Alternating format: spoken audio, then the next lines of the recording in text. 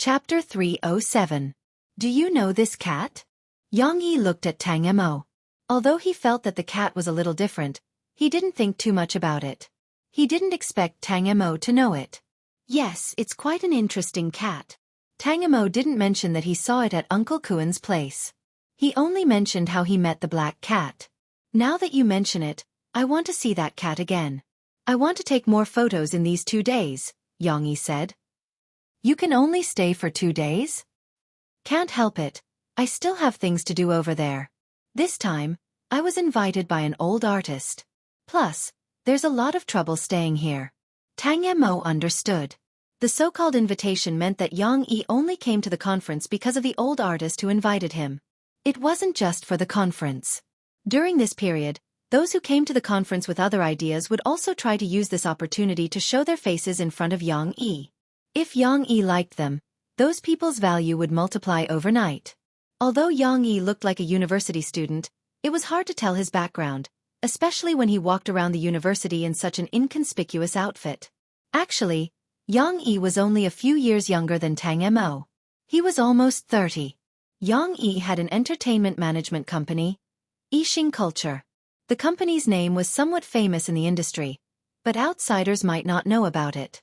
The company had only been established for less than 3 years, but its development was impressive. Most importantly, it had a backer. Every industry had its own rules. There were many people who wanted to take shortcuts, and many of them had their eyes on Yang Yi. Tang Mo met Yang Yi overseas. They had been working together when they were overseas. Now that Tang Mo wanted to enter the domestic market, Yang Yi's company was planning to shoot a movie to promote some newcomers. There were many scenes in the movie that required a lot of jewels and diamonds. Yang Yi valued props very much, probably because of his love for photography. He didn't allow any flaws under the camera, so many fake props were eliminated. Because of this, Yang Yi and Tang Mo decided to work together again. Tang Mo's synthetic diamonds came in handy this time. The synthetic diamonds under the camera were almost identical to natural diamonds. It was hard to tell them apart. Tang Mo took this opportunity to advertise himself. Yang Yi was very satisfied after looking at the sample diamond. If I don't have time by then, I'll send someone over to discuss it with you. There were a few scenes that would be filmed in Chuhua City. Tang Mo also planned to stay here for a while. He could afford to wait. Carrying a large number of diamonds, even if they were not natural diamonds, they had to be on guard.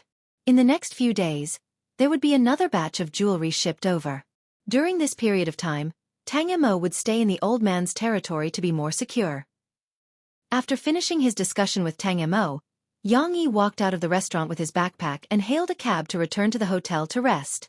The next day, Yang Yi had originally planned to check on the preparation at the film set, but after looking at the photos for half the night, he decided to make a trip to Chuhua University today. It was rare for him to come across a cat scene that touched him, so he decided to go take a look again. Actually, Yang Yi didn't have any special interest in cats. The one who liked cats was his maternal grandfather. When he saw the old tile-roofed houses in Chuhua University and the cats there, he was reminded of the things that happened in his maternal grandfather's house when he was young. Yang Yi's maternal grandfather's family was quite well off. The old man liked to raise cats and take pictures of them with a camera. At that time, taking pictures with cameras wasn't as convenient as it was now, so they had to save on film. The technical requirements were high, and because of this, the old man was very experienced in taking pictures of cats. Every time Yang Yi went over, the old man would show off his shooting results to Yang Yi and show off his shooting skills. Yang Yi remembered his maternal grandfather saying that cats were a very special kind of animal. They had personalities and were also scheming. They weren't as easy to tame as dogs, and they weren't cooperative during filming. They were unruly and did things their own way. Therefore, the technical difficulty was slightly higher, and there was a lot of attention to when and what kind of photos were taken. Therefore, most of the time, the old man would accommodate the cat's work and rest schedule. Of course, the different cat's work and rest schedule had a lot to do with the cat's owner. Back then, the old man and the cat raised by the old man actually influenced each other. The old man very much agreed with Mr. Jing and saying that, all scenery is love. Using the scenery to express one's emotions, and using the scenery to express one's emotions. The photographer's mission was to record images, and every photo contained the photographer's emotions. Looking through the old photos from when he was young, he realized that the person who took the photos was no longer there. The cats in the photos were also long gone. Although he didn't set foot in the pet-rearing circle that was becoming more and more prosperous with the economic and social development, Xianxia had always been taking pictures of cats. It had a kind of chance and randomness in life. Whenever he came across them, he would take pictures. Therefore, it was rare for him to have some feelings. He wanted to take more pictures. He might not have time to come here in the future. Even if he came here, who knew if this place would still be the same? Now, many universities were undergoing renovation. The old buildings were being demolished and new buildings were being built. When the time came, would the cat still be there? Xianxia woke up early. When he came to Tsinghua University, he saw many old people walking around outside. Today was Saturday, and most of the students didn't have classes. Therefore, there were fewer students walking around than usual. This time, Xianxia entered from another door. It was a different route from yesterday's meeting. This side was close to the faculty's residence. It was much quieter. Moreover, most of the people he saw were old people. Many of the old people were the type to sleep and wake up early. They didn't stay up late like the young people. After taking a few pictures, Xianxia saw an old man carrying a bag of steamed buns bought from the cafeteria. He was walking a bullhead terrier. He was probably tired from walking and was resting on a wooden chair by the lawn. The bullhead terrier was squatting beside him. When it looked around, its small triangular eyes were filled with vigilance. However, when it looked at the old man beside it, the bullhead terrier's eyes were much gentler. Xianxia raised his hand to take a few pictures. He heard the old man shout, "Little flower." He looked over and saw another old man leading a very large Saint Bernard. The little flower that the old man shouted just now should be this Saint Bernard. Seeing Xianxia taking pictures, the two old men greeted Xianxia. When they heard Xianxia say that he was a photographer, they quickly shouted for him to take a few more pictures. "These two are getting along well," Xianxia said as he looked at the two dogs that had different sizes and personalities. One of his friends had a bullhead terrier. That fellow was very aggressive, causing the dogs and cats around to run away when they saw it. Therefore, when he saw these two dogs, he was quite curious. Of course, these two grew up together. Let me tell you, back then, if it was someone who was familiar with the teachers around, when they heard "let me tell you," they would know that there would be a long story or an educational speech behind it. However, Xianxia didn't care. He stood aside and listened to the two old men talk about the things that happened in the community and Niu Zhuangzhuang's heroic deeds. As they were talking, the old man noticed that the two dogs were looking in the same direction, wagging their tails. "Yo, black charcoal, where are you going?" one of the old men shouted. Xianxia looked over. On the other side of the road, a black cat wearing a small vest was walking over slowly. It looked lazy, yawning as it walked. When it heard the old man shout, it slowly glanced over and continued to walk at the same speed as before. This morning, after the Jiao Pa went to the courtyard, he called home. He didn't bring a USB flash drive and couldn't leave the laboratory, so the Jiao Ma directly asked Zhang Tan to deliver it. Similar things had happened before. He put on a small vest, put the USB flash drive in the pocket of the vest, zipped it up, and sent it to the Institute of Biological Sciences. Running over and walking back, Zhang Tan didn't sleep well last night, thinking about those diamonds. There was still work today, so Zhang Tan planned to take a nap before that. The benches around were occupied by old men and women who came out for a walk or to buy groceries. He didn't want to lie on the tree now, so sleeping on a branch while wearing a vest wasn't very comfortable. After looking around, Zhang Tan directly went over and used the flower as a blanket, a soft and warm blanket. Looking at the cat sleeping on the back of such a big Saint Bernard, Xianxia raised his eyebrows. He looked at the bullhead terrier next to it, then looked at the Saint Bernard lying down obediently. Xianxia curiously asked the two old men, "Is this cat not afraid of dogs?" "Afraid? Tisk, it's good enough that it doesn't bully these two, they've been bullied by it since they were young," said one of the old men. "Oh, black charcoal's vest is not bad." Another old man touched Zhang Tan's vest. "You're so sleepy, did you catch a thief last night?" The three of them talked here, and when it was time to leave, Zhang Tan also got up, but he stopped at the small fork in the road and waited by the side. Later, someone would come to pick him up and take him to the pet center. Today, he wore the vest to deliver something to the Jiao Pa, and also for the pet center. If he worked overtime today, it would be just right for overtime pay. Yang Yi didn't leave, but followed Zhang Tan over. Seeing Zhang Tan waiting there, he also looked at him not far away. He was curious about why the cat was squatting there. After waiting for about 10 minutes, Zhang Tan finally saw the person he was waiting for. Charlie was driving his nanny van, a small two-wheeled electric modified specifically to pick up Zhang Tan and take him to the pet center to shoot the new promotional video. It was said that the government had recently introduced a policy related to environmental protection. Recently, various departments had been learning to implement the new spirit, and even some social groups had begun to follow the trend. Xiaoguo wanted to use this topic to shoot an advertising video to promote environmental protection. The electric car stopped in front of Zhang Tan. Charlie looked at the time. He really wasn't late today. It was the cat that came early. Thinking of this, Charlie's worries were a lot less.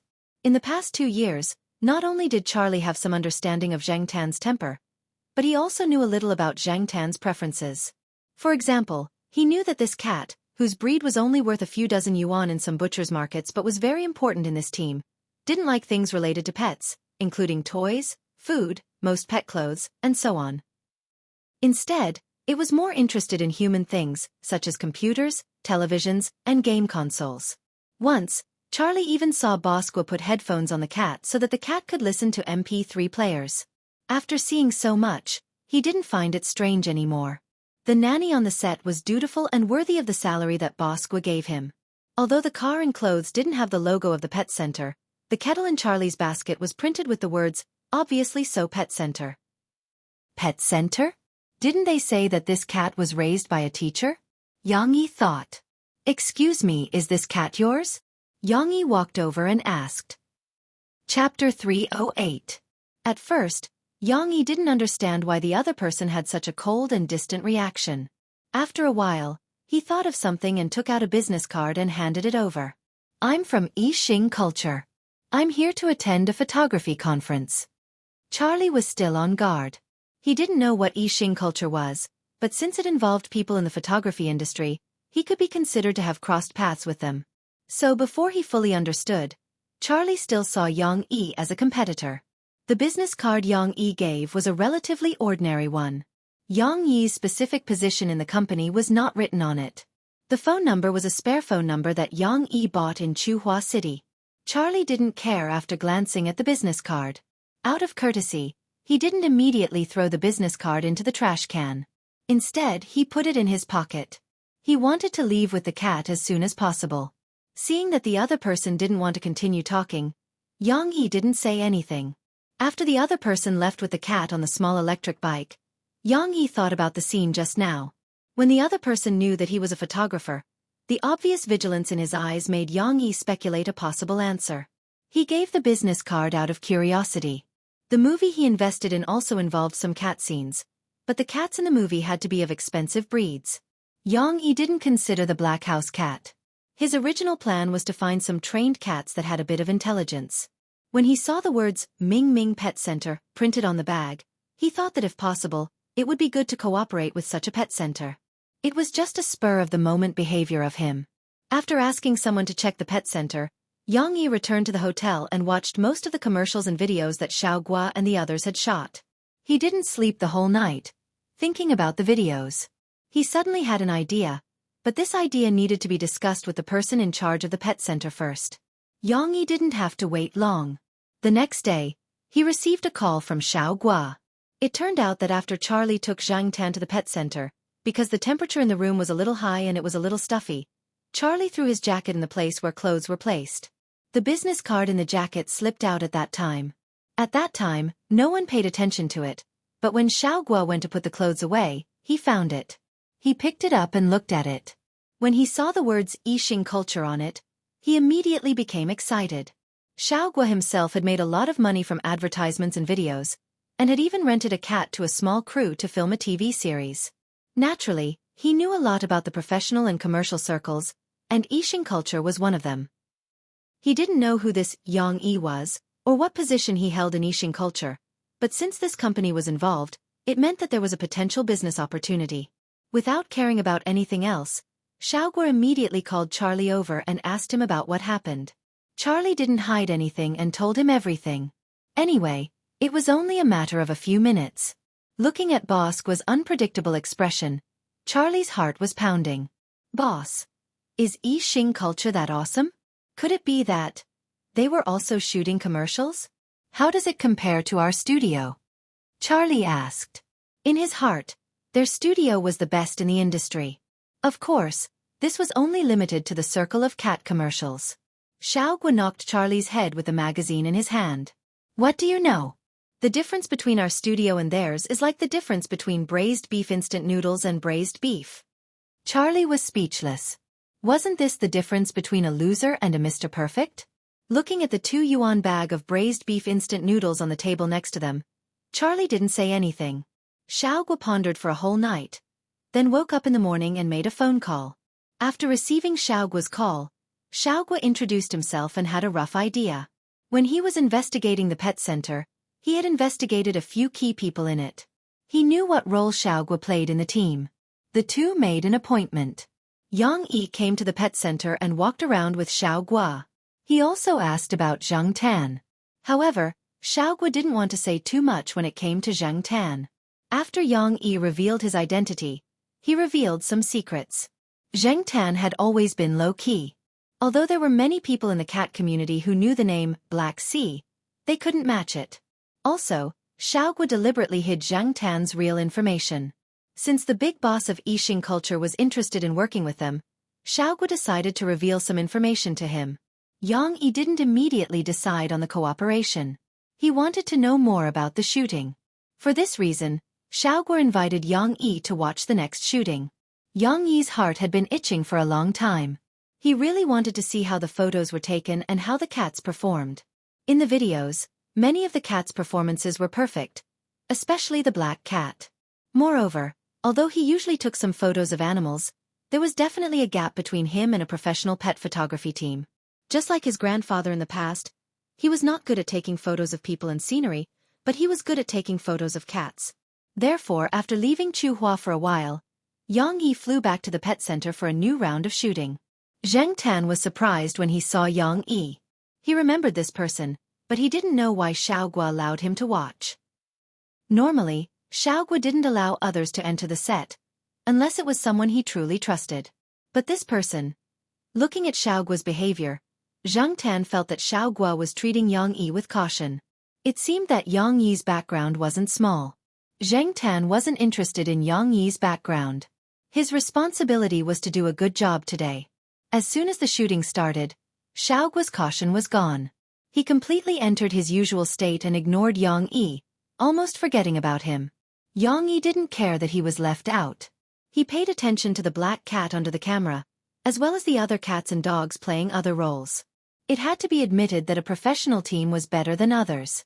They knew which cat couldn't sleep without hugging something, which cat would start to get excited at what time, which cat hated what smell, and how it would behave after smelling it, and so on.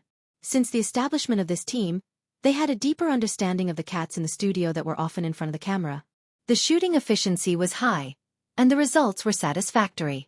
Xiaogu said that the black cat was the trump card here. It was true. Just look at the performance of these cats. Unfortunately, because of the problem of breed, the movie couldn't use this cat. They could only use other cats. According to the script of the movie, it had to be a famous breed cat. However, the fact that the black cat couldn't play a role in the movie fulfilled Yang Yi's wish. Yang Yi liked to shoot mostly because of his grandfather's influence. A long time ago, Yang Yi had the idea of shooting a documentary about the city, people, and cats. The documentary would record real life, show the pulse and life of the era, and show and record the real side of the era. Adding in the element of cats would also enhance the viewability of the documentary. This would attract many people who were not interested in documentaries to take a look at it. However, it was difficult and he hadn't been able to put it into practice. After his grandfather passed away, Yang Yi's idea became stronger when he looked at the photos in the thick album. Looking at the black cat in front of the camera, the smile on Yang Yi's face became bigger and bigger. Zhang Tan, who was shooting the advertisement, suddenly felt a chill on his back. He almost made a mistake when he jumped. Fortunately, he was experienced and strong mentally, so he calmed down quickly. After the shooting, Xiaogu and Xiaogu had a private talk in the room. When they talked about Zhang Tan, Xiaoguo shook his head. I can't make the decision. You have to find its father and get his approval. Otherwise, even if you take it away by force, it won't cooperate. It will also let you know what a cat's paw is. After that, Yang Yi and Xiaoguo signed the contract. The movie team picked an experienced cat from the team and sent it over. At the same time, a few people from the movie team followed along. They would take care of the cat's daily life and make it more cooperative with the filming. As for Zhang Tan, Yang Yi went to talk to him directly. Zhao Pa and Zhao Ma were troubled. Shooting the advertisement was one thing, but Xiao Guo was an acquaintance. He knew everything about Zhang Tan and agreed to keep it a secret. Even if he was popular in the cat community, it was only a small circle. His real life wouldn't be affected much. Just like Xiao Guo himself, shooting advertisements for cat food and related products was just a small matter compared to professional movies and TV shows. If he really participated in a movie and took up a lot of space, it would be a different level. Moreover, shooting the advertisement here was close to home. If he accepted Yang Yi's job, Zhang Tan would probably be away from home for a long time. Judging from Zhang Tan's troublemaking behavior, Zhao Pa and Zhao Ma were really worried. Convincing the Zhao family was not an easy task. Yang Yi didn't expect to encounter such a problem. Lure with money? Sorry, Zhao family wasn't as poor as people thought. They weren't crazy about money and wouldn't fall for it. Threaten? In Xiaoguo's words, that cat would let you know what a cat's paw was. Let's just wait until the Zhao family agrees. Yang Yi originally planned to fly back to Beijing the next day, but because of this incident, he changed his mind and played the emotional card. He talked about some emotional things about art, about relationships, about cats, and about the awareness of caring for cats promoted by this film. This time, more people would like and understand this race that had infiltrated human society, had a bad temper, and was difficult to understand. In the end, the Zhao family relented, but that was all.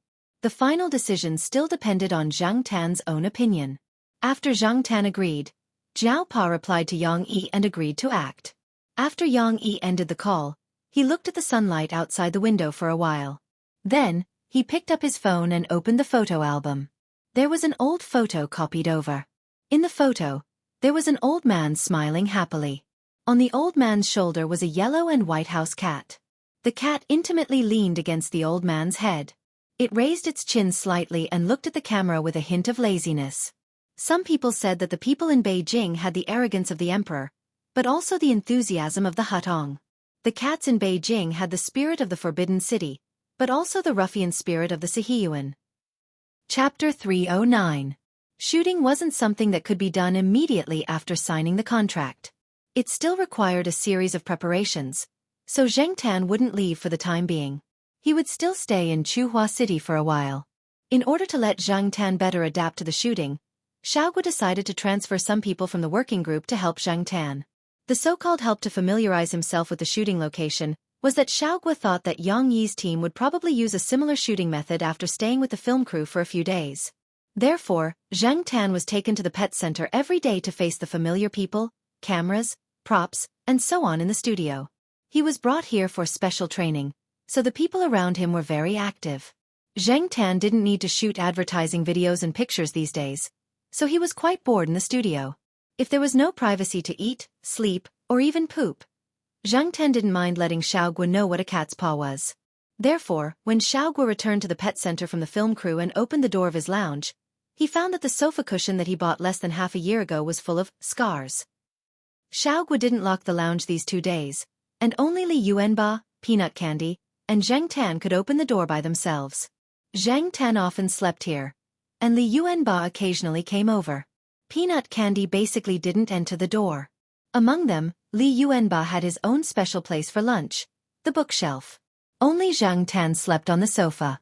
Half a year ago, Xiaoguo annoyed Zhang Tan because of something.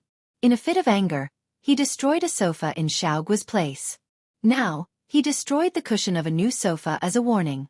After seeing the miserable state of the sofa, Xiaoguo wailed and then lay on the computer chair. When he looked up, he saw Li Yuanba on the bookshelf. Li Yuanba's eyes made Xiaoguo feel as if he had done something stupid again. "Can't you stop him?" Xiaoguo said to Li Yuanba. Li Yuanba turned his head and went back to sleep. Xiaoguo sighed. He knew Li Yuanba's fighting ability. He could beat up cats, scratch dogs, and even fight thieves. However, he just watched from the side when Zhang Tan destroyed the sofa and never stopped him. They were all ancestors and were really hard to please. Each of them had a bad temper. If only they were as obedient as Prince and the others. However, these few were a little special. That's right, that black cat was different too, so he couldn't treat it the same way he treated other cats. If it was a human, what should he do? Reason with him, do some work and enlighten him? After making up his mind, Xiaoguo immediately contacted Charlie. Thus, wet nurse Charlie was forced into a corner. For the next few days, Zhang Tan didn't see any of those annoying things when he came to the pet center. However, no matter how hard Charlie worked, Zhang Tan's attitude could only be regarded as normal. Charlie didn't know if Charlie had instilled Bosqua's order into the cat's brain. Bosqua had been busy these days, so he gave Charlie this difficult task to try to arouse the cat's positive emotions. Charlie didn't know what a cat looked like when it was in a positive mood. He only knew that when he was working, he talked until his mouth was dry. In the end, he found that the cat lying lazily on the chair narrowed its eyes and yawned. Then it ignored him. Charlie's mood at that time. Speaking of it, he felt like crying. For the sake of the high salary, he accepted it. Xiaoguo came back early that day. When he came to the studio, Zhang Tan hadn't left yet. He was lying on the sofa and sleeping. Charlie next to him had a tangled look on his face. No one knew what he was thinking. Seeing Xiaoguo, Charlie got up and talked about today's situation. Still the same. Xiaoguo frowned. This cooperation with Yang Yi was an excellent opportunity. If the cat didn't agree, it would be fine. But since it agreed to act, Xiaoguo had to spend more effort on it. If he was passive and slack off, people wouldn't be optimistic about him. It was fine here, but if he went to Beijing and went to other people's territory, he didn't know if he would be at a disadvantage. Throwing his coat on the sofa, Xiaoguo didn't bother to change his shoes. He wiped his face, rolled up his sleeves, and walked to Zhang Tan. He squatted down and looked at Zhang Tan, who had just woken up. He waved his fist seriously to encourage him. Black charcoal, after this job, we'll be rich. Zhang Tan and Charlie. Simple, direct, and effective. Zhang Tan's fighting spirit was finally ignited and he narrowed his eyes. Zhang Tan looked at the contract. The money was indeed a lot, but Zhang Tan felt that Xiaoguo was too nervous. He wasn't a rookie who just started shooting commercials. Did he need to worry so much? Sighing in his heart, Zhang Tan felt that recently everyone seemed to be a little too nervous and anxious, whether it was the people at the pet center or the Zhao family. While Zhang Tan was sighing, the Zhao Pa was thinking about whether to contact the people he knew in Beijing. He knew people there, but they definitely didn't have time to take care of them. It was also inconvenient for them to take care of them. After thinking about it, the Zhao Pa contacted Feng Xiaokong. The third Master Feng's base was in Beijing. It was more reliable to ask him for help. The third Master Feng, who was busy in other provinces, was surprised when he received the call from the Zhao Pa, shooting a documentary. The third Master Feng waved his hand and asked his assistant to leave. He put his feet on the desk. Who is it? Mr. Yang from Yixing Culture, the Zhao Pa said. That kid Yang Yi? Okay, I got it. Don't worry. Even if I don't have time, I will ask someone to take care of him.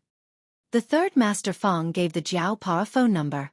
If there was a need, he could ask someone to contact this number. With the third Master Feng's promise, the Zhao Pa suddenly felt a lot more at ease. But he wasn't completely relieved. After all, that cat was really a troublemaker. After the third Master Feng hung up the phone, he flipped through his contact list and dialed a number. It rang for a long time before it was picked up. Hello. The other party didn't seem to be awake. Hello, Yang Yi. It's the third Master Feng.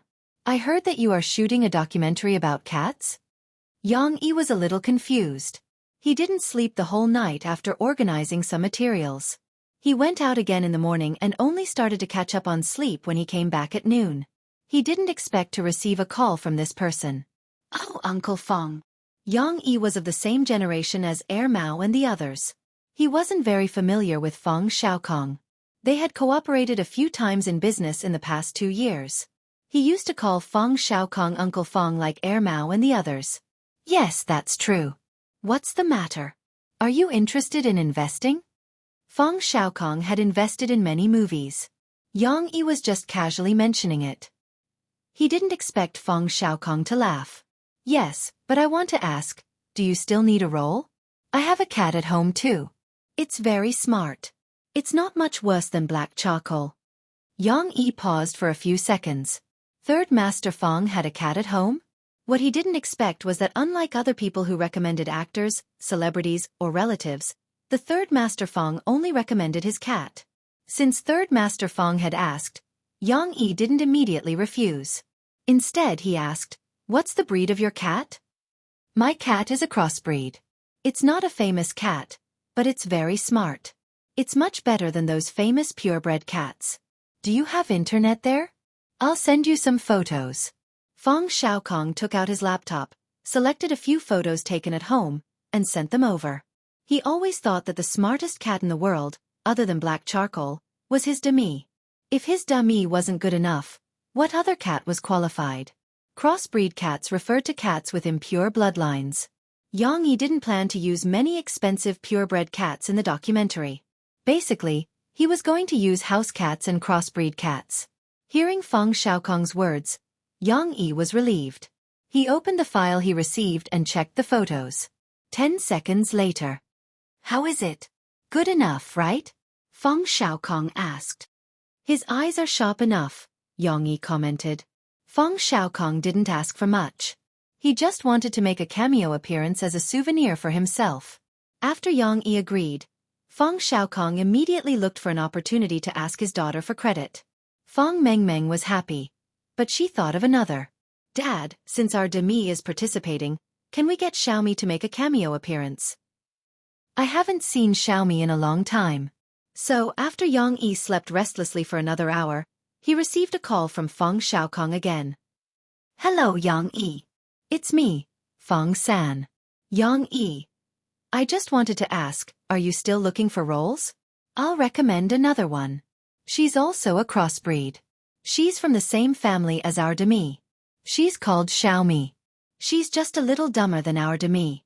Her looks are passable, but there's a mole near her mouth. Are you still in front of the computer? I'll send you the photos." Yang Yi. Xiaomi had always been with Zhao Lu. They stayed in Chuhua City for a while. Later, when Zhao Lu got busy, there was no one to take care of her. Even the nanny couldn't hold her down, so Zhao Li's mother brought her to Beijing to keep her company. Her husband and daughter were usually very busy, but Zhao Li's mother liked Xiaomi. When she returned to Beijing, she couldn't bear to part with her, so she brought her along. Although they were both in Beijing, Xiaomi and Xiaomi didn't have much time to see each other. As for Zheng Tan, ever since Xiaomi was taken away, they hadn't seen each other. Xiaomi only saw Xiaomi when they went to the cat exhibition. Knowing that these two would also participate, Zheng Tan was looking forward to it. He wondered if Xiaomi would still be as aggressive after inheriting her father's mole. In the middle of November, Zheng Tan followed a group of people selected by Xiao Gua and set off for Beijing. Charlie's sidekick took care of them. This wasn't the first time Zheng Tan went on a long trip. The people of the Jiao family couldn't help but worry.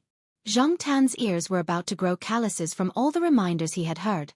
Before leaving, Zheng Tan went to the old tiled house and hid the phone and the bag of diamonds separately. He also moved some broken tables and chairs to block the entrance.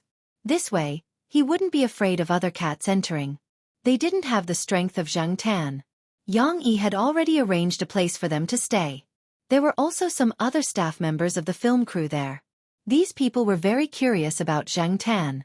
They heard that the big boss Yang Yi had brought up the plan of making this film again because of this cat. Charlie and the others who were entrusted with the important task by Xiao Gua were worried that Zheng Tan wouldn't be able to adapt after seeing so many strangers. It turned out that they had thought too much. Zheng Tan wasn't nervous at all. Although he didn't know these people, he could feel the kindness from them. Even the ugliest one, the big bearded man with a fierce smile, was actually kind. Since there was no threat, there was no need to worry. After Charlie called the Jiao family to tell them that he was safe, someone came to pick up Zheng Tan before Zheng Tan could get familiar with the people of the film crew.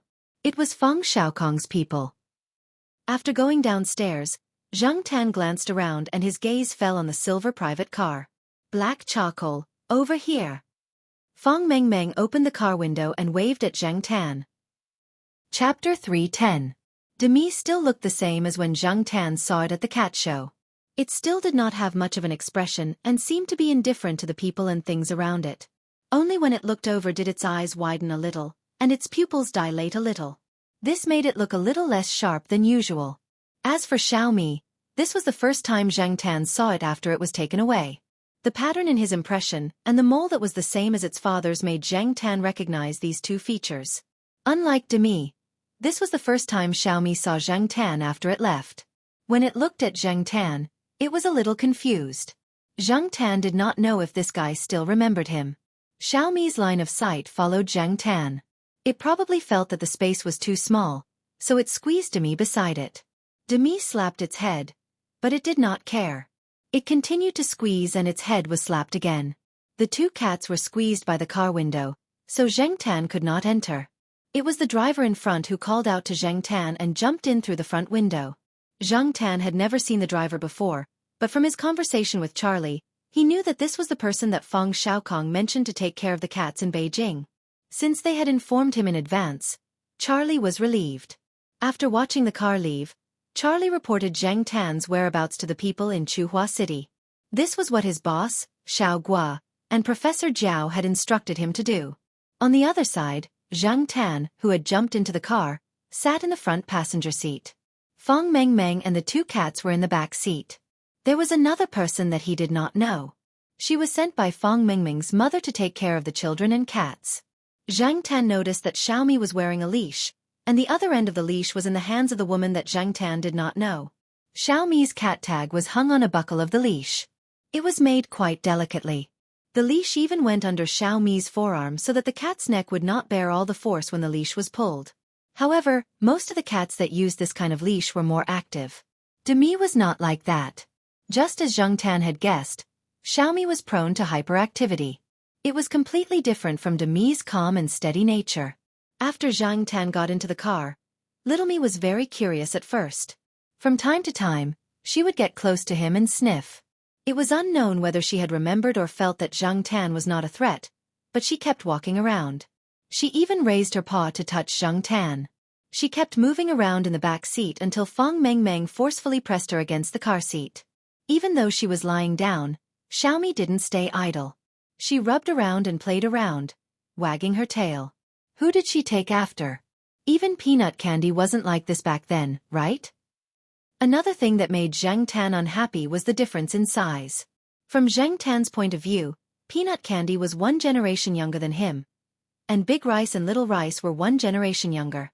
Standing beside these two juniors, Zhang Tan had to look up to them. After arriving at Fong Mingming's house, Zhang Tan realized that he had underestimated Xiaomi. Zhang Tan lay on the sofa and watched Xiaomi play with a tennis ball all over the house. From time to time, she would provoke Zhang Tan, who was on the sofa, and Demi, who was on the cat tree. Then, she would be slapped by the two of them. She never got tired of it. He didn't know if she would get into trouble during the filming. However, those were the worries of Yang Yi and the filming crew. Zhang Tan didn't think about it anymore. Fong Mengmeng took many photos of Zhang Tan, Demi, and Xiaomi with her camera. Demi was already used to it, and Xiaomi didn't seem to care about the camera. Sometimes, she would curiously move closer to the camera and take a few photos of her big nose. The mole beside her mouth was especially obvious. Zhang Tan didn't stay at Fong Mengming's house for long. The next day, Yang Yi drove over to pick him up. The filming crew didn't have much free time. There were many areas that needed to be adjusted. Yang Yi had placed a lot of hope on Zhang Tan. Many people said that documentaries were the eldest son of movies and the poor brother of feature films. Just as Zhang Tan knew, not every documentary could be recognized by the public. Most of the documentaries were shelved. Many people had never heard of the title of the film. Even if they had heard of it, they wouldn't be interested in watching it. Many people were also not optimistic about the film that Yang Yi had spent so much effort on. Of all the things to film, why did he choose to film a documentary? He might as well use that money to film some celebrity commercials. Regarding this, Yang Yi didn't care at all. Zhang Tan wasn't a Beijing cat. Since he wanted to tell the story of a Beijing cat, these stories definitely wouldn't be the real Zhang Tan. Authenticity was the essential attribute of a documentary. It recorded objective things so that the audience would have a more realistic experience. Therefore, Yang Yi wouldn't make up nonsense, and he wouldn't let Zhang Tan act in those fake stories. Zhang Tan wanted to act in something that used to be real. In other words, Zhang Tan wanted to act in another cat that was no longer in this world. He had to change the location and the mentality. Compared to 20 or 30 years ago, the current Beijing had changed a lot. The scenes and things in Yang Yi's memory couldn't be recreated as they were. Therefore, this involved a method of using scientific and technological means to create a virtual reality. Of course, virtual didn't mean that the story was real. The scenes and things created by scientific and technological means were also real and had historical basis. Therefore, some parts of the documentary needed to use a combination of virtual and real shooting techniques to recreate the real story. Humans had the ability to recreate the past. Those past events were scenes that existed in Yang Yi's memory. Yang Yi said that he wanted to achieve a resonance in terms of thinking. Zhang Tan felt a bit of pressure. Whether it was the lineup or the atmosphere, it was very different from Xiaogua's studio. During the shooting process, the focus was on the control of the light ratio to improve the visual effect of the image. Therefore, the technical level of the camera and the cameraman was higher. The cameraman had to adjust the light ratio to ensure the beauty of the image, so that the filmed content could be shown to the public at the most beautiful angle. The advanced shooting equipment and the skillful cameraman showed the importance Yang Yi attached to this documentary from these two aspects. The post-production requirements for the technical processing of the image were also high. They had to be able to ensure the authenticity of the filmed content and modify the image to enhance the visual effect. This required the relevant filming technicians to have strong technical skills. Sure enough, there was a big difference between filming a pet commercial and this kind of documentary. No wonder Xiaogua had been nervous before, and even Charlie had been nagging at the side for fear of causing trouble. Yang Yi, Charlie and the rest of the team sent to Beijing by Xiaogua talked about the next few scenes to shoot, how to walk, where to look, how to bark and so on. Zhang Tan listened at the side. The old man who acted with Zhang Tan and many people in the filming crew did not understand Yang Yi's approach. At the beginning, when they knew that Yang Yi wanted to shoot this documentary, they knew that it would be very difficult. People were easy to deal with, but cats were notoriously difficult to deal with, much more difficult to deal with than dogs. Looking at the proportion of dogs and cats in the movie so far, one would know. One would not know how difficult it was to deal with cats if they had not filmed it before. Therefore, they felt that Yang Yi was still too young and naive to think about things too simply. Yang Yi also knew what others would think, but what he learned from Xiaogua and Professor Zhao, as well as what he saw with his own eyes at the filming site at the pet center, made him have high expectations for this cat. This involved the story of his grandfather, and the significance of the film itself was great, even if it was not a big production movie and was only a documentary that many people did not think highly of. Every time Yang Yi filmed an animal, he liked to guess the animal's mood by looking at the animal's eyes that were fixed in the photo. Compared to humans, animals were more eye-catching. In fact, most of the time, an animal's gaze could instantly kill the celebrities on TV. It was not that they performed better than the celebrities, but it was how much of an impact their gaze would bring to the people who saw it. Those who loved pets sometimes, even if their pets did something wrong, they would be prepared to reprimand them. But when faced with the pet's coquettish or pitiful eyes, they would abandon their armor. The eyes of animals were also filled with emotions. Although it was a documentary, there were still some things that had to be done, especially Zhang Tan, who was acting the life of another cat. Before shooting, Zhang Tan had to do makeup. Yes, makeup. This was something that had been discussed before. Yang Yi's grandfather had once reared a cat that wasn't pure black. That cat had 3 white legs and 1 black leg. There was a small white on its nose and an inverted triangle on its chin. Compared to the sheriff, the proportion of white on its body wasn't much. Zhang Tan had seen the photo that Yang Yi took out. As for the dye, Yang Yi specially got it.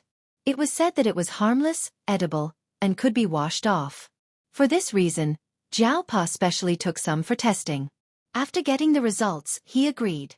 Before this, Zhang Tan had always thought that dyeing was an easy task, but when it came to makeup, he realized that it was not so. The makeup artist that Yang Yi hired was too conscientious and meticulous. Of course, the effect was also very good. Zhang Tan was guaranteed that many people would not recognize him if he went out now. Most people recognized animals by their color at first sight. A little white would change a lot, and the all-black aura would be reduced. Charlie held the mirror for Zhang Tan to look at. Zhang Tan was satisfied with the rest. At first glance, He did not see any makeup. The only depressing thing was the little white spot under the nose. Zhang Ten now felt that peanut candy and Xiaomi's mole were not bad. At least, it was better than Zhang Tan's current one. The white spot under the makeup looked like snot, flowing directly into the mouth. After the makeup was done, the shoot began. There were many questions that could only be answered when the shoot began. For example, Yang Yi said how to make a coquettish sound and a defensive sound. That black charcoal doesn't know how to make a sound. No, it's that it can't make a sound like a cat. Charlie said helplessly. Yang Yi, what do you mean by can't make a sound like a cat? Zhang Tan expressed that this was indeed beyond his ability. A normal cat sound was already difficult enough, let alone a coquettish sound. Charlie was afraid that this master would be angry, so he quickly explained to Yang Yi. Yang Yi thought about the advertisements that he had seen. It seemed that he had not seen this cat's sound in them. Sighing, Yang Yi said, "Forget it. I'll think of something when the time comes." Continue. Okay, I'll bite the socks later. What's wrong? Don't bite the socks? Hate smelly socks. Sigh, that's new. It's just that I purposely made it old. If you don't believe me, smell it. Okay, continue. Okay, I'll let it squat on the wooden stool and lick its paws later. What? Don't lick its paws? What kind of cat doesn't lick its paws? Humans suck their fingers too. There's dye? It's okay, the dye is edible.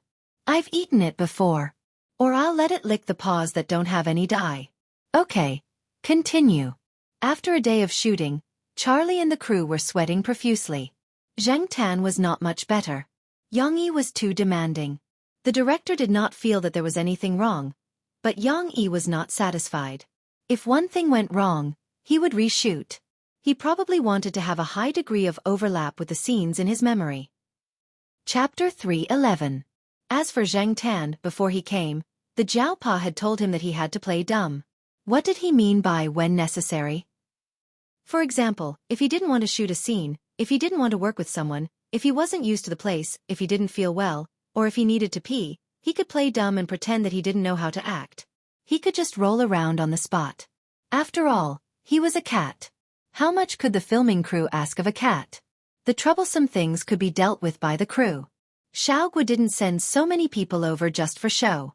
Zhang Tan didn't believe that Xiaogua and the Jiao Pa didn't have a private agreement. However, this was for his own good. Zhang Tan understood that it was okay to be smart, but if he acted too smart, it would arouse suspicion. To avoid unnecessary trouble, sometimes it was safer to be a little stupid. There were many scenes that Zhang Tan wouldn't shoot in the past, but this time, he tolerated it. After all, this kind of documentary was different from commercials. It took a lot of manpower and material resources. Since Zhang Tan had accepted this job, he had to be responsible. Moreover, these scenes were very common for ordinary cats. It wouldn't make sense for him to refuse to act. Zhang Tan didn't feel very comfortable with the makeup on his body. He had to touch up his makeup every now and then, especially the eyebrows and whiskers that were accidentally rubbed off. After all, Zhang Tan's whiskers were black, but the whiskers of the cat in the photo were white. Fortunately, Zhang Tan was more efficient. The whole shooting process was much shorter than Yang Yi's plan. The filming crew thought that it would take a long time to shoot these scenes. They didn't expect the cat to be so cooperative. In their opinion, the cat's intelligence was one of the reasons. More importantly, they heard that the few people who came over were a team that specialized in taking care of cats. In their free time, the filming crew even talked to the team members sent by Xiao Gua. Little did they know that the team members were smiling so much that their faces were almost stiff. They didn't dare to say some things. They had signed several contracts, and they would do whatever Xiao Gua told them to do. Zhang Tan didn't know how well he acted. He could only tell from Yang Yi's expression that he wasn't up to standard. He could only wait for the final production to be completed. The old man who was acting with Zhang Tan looked like Yang Yi's grandfather from the side. Of course, he had also put on makeup to make it look more alike. Coupled with some filming techniques, Zhang Tan believed that Yang Yi would be satisfied when the movie was actually produced. Among them, Zhang Tan had also come into contact with some of the things that were commonly used in that era, such as the gray cat litter. At that time, almost every house burned coal, which made it easy to clean up. There was also a handmade catwalk made by the people in the Sihyuan for the little rascals who came in and out all day. A half-foot square hole was made and a curtain was hung. Fat cats and bigger cats would also make the hole bigger. There wasn't any high-tech technology, but it was used well at that time. Other than Zhang Tan, Xiaomi and Xiaomi also made a cameo appearance. Yang Yi wanted to film some scenes where the cats were usually active and having fun. Among them, Yang Yi liked what Little Me did the most. Even when it was alone, Little Me would immediately get high. It would kick, scratch, and bite its own feet as if it was schizophrenic. It would quickly run around the narrow wall, and after it was done playing, it would raise its tail in an S shape. Its chrysanthemum faced the setting sun, and it would stretch lazily. Then it would start calling for food. Everyone was happy when they were filming. Zhao Li's mother even came to the scene personally. She didn't care about her cat's embarrassing appearance at all. Instead, she thought that cats should be like that. Zhang Tan could see that Zhao Li's mother valued Xiaomi. It seemed that Xiaomi was to her liking. As for Xiaomi, although it didn't have stage fright, it was too calm and quiet. It stood on the high wall and didn't move. Yang Yi didn't know what to do. After all, this cat was requested by Feng Xiaokong. He had to film something, right? Are these two really brothers? A member of the film crew asked. He was referring to Xiaomi and Xiaomi. Xiaomi is a girl. Feng Mengmeng's ears were sharp. After hearing it, she corrected him. Oh, a girl. Quite gentle and quiet. The member of the film crew laughed. He didn't know much about cats and didn't know how to determine the gender of some special cases based on their patterns. After laughing, he looked at Feng Mengmeng and said, "Then can you make your Xiaomi smile?" Smile? Can a cat smile? Feng Mengmeng teased Xiaomi under the wall for a long time. Xiaomi, who was squatting on the wall, finally moved. Its front paws stepped on the ground twice. It straightened its back and looked down. Finally, it pulled out a terrifying smile.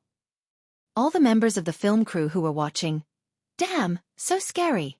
A few of them even unconsciously scratched their arms, feeling goosebumps all over their bodies.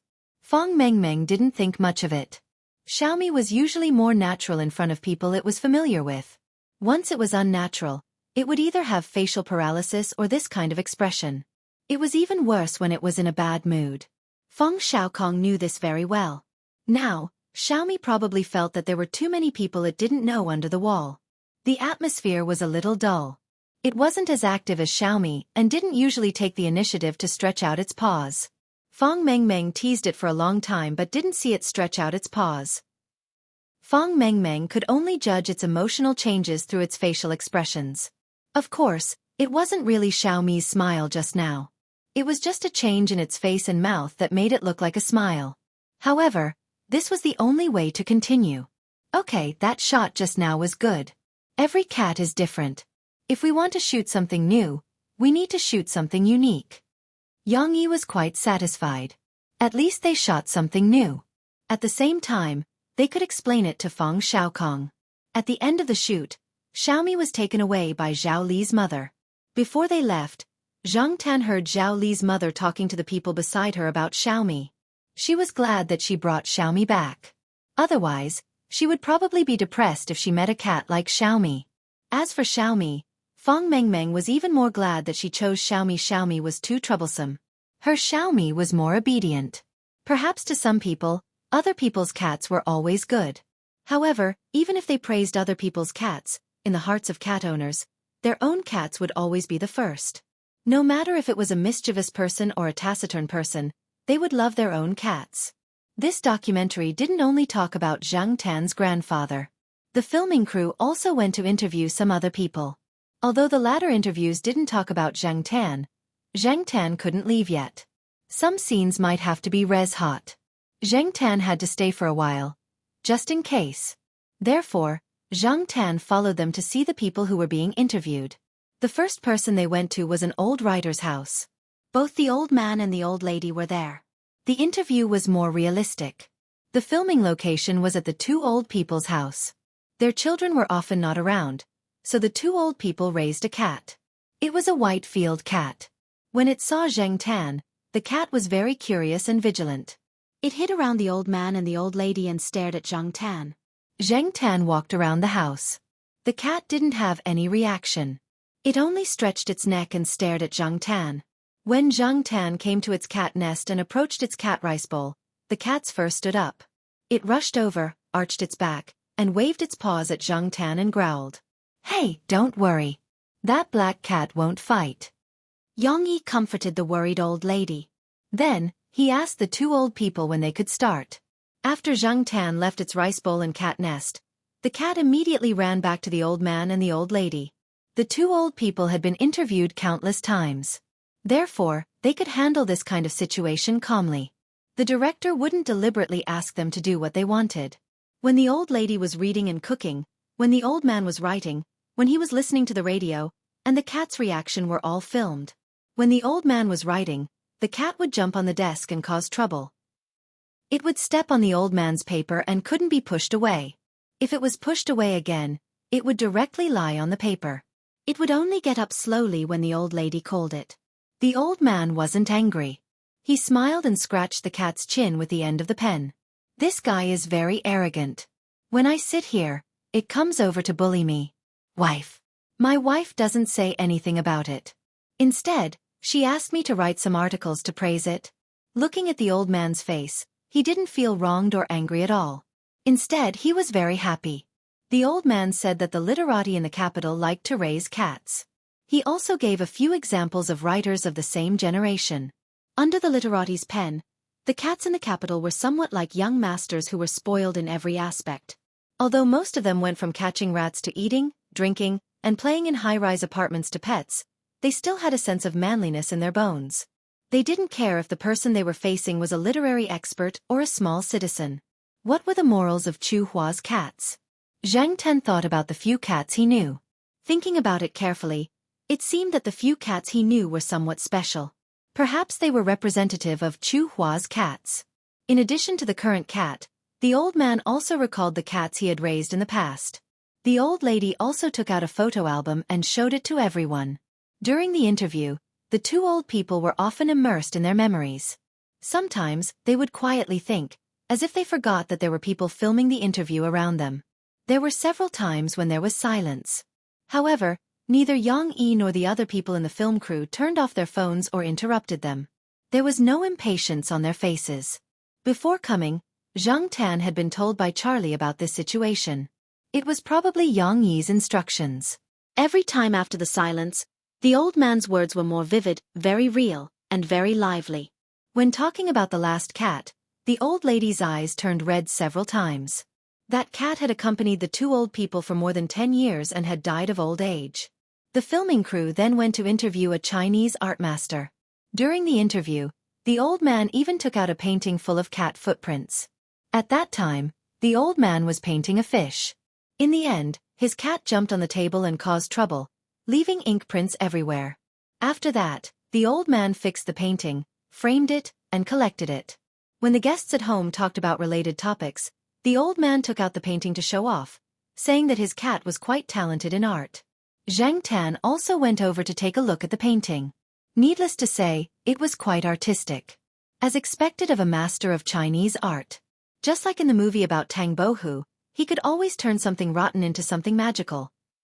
The photographer was very good at capturing some details, which made the whole film more vivid and full of soul. During the whole filming, among the cat owners interviewed, there were artists, educators, several famous schools in Beijing, libraries, and some ordinary people. Zhang Tan followed them through the streets and alleys. Different venues, different backgrounds, all kinds of cat owners, cats with different temperaments, combined together with the professional production and polish. Zhang Tan believed that this would be a good film. No matter how others looked at it, Zhang Tan thought that it was very good. Chapter 312. Zhang Tan came to Beijing in the middle of November. By the time the part about him was finished, it was almost the middle of December. Zhang Tan's part was considered finished, and there was no need to reshoot. As for the follow-up filming, Zhang Tan did not need to follow the filming crew around. If he really wanted to follow them, he would probably have to follow them until next year. The filming crew's journey was not finished, and Zhang Tan planned to return to Chuhua City early for the new year. Charlie and the people sent over were summoned back by Xiao Gua. They were very busy at the end of the year, and Zhang Tan was urged by Fang Mengmeng to stay in Beijing for a while. In the past month, Other than when Zhang Tan had just arrived in Beijing, Fang Mengmeng did not have much time to see Zhang Tan. She even wanted Zhang Tan to stay at her house for a few days. Fang Xiaokong came forward to talk to Xiao Gua and Zhao Pa, and asked Zhang Tan to go back after a while. Zhang Tan could not make it in time for the Christmas special at the pet center, but he had to rush back to film the New Year's special. According to Xiao Gua, Zhang Tan was there to hold the fort. Zhang Tan was quite famous in the cat community on the internet. Every year, many people would look at him during the special because Xiao Gua could always do some little tricks to make Zhang Tan amuse the audience. Without Zhang Tan, there would definitely be people who would be unhappy. In addition, during this period of time, Zhang Tan was absent from some commercials and video shoots. Some people on the internet had already started to make wild guesses. For example, BC is lost, BC is seriously ill, BC was sold, and some people even said that Xiao Gua hid Zhang Tan's gender, BC actually went to give birth, and so on. The people on the team were also looking forward to Zhang Tan's return. They deeply understood how hard their lives were when Zhang Tan was not around. Therefore, Zhang Tan could not stay in Beijing for long. The Zhao family also missed him and called 2 or 3 times a week. Now that Charlie had left, Zhao Pa directly called the person introduced by Fang Xiaokong. That person also truthfully told the Zhao family about Zhang Tan's situation. Zhang Tan did not go to Demi's cat tree at Fang Mingming's house. He occupied a guest room of the Fang family's house, which was tacitly allowed by Fang Xiaokong. Jumping on the edge of the table, Zhang Tan wiped the blurry water vapor on the window and looked outside through the window. At this time, Beijing was colder than Chuhua City. It was snowing outside a few days ago, but it was still very warm indoors. Zhang Tan was a little bored at the Fang family's house. Although the Fang family's house was very big and well decorated, it was still someone else's house. Zhang Tan could not secretly go online, he could not run around, he could not throw tantrums, and he could not crawl under the covers. It had only been 2 days, and Zhang Tan already wanted to go back to the Zhao family. On the weekend, a guest came to the Fang family's house. The guest was Fang Mingming's cousin, Fang Wenjia, who was in his 3rd year of high school. When he came, Fang Mengmeng was playing a game of Guess Which Glass the Pistachio Is In with Demi, and Zhang Tan was watching from the side. Mengmeng, playing games with Demi again. Hey, whose cat is this? Is it a new member of your family? Don't tell me you got it specially for Demi. Ouch. While the guy was talking nonsense, Zhang Tan threw the tennis ball at his feet, and it hit the guy's face. Zhang Tan did not use much strength. He just wanted to teach the guy a lesson, and did not mean to hurt him. Fang Wenjia had a rare short holiday because his family was not around today, so he came over to have a meal. He did not expect to be hit not long after he entered the house. Although it did not hurt much, Fang Wenjia was still surprised. Oh, this cat has a bad temper. Mengmeng, whose cat is this? Fang Wenjia did not get close to Zhang Tan, but sat next to Fang Mengmeng. However, his eyes were fixed on Zhang Tan, in case Zhang Tan threw something at him again. Who told you to talk nonsense? Fang Mengmeng gloated. This is Black Charcoal, my dad's friends. He came here last month to shoot a documentary, so I let him stay at home for a few more days. Shoot a movie? So advanced? Fang Wenjia was surprised. Not a movie. A documentary. Fang Mengmeng corrected. Same meaning. Fang Wenjia was no longer afraid of Zhang Tan throwing things at him. He got up and walked around Zhang Tan. Based on my experience, this cat is a Mumbai cat known as a little black panther. Wrong, this cat is an ordinary field cat. Fang Mengmeng despised. Even the face of a little black panther is different. How is it different? I think so. Otherwise, who would find an ordinary field cat that can be bought for 10 yuan? It is a field cat. If you don't believe me, you can ask my dad. Hearing Fang Mengmeng's words, Fang Wenjia thought of his 3rd uncle. He struggled for a while then said, okay, I'll take it that you're right. After that, Fang Wenjia ran to look for snacks. He did not eat much in the afternoon, and now dinner was not ready yet. He could not wait. By the way, Mengmeng, tomorrow my mom and your mom are going to attend a banquet. Let's not join in the fun. I'll take you out to eat, okay? Fang Wenjia said as he chewed on potato chips. He hated being with those uncles and aunties. Every time, they would compete with each other's children. After that, Feng Wenjie would inevitably be scolded by his parents. He was very unhappy, so he did not want to go to the banquet at all. He would be looking for trouble if he went. Okay. Feng Mengmeng did not want to go either. Although she was young, she knew a lot of things. For example, those who did not have a good relationship with her family, because of her father, immediately came up to her when they met at the banquet. Some of them pretended to be friendly, and some of them even played tricks. Feng Mengmeng was very annoyed. When Feng Wenjie was talking to Feng Mengmeng, Zhang Tan was listening at the side. Feng Wenjie was in his 3rd year of high school. It seemed that he was still in his rebellious period. His grades were not good. His family had hired several tutors for him, but it was useless. Every tutor who was hired with a high salary was angered by Feng Wenjie. It was said that many of the tutors hired were students from the top few universities in Beijing. Among them, there were even graduate students and doctoral students. It was useless. Although the Feng family was rich and capable, even if they could operate in college, their grades could not be too bad. They could not afford to lose face. Listening to Feng Wenjie's tone when he was talking, it seemed that he hated those tutors. He felt that those tutors were too arrogant and self-righteous, and Feng Wenjie was just a dandy in their eyes. Explaining to him was simply like playing the lute to a cow. Even a pig would understand, but this person still had a blank look. Now that the winter break was coming, and in the last half of high school, Feng Wenjie's parents had started to find people to tutor Feng Wenjie during the winter break. Feng Wenjie could already see the dark winter break this year. Moreover, Feng Wenjie's family had restricted him from now on. He was not allowed to go out and have fun with his friends frequently.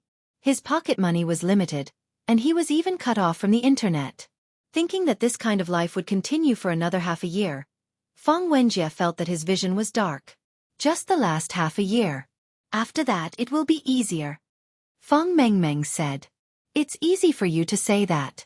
When you reach my age, you will know how unhappy it is. It's stressful. Feng Wenjie sighed. Zhang Tan and Feng Mengmeng both looked at Feng Wenjie. They did not see any stressful expression on his face. The next day, after lunch, Feng Wenjie went to Feng Mengmeng's house. He was not yet 18 years old and did not have a driver's license. His family was strict, so he could not drive his own car. However, they had a driver. Zhang Tan would definitely follow them when they went out for a meal. If they did not go out for a big meal, were they going to stay here and eat cat food like Demi?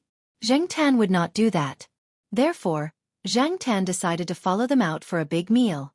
Zhang Tan felt a shiver when he walked out of the door. He quickly got into the car. It was really cold outside. No wonder Feng Mengmeng was wearing so much. Zhang Tan's fur was short, unlike Demi and the rest. However, Demi did not seem to like going out with Feng Wenjie. After seeing Feng Wenjie, Demi jumped onto the sofa to sleep. Feng Mengmeng did not call it anymore. It was already used to this. When Feng Mengmeng got into the car, she was carrying a big backpack and a white pet suit. This was bought when Demi was still young. However, Demi did not wear it much after buying it. It did not like to wear clothes, so Feng Mengmeng did not throw it away. She liked the suit very much. It was in the style of a polar bear, so she kept it. She did not expect it to come in handy today. Zhang Tan also did not like to be tied down by those clothes. However, when he thought about the temperature outside and did not know how long he would have to stay outside in the afternoon, Zhang Tan decided not to treat himself harshly.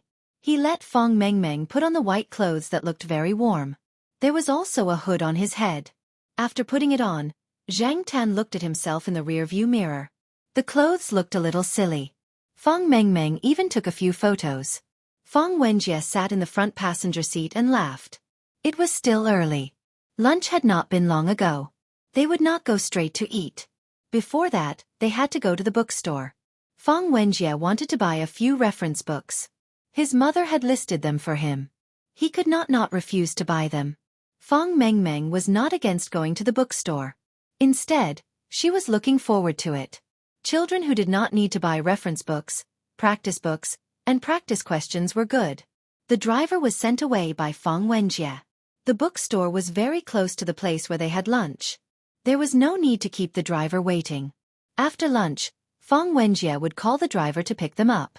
When Feng Wenjie and Feng Mengmeng entered the bookstore to read, Zhang Tan would definitely follow them in. There were many people walking around in the bookstore. He did not know if there was a pet restriction. Zheng Tan still had to stay in the backpack. Black charcoal. Stay in the backpack when you are inside. Don't run around and bark. You will be beaten out with a mop, Feng Wenjie said as he carried the backpack. There was a heater in the bookstore, so it was warmer. There was a section in the bookstore about the college entrance examination. It was full of practice questions and practice papers. There were quite a lot of people, but most people were only paying attention to the reference books in their hands or looking for books on the bookshelves. They did not notice the cat's head in Feng Wenjie's backpack. A few people saw it, but they just looked at it curiously and did not pay it any more attention. Feng Wenjie quickly found 2 books. When he was looking for the 3rd book, he had to squeeze in further. He was not polite. When he saw the book on the bookshelf, he forced the person in front of him to the side. The movement was too big. The book in the person's hand fell to the ground because of Feng Wenjie's push. After saying sorry without any sincerity, Feng Wenjie did not even look at the person and went straight to find the reference book. The person who had the book pushed out frowned and squatted down to pick it up. He was about to put it back when he looked up and saw the cat's head outside the backpack. The white polar bear pet's hat was on Zheng Tan's head. A white hat and a black cat's face. The person who was holding the book paused. His eyes were filled with doubt and uncertainty. Zheng Tan was looking around curiously. When he was at Tsinghua University, he had been to a small bookstore a few times, but he had no experience in a big bookstore like this. His curiosity was piqued, especially when he saw the few pretty girls not far away. Zheng Tan took a few more glances. It was not until Feng Wenjie made a big push that Zheng Tan retracted his gaze and looked at the unlucky guy. Zheng Tan was dumbfounded by what she saw. Chapter 313. Wasn't this the Zhong Yan who always squatted in the corner, carried bricks at the construction site behind his family's back in his 3rd year of high school? Thinking back, this guy should be in his 3rd year of college now. Zheng Tan really didn't expect to meet this guy in this place. Zhong Yan's eyes were filled with doubt. Even if he felt like it, Tsinghua City was so far away from Beijing, and he didn't know the guy with the bad attitude. Zheng Tan was still dressed like a white ball, so it was already hard to recognize him. Now, it was even harder to be sure. Zhong Yan actually didn't think this was the cat he knew, but this cat's expression was too familiar. Even if he hadn't seen it for more than 2 years, among all the cats Zhong Yan had seen, this one was the most special. Look, it's even waving its paws at me. Is it really that cat? Should I ask this guy? While Zhong Yan was hesitating, Feng Wenjie, who had already gotten the reference book, turned around and saw someone standing behind him, staring at his backpack. He stared at him and said, "What are you looking at? Have you never seen a cat before?" Feng Wenjie turned around and was about to leave. After taking 2 steps, he heard a voice behind him, "Black charcoal." Hearing this, Feng Wenjie stopped and turned around to look at the person who had just spoken. Is it really black charcoal?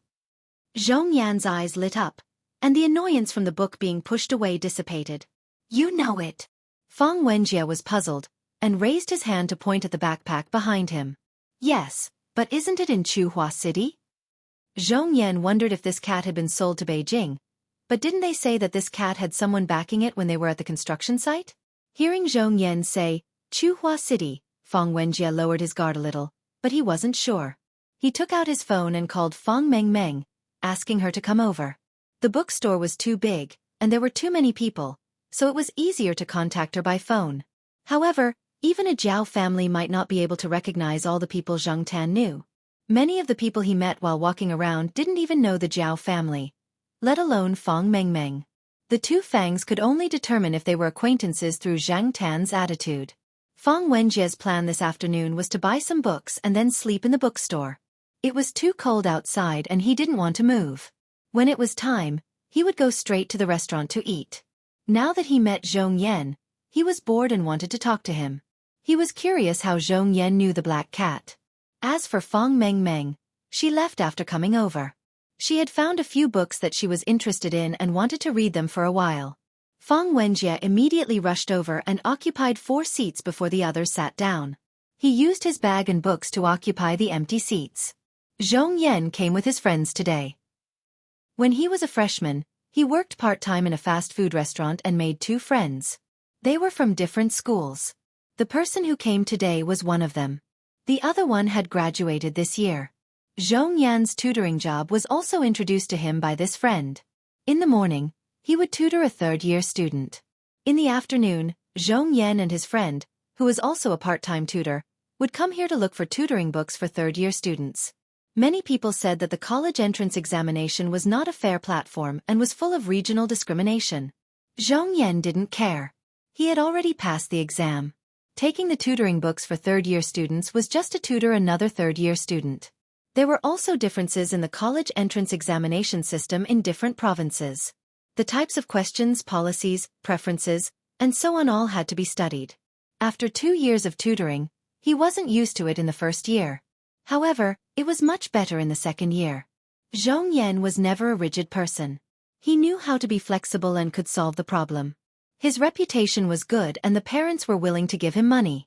Zhong Yan's classmate was originally chatting with a girl. When he saw the situation here, he came over and the three of them started chatting. One of them said, "It's tough. We have to tutor during the holidays." The other two nodded. "Yes.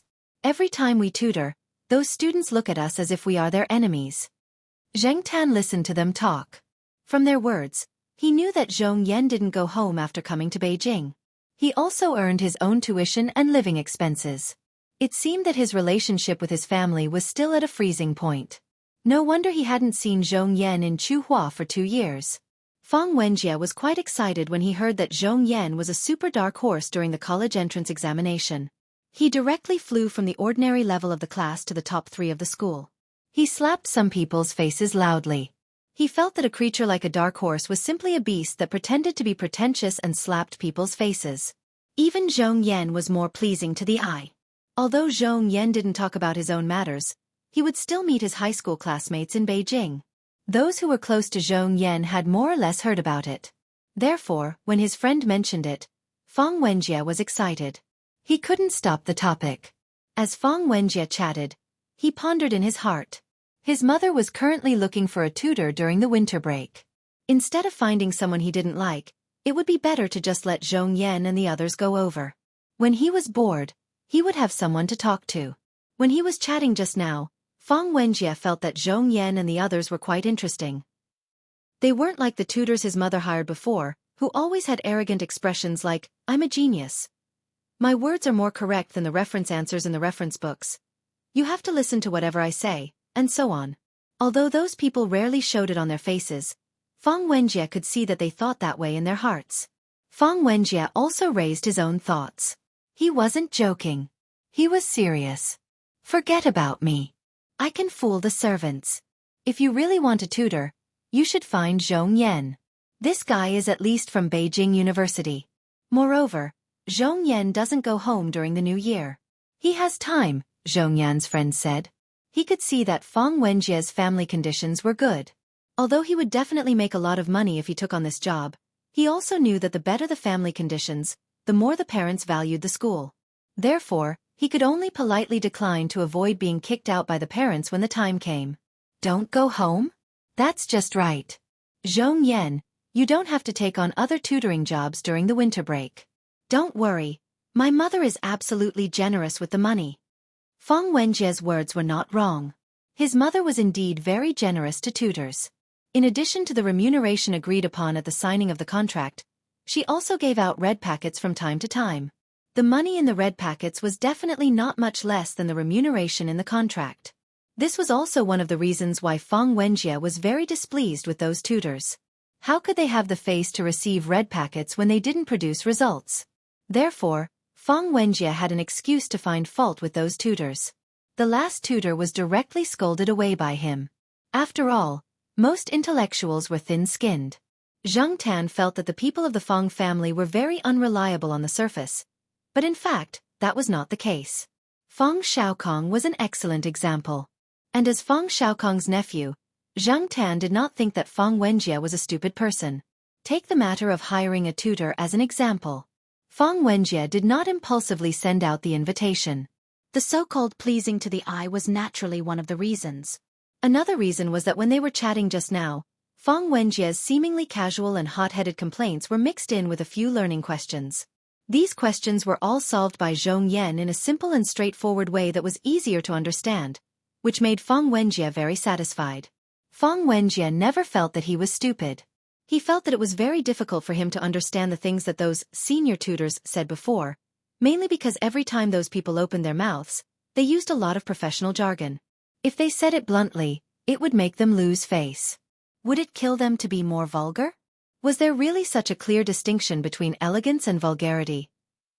Feng Wenjie listened impatiently. Hey, bringing this cat out was really the right thing to do. Carrying such a heavy bag for so long was not in vain. Feng Wenjie was very happy. If this matter was solved, he would not have to live in darkness and oppression this winter break. Compared to Feng Wenjie's carefree heart, Zhong Yan's heart was much more complicated. What his friend could see, he could naturally also think of. He was still very confident in tutoring Feng Wenjie. He knew that this person was not stupid, just a little rebellious. If he took this job, he would not have to worry about tuition and living expenses next year. Under normal circumstances, he would not have such an opportunity. If he had not met the cat today and talked to Feng Wenjie, even if he was at Beijing University, he might not have been able to get into the tutor's good books.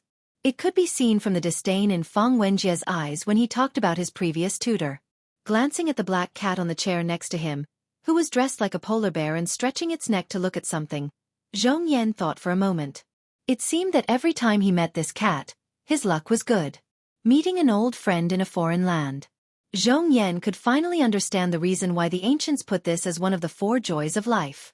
This kind of feeling could only be deeply understood when one was really in that kind of situation. Even if this was the capital, Zhong Yan still missed home many times. When he occasionally heard the moonlight in the city, from more than 10 years ago, he would feel sad. Every time he called home, he was not very happy. He had not been home for 2 years, not even during the holidays. He just called to let them know that he was safe, and then continued to work, part-time, to earn tuition, and to study hard. He could not relax on either side. He had not officially stepped into society, but he already felt that his shoulders were heavy. It could be said that in the past 2 years of studying in Beijing, it was not easy. Classmates? Of course he had met them. There were many schools in Beijing, and he often went out and met a few junior high or high school classmates, but their relationship was not very good. There were also 2 high school classmates who did not like Zhong Yan, the dark horse in the college entrance examination. When they met, they also mocked and ridiculed him, and then everyone went their separate ways. They were not old friends. Dark horse? Kind of. But even the biggest dark horse would become ordinary in Beijing, where there were so many talents. Everyone wanted to soar into the sky, but how many people could really do it? Zhong Yan once thought that he would be one of them after the college entrance examination, but after experiencing some reality blows, his confidence faded a lot. The world was very exciting, but also very helpless. How should one walk? After stumbling and falling, one still had to continue walking. If one could walk through this, there might be a better future. After staying in the bookstore for more than 2 hours, Zhang Tan saw a few good-looking girls, 3 of which were of mixed blood, and a celebrity who wore a hat and scarf to cover half of her face. However, the celebrity quickly ran away when she was recognized. When the people in the store chased after her, she was already gone. Feng Wenjie looked at the time and called Feng Mengmeng back. He pulled Zhong Yan and his friends to eat together. The target restaurant was a building with a more retro architectural style, like an ancient restaurant. There were even big red lanterns hanging outside. When they walked to the door, someone came out of the parking lot. Little Jia! A shout made Feng Wenjie, who was running in, stop. He looked over and immediately smiled. Yo, brother beast, when did you come back to Beijing? 2 days ago. I came here for some business. Qin Tao took out his phone that had been ringing. I'm here. Hurry up and order. I'm starving. Chapter 3:14.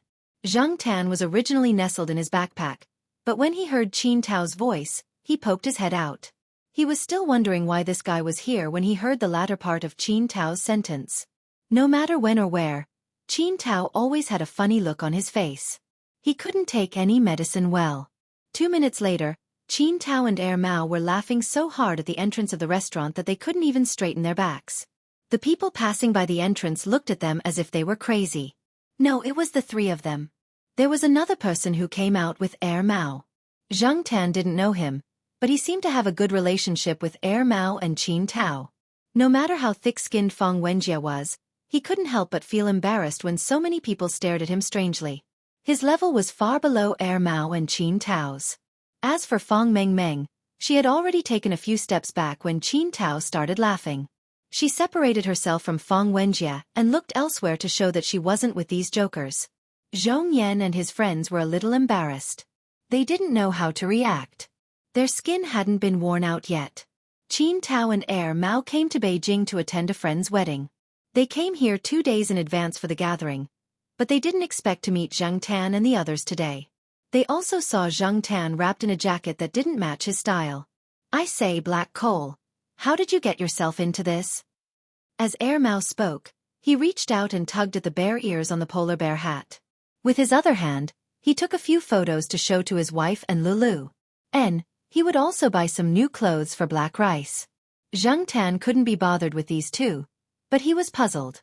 Air Mao was fine, but how did Qin Tao recognize him at a glance? As he was thinking, Qin Tao said in surprise, "Ah? This cat is really black charcoal?" Zhang Tan. He had overestimated this person's eyesight. Air Mao's text message paused. "If you didn't recognize it, then why were you laughing?" He laughed because he was used to the black cat's serious look. When he was in Chuhua City, he didn't see the cat wearing anything except a vest. Today, when he saw the cat's outfit, Air Mao couldn't help but laugh.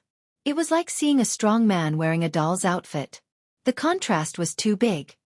"I think this cat looks stupid. It's obviously black, but it's wearing white," Qin Tao said. Thinking that the cat in front of him was the black cat from Chuhua City, Qin Tao, who had just stopped, started to laugh again. Hearing from Fang Wenjie that Zhang Tan had come to Beijing to film a documentary, Air Mao and Qin Tao were very surprised. At the same time, they also expressed that they would definitely support him when the time came and promote him. Not only Qin Tao and Air Mao, but Zhong Yan also heard it. He thought that when the film was released, he would go to the school and the surrounding school forums to promote it. The forums of these universities were quite popular. He believed that the effect would be good. The film hadn't been released yet, and Yang Yi and Xiao Gua hadn't started promoting it, but the advertisement had already been released. Although documentaries rarely had the same celebrity effect as movies and television dramas, and there were also very few people who could be recognized by the audience. Most of them were unknown people. However, Yang Yi probably wouldn't have thought that Zhang Tan's trip would bring about an advertising effect. Probably finally feeling embarrassed, the group walked into the restaurant. Air Mao wanted to ask Fang Wenjie not to book a separate room and ask him to join them. There were only 3 people in Air Mao's group today, but after thinking about it, he didn't do that. He guessed that if they were together, everyone's topics would be different. Qin Tao would definitely continue his topic of a man's temperament is directly related to what kind of wife he marries. And Fang Wenjie would probably continue to complain about his menopausal class teacher. Therefore it was better to separate. They could talk freely. That way, they could enjoy themselves to the fullest. When they walked into the restaurant and parted ways, Air Mao called Zhang Tan over and said a few words. Zhang Tan's anger from being mocked just now hadn't subsided. He didn't have a good look at Air Mao, but after hearing what Air Mao said, Zhang Tan became serious, which was rare. Air Mao told Zhang Tan that he had seen Ah Wu when he went out the day before. He had also heard some things about cats. If Air Mao hadn't mentioned it, Zhang Tan would have almost forgotten about the cat trainer called Ah Wu.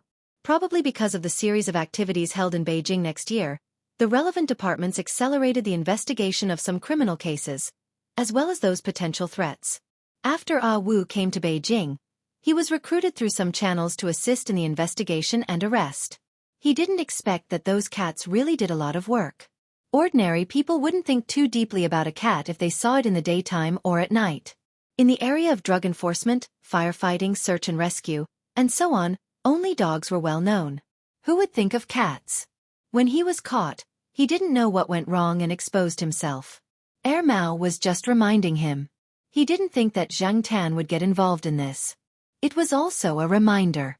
He didn't want Zhang Tan to be tricked and used as a tool, especially by that Wu guy.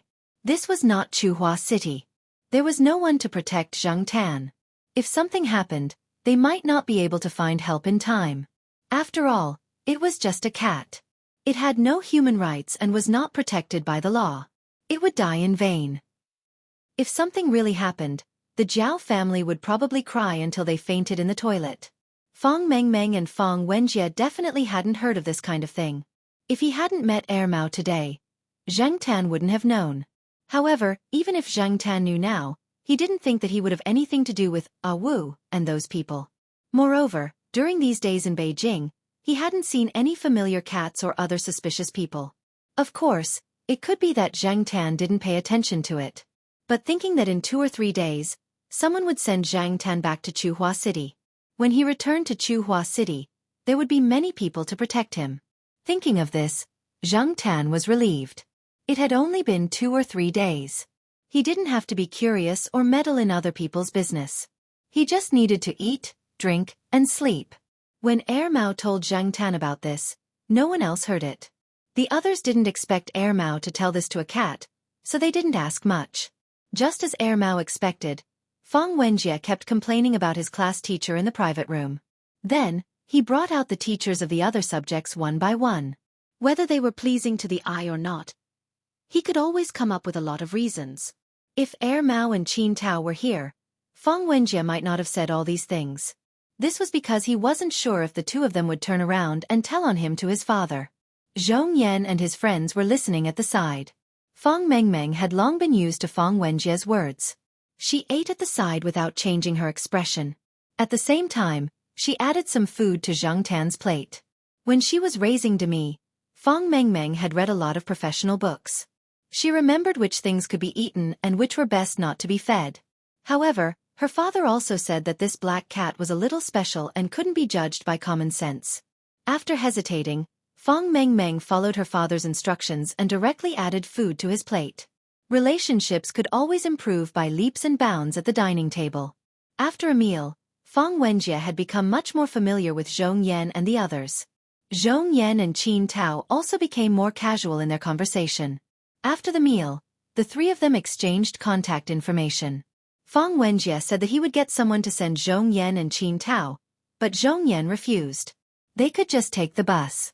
It was still early and there was a direct bus. Mao and the others were still eating inside. After eating, they would go out to have fun. Of course, they didn't dare to do anything too out of line.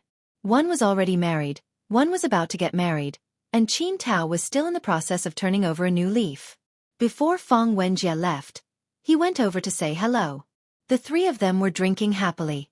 They were probably talking about something inappropriate for minors. Fang Wenjie was pushed out of the door before he could say anything. The driver who picked up Fang Mengmeng and Fang Wenjie quickly came over after receiving a call. The night was very cold, but it was very warm in the car. Zhang Tan leaned against the window and looked at the night view outside. Many places had billboards advertising a major competition that would be held next year. There was an endless stream of cars and all kinds of people. As the car drove by, Zhang Tan didn't have time to look. Even if he saw a tall foreign beauty just now, he didn't have time to look at her for more than a few seconds. Probably because he had eaten too much tonight. His stomach and intestines were too active. The amount of blood in his head and limbs was reduced, and the blood supply to his brain was insufficient. Coupled with the warmth in the car, Zhang Tan was drowsy. Next to him, Fang Wenjie had already fallen asleep. Fang Mengmeng was also yawning. At a red light, the car stopped. After yawning again, Zhang Tan glanced outside. Ha!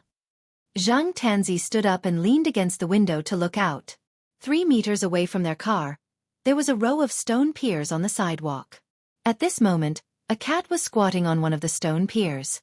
It was a cat with a white body and a black tail. There were many cats with this color of fur in the world, but Zhang Tan could still confirm at a glance that this was the cat that he had seen beside Wu before. He remembered that it was called Longan or something. The car window was covered with a film, so the people outside couldn't see the figure in the car.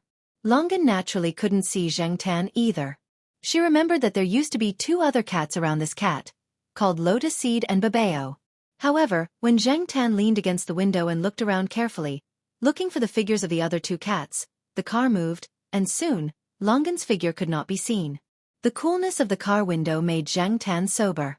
According to the information revealed by Mao, Zhang Tan guessed what Longan and the others were doing. Drug enforcement? Chasing after criminals? It was really possible. When they met in the past, the three of them were almost tamed, so it was reasonable for them to do something similar. Zhang Tan himself had participated in similar operations. No matter what they were doing, Zhang Tan felt that it had nothing to do with him. In 2 or 3 days, he would return to Chuhua. The matters in Beijing had nothing to do with him. Therefore, Zhang Tan quickly put these matters to the back of his mind. The driver first sent Fang Wenjie home, then sent Fang Mengmeng and Zhang Tan back. When they arrived at Fang Mengmeng's house, Zhang Tan saw Dami running outside.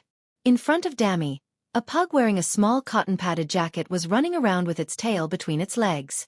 After hearing the sound of the car, Dami ran over and stopped chasing the pug. The pug barked a few more times, bluffing. When Dami took 2 steps in that direction, the dog immediately ran away. When Dami stopped, it continued barking. "Dami, you bullied it again." Fang Mengmeng picked up Dami, who ran over. Zhang Tan saw clearly that Dami's paws were still holding the dog's fur. It seemed like Dami was actually quite ferocious, just like its father. When it came to fighting, it was definitely good. Chapter 3:15. At the end of the year, Fang Xiaokong was especially busy. Although he was usually busy, he would take a day off every week to relax. Now he had no time at all. Even when he called Fang Mengmeng, he was in a hurry. Fang Xiaokong arranged for someone to send Zhang Tan back to Chuhua. The exact date was also confirmed. Because of some last-minute matters, it was pushed back by 2 days. However, it was only 2 days. Zhang Tan could afford to wait. Zhang Tan yawned on the sofa and looked at the date on the calendar. Fortunately, he could go back the day after tomorrow. For the past few days, Zhang Tan had been holed up indoors, eating and sleeping. He did not go out. Firstly, it was too cold outside. Secondly, it was because of what Mao had said. Therefore, Zhang Tan decided to laze around indoors to avoid any trouble. In the afternoon, Fang Mengmeng came home from school. After dinner, she informed her mother and went out. There was a model competition in her school. Recently, she had been discussing with 2 of her classmates. Fang Mengmeng's 2 classmates also lived in this villa area. It was convenient for them to form a group to discuss things. Demi followed Fang Mengmeng out. Every day, Demi would come back with a few short strands of dog fur in its paws. The pug that Zhang Tan saw being chased by Demi that night was the target of Demi's bullying. "Black charcoal. Let's go out together. It's time to move around. Look, you've put on weight these few days." Fang Mengmeng looked at Zhang Tan on the sofa and said before leaving, "Fat? Really? Muscles?" Zhang Tan looked down and did not feel fat. However, compared to the days when he was filming the documentary, he did grow a little.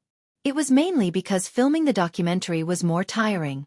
After that, he followed the filming crew everywhere and lost some weight. After filming, he did not have to do anything at Fang Mengmeng's house. He only cared about eating and sleeping. The weight that he lost immediately grew back. However, it was true that he did not move much. After thinking for a while, Zhang Tan decided to follow Fang Mengmeng and Dami out for a walk. He would treat it as a chance to digest his food. It should be fine to just walk around the villa area. He could also take a look at how the children were going to fix the models. This time, Zhang Tan didn't wear the polar bear costume that had been mocked by Mao and Qin Tao. Anyway, he wasn't going to travel far. As long as he was nearby, he didn't want to wear that. Otherwise, he would be laughed at by others. After leaving the house, the difference in temperature between the outside and the outside made Zhang Tan shiver. Looking at the rice beside him that was not affected at all, Zhang Tan sighed in his heart. There was nothing he could do. He could not be envious. Compared to summer, the fur on Demi's body was much thicker in winter. It was already much stronger than other cats, but now it looked even stronger and stronger. It was no wonder that a few cats in this residential area ran away when they saw Demi. They were probably bullied before. Fang Mengmeng wrapped herself in a scarf and brought Zhang Tan and Dami to her classmate's house. After walking for less than 5 minutes, they arrived at a European-style villa.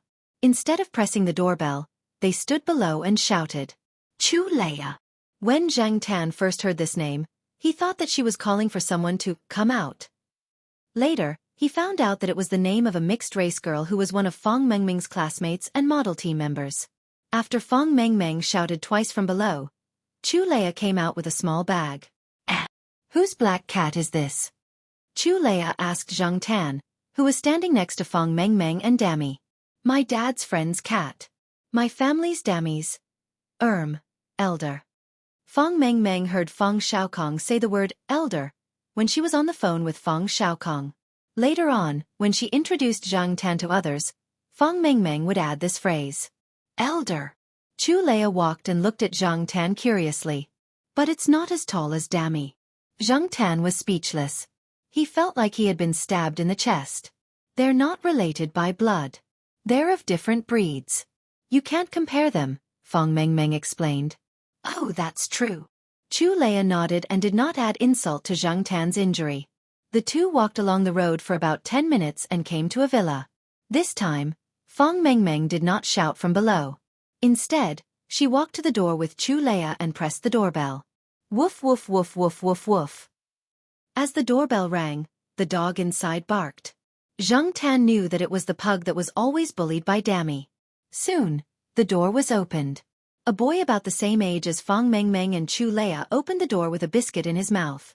This should be the other member of Fong Mengmeng's team, the boy named Ho Junyi. I'm late. Ho Junyi opened the door. When he opened the door, his pug, Mao Dou, was already in front of the door. When Dammy came in, it immediately ran away and hid beside Ho Junyi, barking at Dammy. The three of them were already used to the way the cat and dog interacted. Speaking of which, these two were childhood friends and had been fighting since they were young. Mao Dou had also been bullied by Dammy since it was young. Although Dammy was always fierce to Mao Dou, if Mao Dou fought with other dogs or cats, Dammy would definitely rush over to help Mao Dou. Monkey, your Mao Dou really loses every battle and keeps on fighting, Fong Mengmeng said with a smile. Ho Junyi's nickname was Monkey. This surname had caused him a lot of trouble. His nickname was just one of the small problems. Hearing Fong Mengmeng's words, Ho Junyi snorted and did not comment. Hey, there's a black cat, Ho Junyi exclaimed when he saw Zhang Tan. He only had two impressions of cats. The type that ran when they saw dogs and the type that fought when they saw dogs. Zhang Tan was a special case that Ho Junyi had seen. He ignored Mao Dou and did not fight with him. It was as if he was not interested in Mao Dou at all. Fong Mengmeng once again briefly explained Zhang Tan's background. Ho Junyi's house had a workshop specially arranged for him. Fong Mengmeng and the other two designed their works in this workshop. Zhang Tan watched the three children make handmade models. Dammy and Mao Dou were already running around the house. Ho Junyi's parents did not say anything. They were already used to this. After the three of them were busy for an hour, they took a break. Ho Junyi's mother brought in a stack of desserts and some snacks. The three children chatted and talked about television dramas and their favorite celebrities. Ho Junyi was not at all interested in the celebrities that Fong Mengmeng and Leia mentioned. He was not a fan of celebrities. Instead, he admired the big shots in engineering. His grandfather was from the Academy of Engineering, and his father was also a talent in this field. The things that he had been exposed to since he was young made him more interested in things in this field. As for chasing celebrities, what was there to chase? Zhang Tan pursed his lips. This kid was still young. Naturally, he did not know why certain female celebrities and actresses were so popular with men. As for the male celebrities that Fong Mengmeng and Leia mentioned, Zhang Tan expressed that he was only interested in things like X photos. Because Ho Junyi's facial expression was too obvious, after Fong Mengmeng mentioned the names of a few idols, she asked Ho Junyi, "What's with that expression? Don't you like them?" "I don't like them," Ho Junyi said firmly. "Jealous men are the ugliest." Leia sneered. Zhang Tan was speechless. Why did it sound so awkward when these words came out from the mouth of a little girl younger than little Pomelo? Ho Junyi's face turned red. "I'm not jealous. There's nothing to admire about them in the first place. Just like that Xiao next door. I don't like him." Xiao. Fong Mengmeng and Leia looked at Ho Junyi at the same time. "Doesn't your neighbor own a company?" "No, how long ago was that?" "The house was transferred to that Xiao 3 years ago," Ho Junyi said. "What Xiao?" "Gongzi Xiao or something," Ho Junyi said after some thought. "Gongzi Xiao?" Zhang Tan felt that the two girls' eyes began to light up when they heard Gongzi Xiao. Zhang Tan and Hou Junyi could not help but move back a little.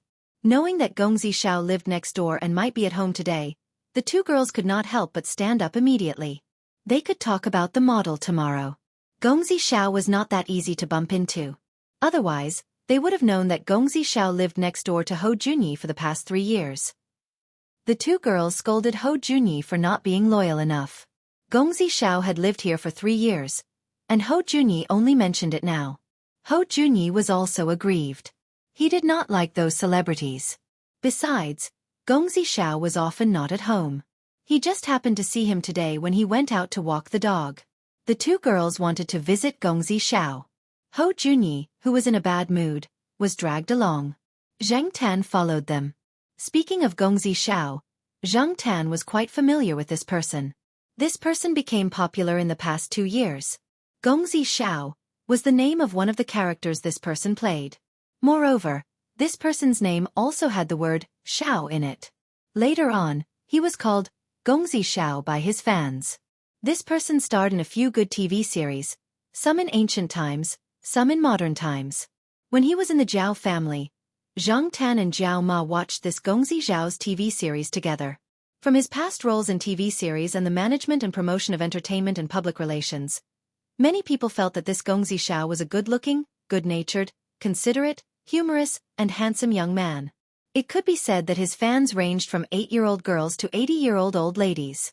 In the popular ancient TV series that aired in the first half of this year, this Zhao Ma would sit on the sofa and wait for the TV after washing the dishes and sweeping the floor every night.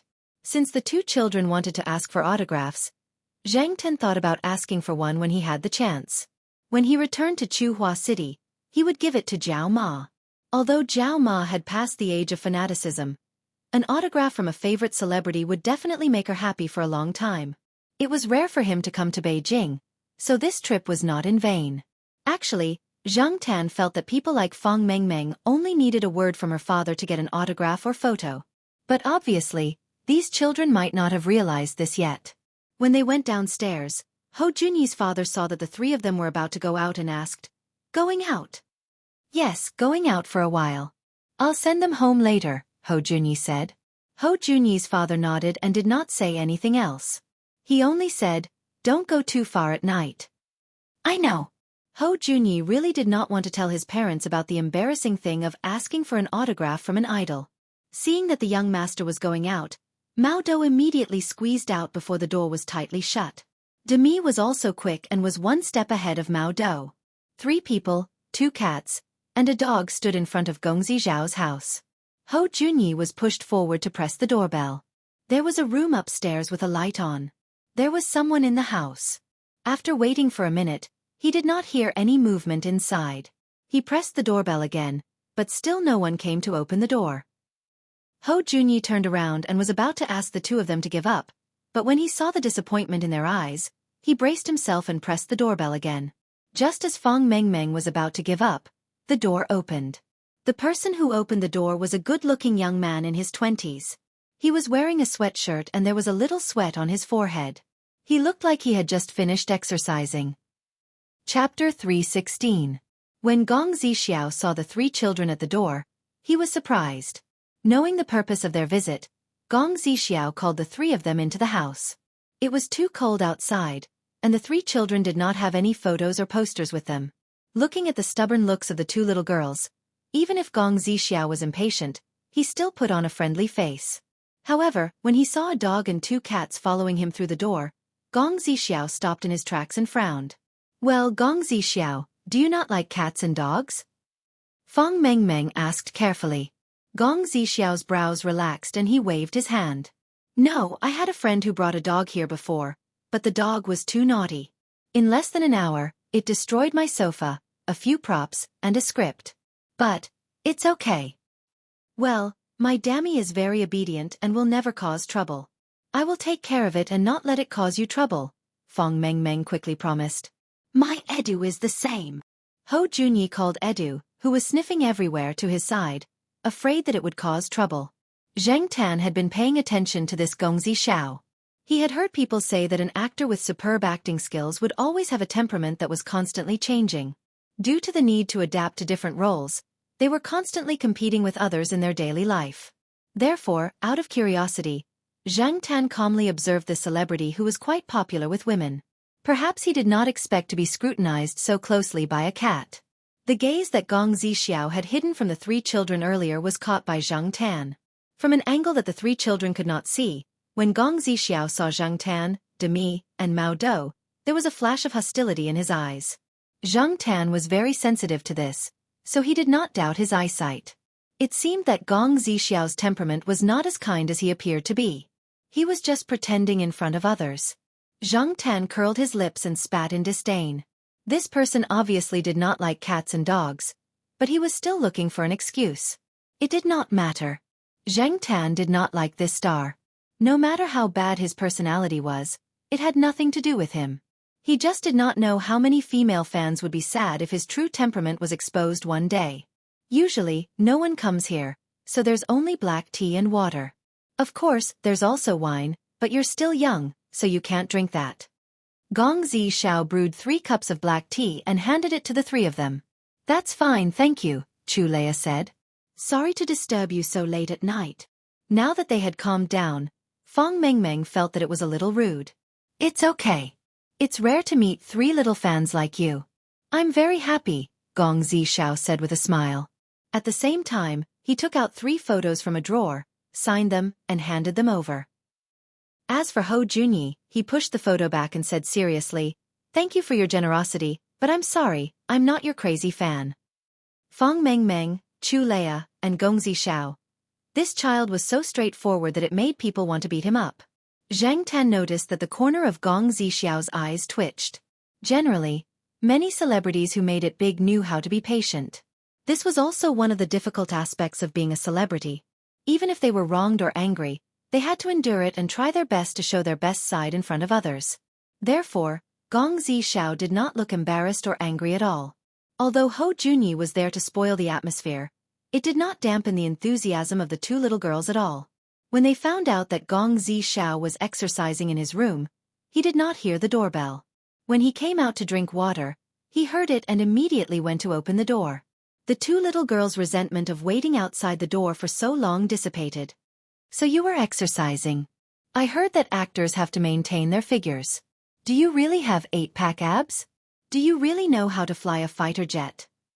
Do you really not use a stunt double for your action scenes? Gong Zixiao did not show any impatience with the series of questions. He answered them one by one with a gentle look on his face. The pursuit of fans brought a lot of trouble to celebrities. However, if there were no fans, the celebrity's fame would probably not be that great. So, was this the legendary pain and happiness? Hou Junyi looked at Fong Mengmeng and Chu Leia and shook his head. He really could not understand. The IQ of these 2 crazy fans had plummeted to negative numbers. How could they fly a fighter jet? T. How could they believe what they saw on TV? By the way, Gong Zixiao, I heard that your next film is about urban zombies. I've seen the style in it. It's so cool, Chu Leia said with a red face. The 3 of them were talking about the new film starring Gong Zixiao that would be released during this winter break. Hou Junyi coughed, intending to make his presence known. Actually, the so-called vampires and zombies don't exist. They're all stories adapted from the fantasy of Porphyria. They suck blood and eat human flesh, and they're afraid of light. Wasn't there a film some time ago where a Porphyria patient hid human organs in his refrigerator? As he said that, he glanced at the refrigerator beside him. Fong Mengmeng, Chu Leia, and Gong Zixiao were speechless.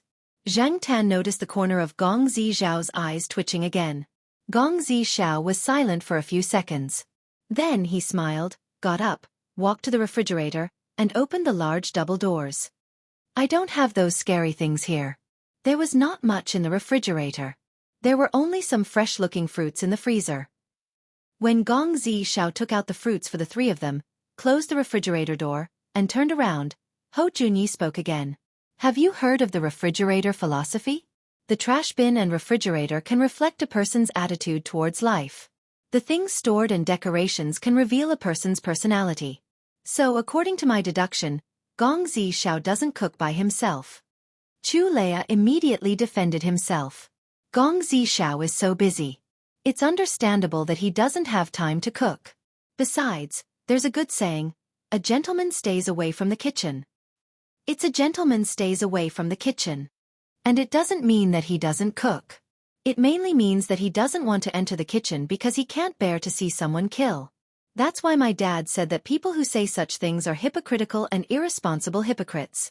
They eat the meat in their bowl and complain that others are cruel. Fang Mengmeng, Chu Leia, and Gong Zishao were speechless. Anyone would think that he was scolding Gong Zishao for being hypocritical and irresponsible. Fang Mengmeng and Chu Leia wished they could go up and kick Hou Junyi. They really regretted bringing Hou Junyi along. They had embarrassed themselves in front of their idol. It was their first visit, and they had left a bad impression on him. Zhang Tan could almost see the group of troublesome children in the East Courtyard. If Hou Junyi lived in the East Courtyard, he believed that he would get along well with Jiao Yuan, Suen, and the others. Stubborn science guy. Chu Leia mumbled. You're wrong. I'm more inclined towards engineering. Science is different from engineering, Hou Junyi corrected her. Zhang Tan saw Gong Zishao looking down and rubbing his right thumb and index finger together. He had no idea what he was thinking. Perhaps Gong Zishao was unhappy with Hou Junyi's words. Looks like I'll have to learn how to cook in the future. Gong Zishao looked up and smiled at the three of them. Little Hou, you know a lot of things. You're also very observant. Zhang Tan did not know if he was overthinking, but he felt that Gong Zishao's last sentence had a deeper meaning. There was a heater in the house, but Zhang Tan suddenly felt a little cold. Hou Junyi was quite proud of himself. He looked around and pointed at the floor-to-ceiling window not far away. Is that the dimmer glass? Yes, little Hou even knows about this. How surprising, Gong Zishao said in a casual tone. Zhang Tan felt even colder. He was a little confused and felt that the atmosphere was not right.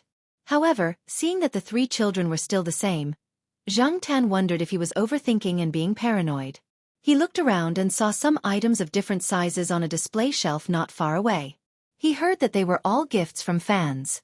There were dolls, crystal items, commemorative shirts, and so on. Zhang Tan jumped onto the display shelf and saw a cat toy that looked like Huang's. He looked closer and saw a small note on it. It was a message from a fan. A photo of the display shelf had been published on the internet. It made the fans even more loyal to Gong Zishao. After all, it also showed how much their idol valued them. As he looked, Zhang Tan heard Gong Zishao talking to Fang Mengmeng and the others about cats. He sounded quite professional. Because I don't spend much time at home all year round, I don't have any pets like cats or dogs. By the way, I saw a dragonly cat on the wall of my house yesterday, but it didn't eat the food I gave it. Oh, there's another one. I saw it when I went home last week. It had a white tail and a black cat, but it ran away when I got close, Gong Zishao said. Fang Mengmeng frowned. I've never seen such a cat around my house. I don't know whose it is. Maybe I can find it and make friends with Dammy. Pa! Before Fang Mengmeng could finish her sentence, she heard the sound of something shattering on the display rack. She was shocked and looked over. Only then did she realize that a crystal cup on the display rack had fallen to the ground and shattered. At that moment, there was only a black cat standing on the display rack. I'm really sorry. I apologize to you on behalf of Black Charcoal. I'm willing to compensate. Fang Mengmeng looked at Gong Zishao nervously. She was afraid that he would be angry at Zhang Tan because of this. At the same time, she also asked Zhang Tan to quickly get down from the display shelf. Ignoring Fang Mengmeng's words, Zhang Tan felt a chill run down her spine. If the dragon Li and the cat with a white body and a black tail that Gong Zishao had mentioned were Lotus Seed and Longan, this Gong Zishao was very likely problematic. It wasn't an illusion just now. Zhang Tan looked at Gong Zishao again. Before Zhang Tan could think more, he heard Edamame's cry. The four of them were too focused on their conversation and didn't notice Edamame, who had slipped away from Hou Junyi's feet and wandered around. Hearing Edamame's cry, Zhang Tan was keenly aware of the murderous aura that suddenly appeared on Gong Zishao's body. Dammy, who was originally obediently nestled next to Fang Mengmeng, was now staring at Gong Zishao. However, the three children didn't notice anything. When Edamame started to cry, Hou Junyi got up from the sofa and ran to the place where the sound came from. He was worried that Edamame would cause trouble in the house. This time, Dammy didn't join in the fun because of Edamame's cry. It stayed by Fang Mengmeng's feet and was very vigilant. Chapter 317. Fang Mengmeng and Chu Leia followed Hou Junyi in that direction. Demi followed closely beside Fang Mengmeng, Gong Zixiao walked behind them, and Zheng Tan was at the back. Zheng Tan had a bad feeling about the conversation between Gong Zixiao and Fang Mengmeng. He was so shocked that he accidentally knocked the crystal cup to the ground when he turned around. Before Zheng Tan could figure out how to deal with it, Edamame started barking. In order to observe Gong Zixiao better and prevent him from suddenly doing anything threatening, Zheng Tan walked at the back and kept an eye on Gong Zixiao. During their conversation, Gong Zixiao had said that he was the only one in the house. Therefore, Gong Zixiao was undoubtedly the most threatening person. What Zheng Tan needed to do now was to keep an eye on this person. Fortunately, Gong Zixiao did not seem to care about Zheng Tan. He only paid attention to the 3 children running in front of him. When Zheng Tan went over, he saw Edamame at the end of the corridor on the first floor. There was a tightly shut door at the end of the corridor. The door probably led to the workshop. Beside the door was a metal shelf placed in a corner.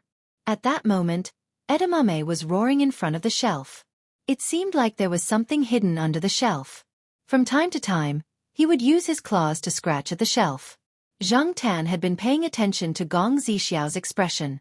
After seeing Edamame's situation, Gong Zixiao's eyes flashed. He rubbed his right thumb and index finger together and then stuffed it into the pocket of his sports jacket. Seeing this, Zheng Tan's heart skipped a beat. He was afraid that there was an offensive weapon in his pocket. Edamame. Hou Junyi ran over and tried to pick Edamame up. However, Edamame was very persistent under the shelf. When Hou Junyi came over to pick him up, he struggled a few times and knocked against the shelf. Aya! A rat! Chu Leia exclaimed. A rat about 10 centimeters long came out from under the shelf. When Chu Leia screamed, it quickly ran past her feet and disappeared from the living room where they were sitting. Clearly, it had found another place to hide.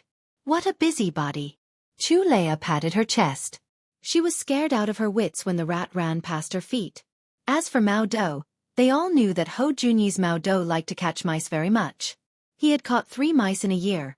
So Hou Junyi once boasted that his Mao Dou was as good as several cats in other houses. However, on the second day after Hou Junyi showed off, Demi caught 5 large rats and placed them in front of Hou Junyi's house, giving Hou Junyi's mother a shock. So it's a rat. Fang Mengmeng was relieved and apologized to Gong Zixiao. She had originally said that she would take good care of the pets and not let them cause trouble, but in the end, such troublesome things happened one after another. It's all right, Gong Zixiao said with a smile. He didn't take out his right hand from his pocket. Hey, monkey, what are you still standing there for? Fang Mengmeng urged. Hou Junyi stood beside the shelf with Edamame in his arms, as if he had lost his mind. After hearing Fang Mengmeng's words, Hou Junyi's body trembled and he slowly turned around. Strangely, when Hou Junyi turned around with Edamame in his arms, his face was a little pale, as if he was frightened. What's wrong with you? Don't be afraid. Although Edamame is a troublemaker, Gong Zixiao won't blame you. Look, Black Charcoal didn't even say anything when he broke something, Chu Leia comforted. Hou Junyi quickly glanced at Gong Zixiao, who was smiling, and opened his mouth to explain. He closed it again, hesitated and then said, I want to go home. Chu Leia looked at the watch on her wrist. Actually, it wasn't even 9 o'clock yet. They usually discussed models until 9:30 before going home. She wanted to stay with her idol a little longer, so it was rare that they bumped into each other. Gong Zixiao smiled. When he was chatting with the 2 girls, he already knew the 3 children's daily schedule. Moreover, they didn't tell their family that they were coming over. It's 10 minutes to 9 o'clock. How about this? It's rare for you to come over, so I'll give you a signed DVD, Gong Zixiao said. Chu Leia and Fang Mengmeng's eyes lit up. Is it the one that won an award this year? In high definition? Do you still have DVDs of previous movies? We can buy them. I have money on me, Fang Mengmeng said. If you don't have enough money, can I pay by card? No need. Just take it as a gift from me. Oh, those are all upstairs. I'll take you upstairs to take a look. Take whichever you like, Gong Zixiao said. Okay. Seeing Fang Mengmeng and Chu Leia follow Gong Zixiao upstairs with faces full of anticipation, Hou Junyi hesitated for a moment. He put down edamame and quickly followed them. He was worried about his two companions. While going upstairs, Hou Junyi took out his cell phone from his pocket and was about to call home. However, when he took out his cell phone, he realized that there was no signal at all. Zhang Tan followed Gong Zixiao upstairs while waiting for Hou Junyi. Therefore, when Fang Mengmeng and Chu Leia walked into the room with DVDs and posters that Gong Zixiao mentioned, Zhang Tan did not go in. He waited for Hou Junyi in the corridor on the second floor in front of the door. When Hou Junyi called Fang Mengmeng and Chu Leia's names and ran upstairs in a panic, Zhang Tan heard a bang. He turned around and saw that the door to the room that Fang Mengmeng and Chu Leia had just entered was closed. Gong Zixiao was standing at the door, watching Hou Junyi run upstairs. What are you trying to do?" Hou Junyi said as he looked at the closed door. Gong Zixiao stood there with an indifferent expression on his face. He looked at Hou Junyi and said, "Can you tell me what you discovered just now, smart boy? Let us go home. If we can't go home by 9:30, you'll be in trouble." Hou Junyi said. This was the truth. Usually, if the three children were not home after 9:30, the parents of the three families would call each other to ask about it. Gong Zixiao's face turned cold. "So, little boy, you'd better be obedient." Gong Zixiao walked towards Hou Junyi. He did not expect the three children to come over today, and they kept pressing the doorbell. Before he opened the door, he saw the three people outside through the camera and the anti-theft eye. As for the three pets, perhaps it was because of the angle, he did not notice them until he opened the door. He always thought that children were easy to fool. He just needed to prevent the dog from discovering anything. However, he did not expect the kid with the surname Ho to know so much. It seemed that the kid had discovered something. Sometimes the more you know, the more dangerous it is. Seeing Gong Zixiao walking towards him, Hou Junyi threw the phone in his hand at him. He did not even check if it hit the target. He turned around and ran downstairs.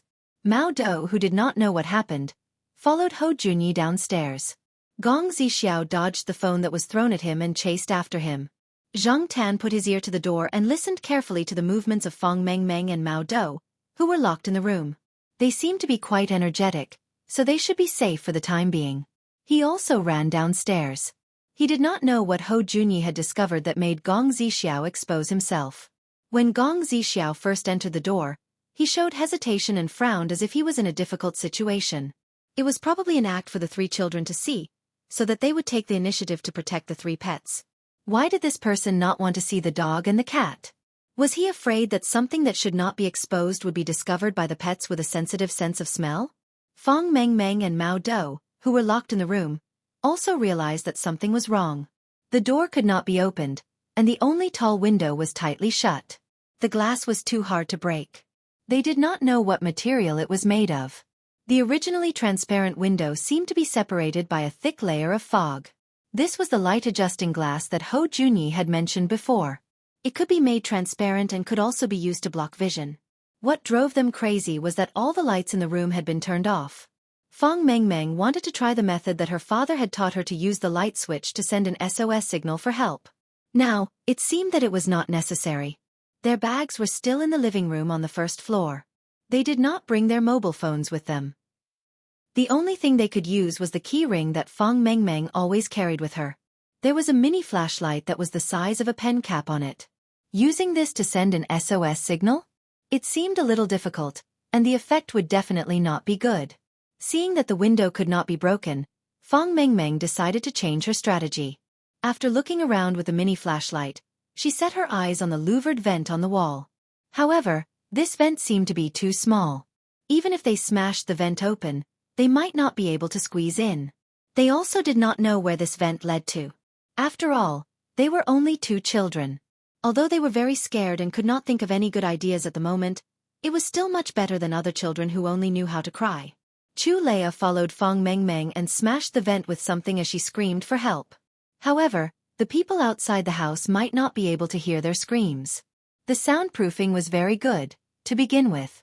In addition, there was a world-famous song playing outside the house. Although the sound was not loud, it was just enough to cover the soft cries coming from inside the house. On the other side, Hou Junyi, who had run downstairs, wanted to quickly call for help to save his two companions. However, when he went downstairs, he realized that both the windows and the door could not be opened. The huge floor-to-ceiling windows were all tightly shut and blurred, isolating the house from the outside world. Ho Junyi ran towards the living room, hoping to find something that could help. However, he was too scared. In his hurry, he did not notice that there was another person who was running from the door to the living room. He staggered and fell. When he looked back, he saw that Gong Zixiao, who was holding a golf club, was less than 3 meters away from him. His pupils constricted, and his smart mind went blank. If Gong Zixiao took 2 more steps forward, he would be able to catch the kid who was causing him trouble. However, at that moment, he suddenly felt someone grabbing his clothes from behind and flinging him to the side. It was too sudden. Gong Zixiao did not expect anyone to be behind him. All his attention was on Ho Junyi and the dog beside him, so he did not take any precautions against the person behind him. Bang! Chapter 3:18. After kicking Gong Zixiao to the ground, Zhang Tan kicked him twice more, making him unable to stand up. Then he stepped on his face, jumped to the side, and kicked the golf club that had been separated from Gong Zixiao's hand towards Ho Junyi. When edamame saw Zhang Tan kicking Gong Zixiao, it rushed up and bit Gong Zixiao's leg. Of course, compared to Niu Zhuangzhuang, edamame was considered gentle. It was not as bloody as the time when Niu Zhuangzhuang bit the thief.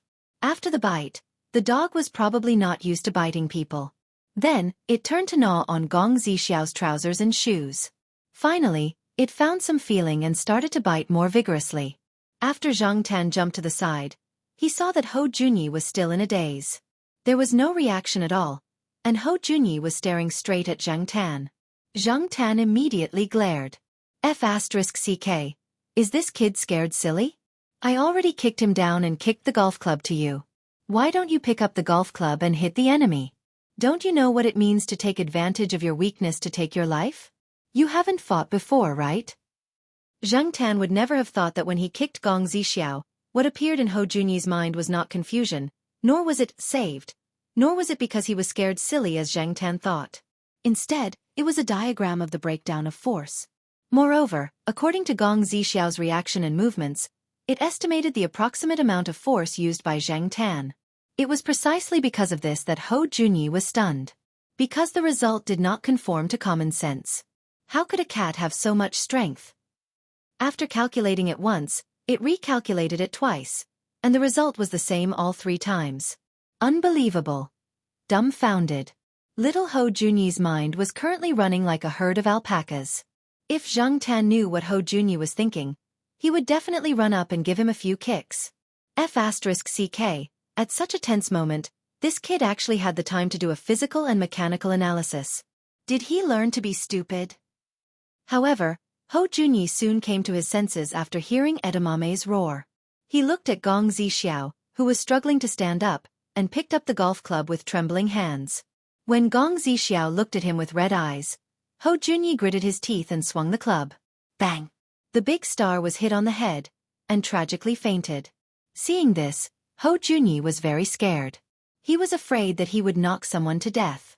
After waiting for a while and seeing that the person lying on the ground did not respond, he trembled and moved closer. He put his finger on Gong Zixiao's wrist to feel her pulse and then let out a long sigh. Luckily, he was only fainted, and no one died. This should be counted as his self-defense, right? Edamame was still biting Gong Zixiao's trousers, shaking its head and tearing it apart. It made a low whining sound in response to Gong Zixiao's kicks. But now, even if it bit his pants, it wouldn't have any attack power. No matter how hard he tried, no one would kick him. Gong Zixiao's coma temporarily eased the atmosphere, and Ho Junyi's tense nerves relaxed a little. However, when he thought of what he had seen and guessed at the end of the corridor on the first floor, he was worried. He really wanted to leave this place. Zhang Tan ignored Ho Junyi's conflicted emotions. After Ho Junyi knocked Gong Zixiao out, he nodded with satisfaction. Then, he jumped up and stepped on Gong Zixiao's face, which attracted countless girls and women. Seeing that there was no reaction and that Gong Zixiao had really fainted, he moved closer and reached his hand into Gong Zixiao's pocket. He was very curious about what was in Gong Zixiao's pocket and why his hand was always in there. Now that he took it out, he found that it was a small remote control. Could it be a button that controlled some functions in this house? For example, windows, doors, and so on. Many rich people's houses started to be smart. When Zhang Tan was still a human, he had seen some people's houses using smart design. Gong Zixiao's house was probably similar, right? The remote control was full of characters and some patterns. Zhang Tan could not understand them. He pressed it twice and did not find anything unusual, so he ignored it. Hou Junyi, who was panting and trembling, saw the remote control. His eyes lit up and he picked it up with his free hand. Zhang Tan planned to go up to the second floor to check on Fang Mengmeng and the rest. He stopped in his tracks and moved his ears, carefully distinguishing some sounds. Then, he ran to the huge floor-to-ceiling window and listened carefully. He confirmed that it was Demi's cry. The cry was different from usual. Many people probably had not heard Demi cry out like that. However, Zhang Tan felt that it was familiar. After thinking for a while, he suddenly remembered that Demi's cry was similar to the way black rice used to summon cats. Although the cry did not sound exactly the same, Zhang Tan felt that it was very similar. Perhaps this was an ability that was inherited from the mother. Others could not learn it, but Demi did not need to learn it. It was like cheating. The natural world was full of strange things. There were many things that made people envious and jealous. At the same time, Zhang Tan had to sigh again. This family's genes were really King awesome. While Zhang Tan was thinking, the other residents near this house who had cats and could hear the cats cry began to have abnormal reactions. They cried out and wanted to run out.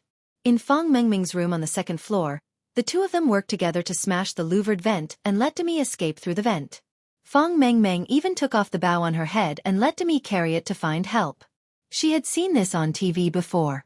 But in fact, the other end of the vent was blocked by something. Demi could not get out at all. However, if it cried out here, it could be heard loudly from outside. It would not be covered by the music that was playing.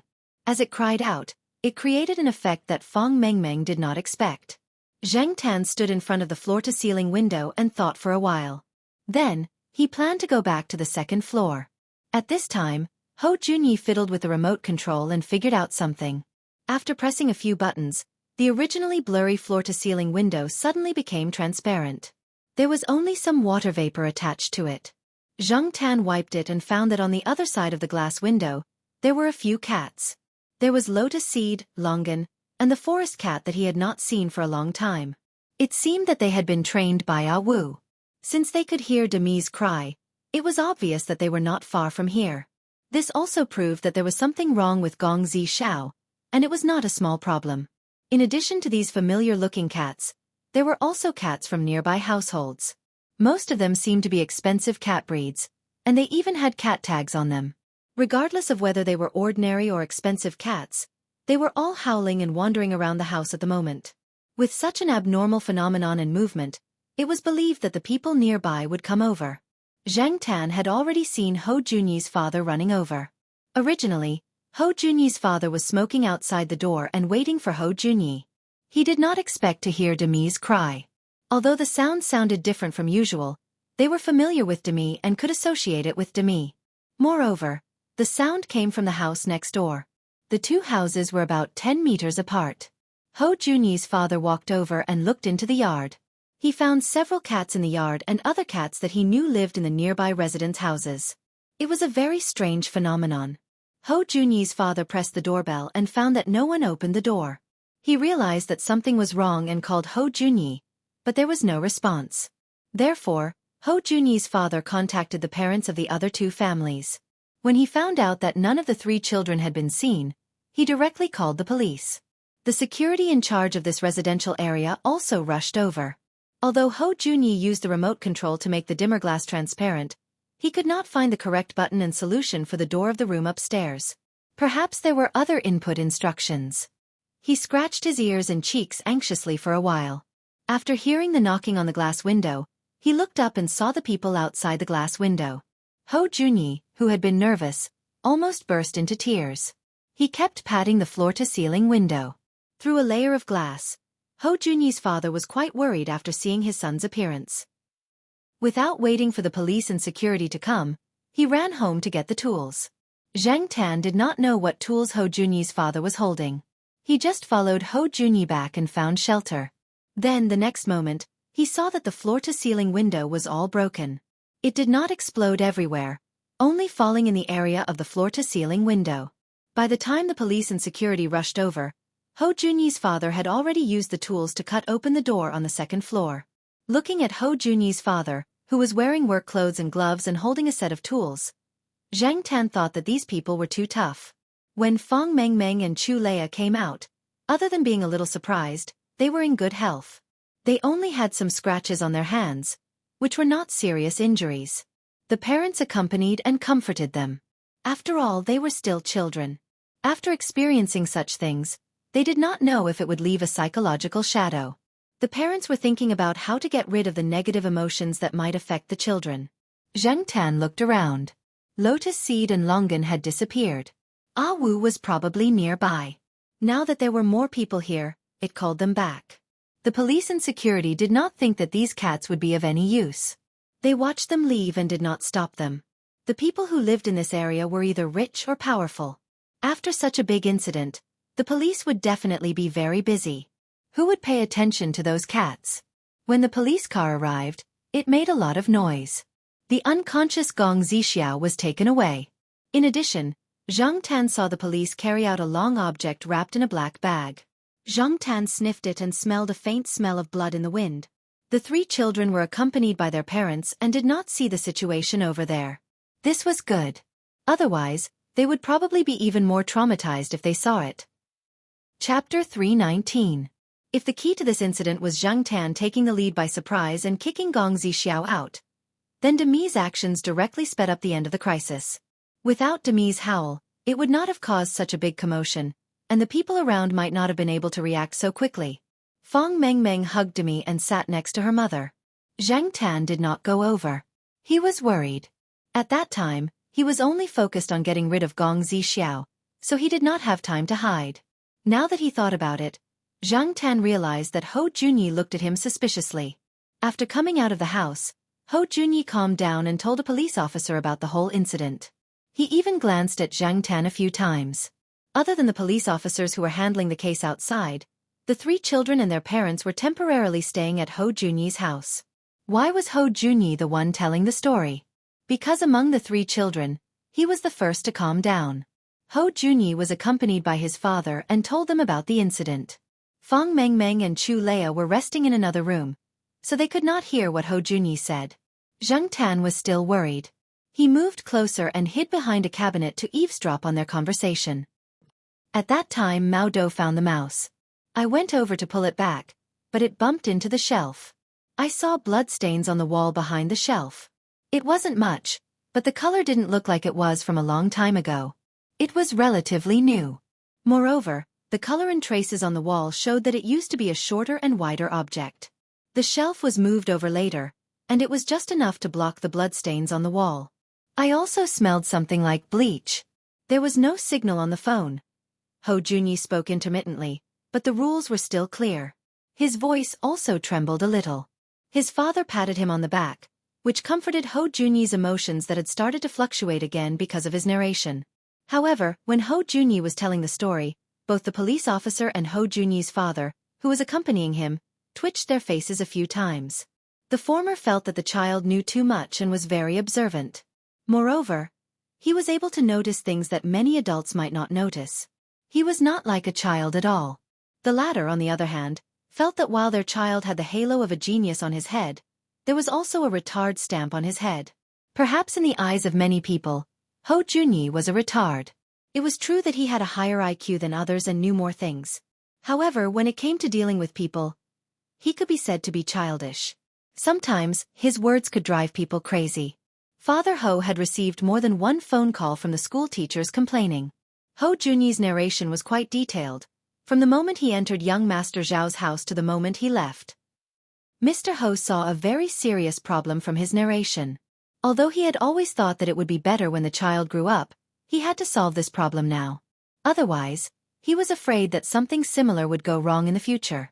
However, there were some details that were left out. No matter how the police officer and Father Ho asked, Ho Junyi refused to say anything.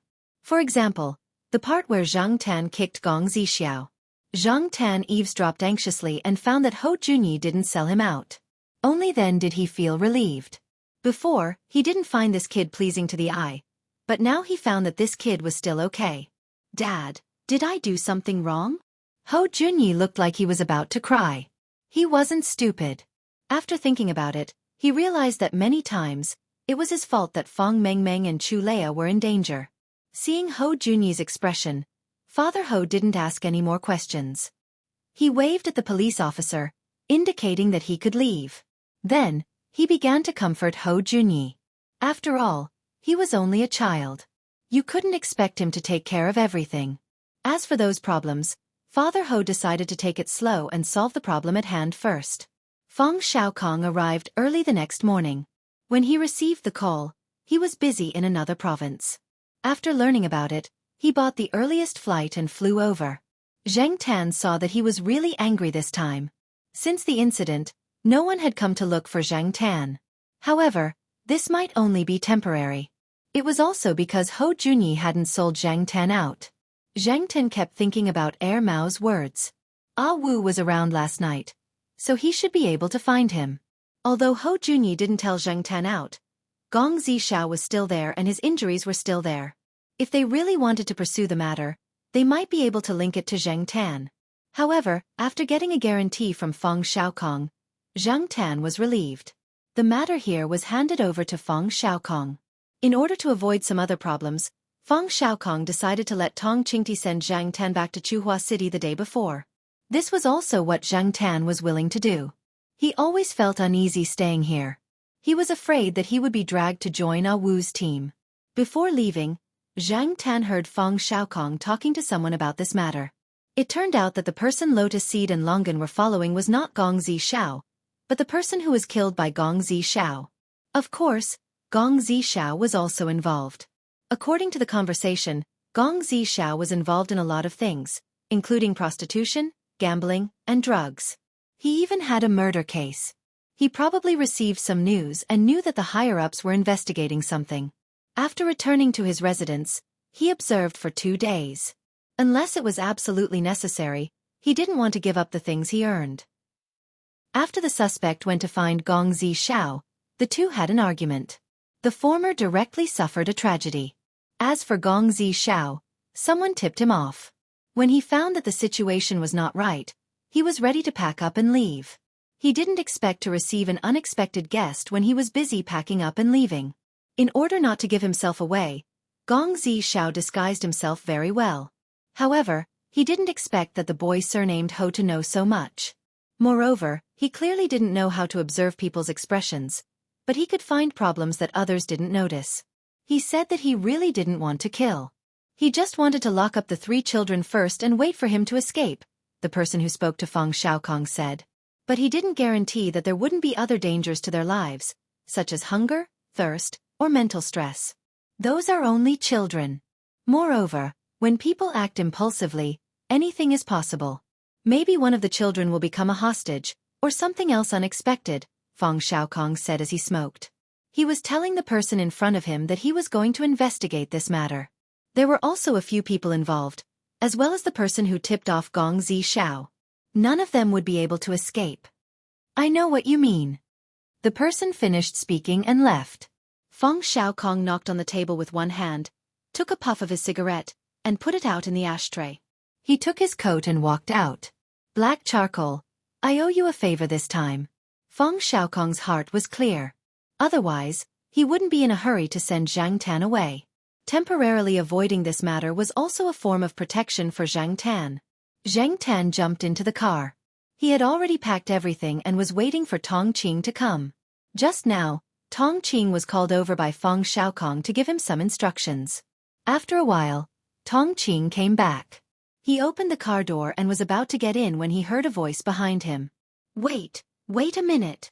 Zhang Tan looked over and saw Hou Junyi running over with a small suitcase in his hand.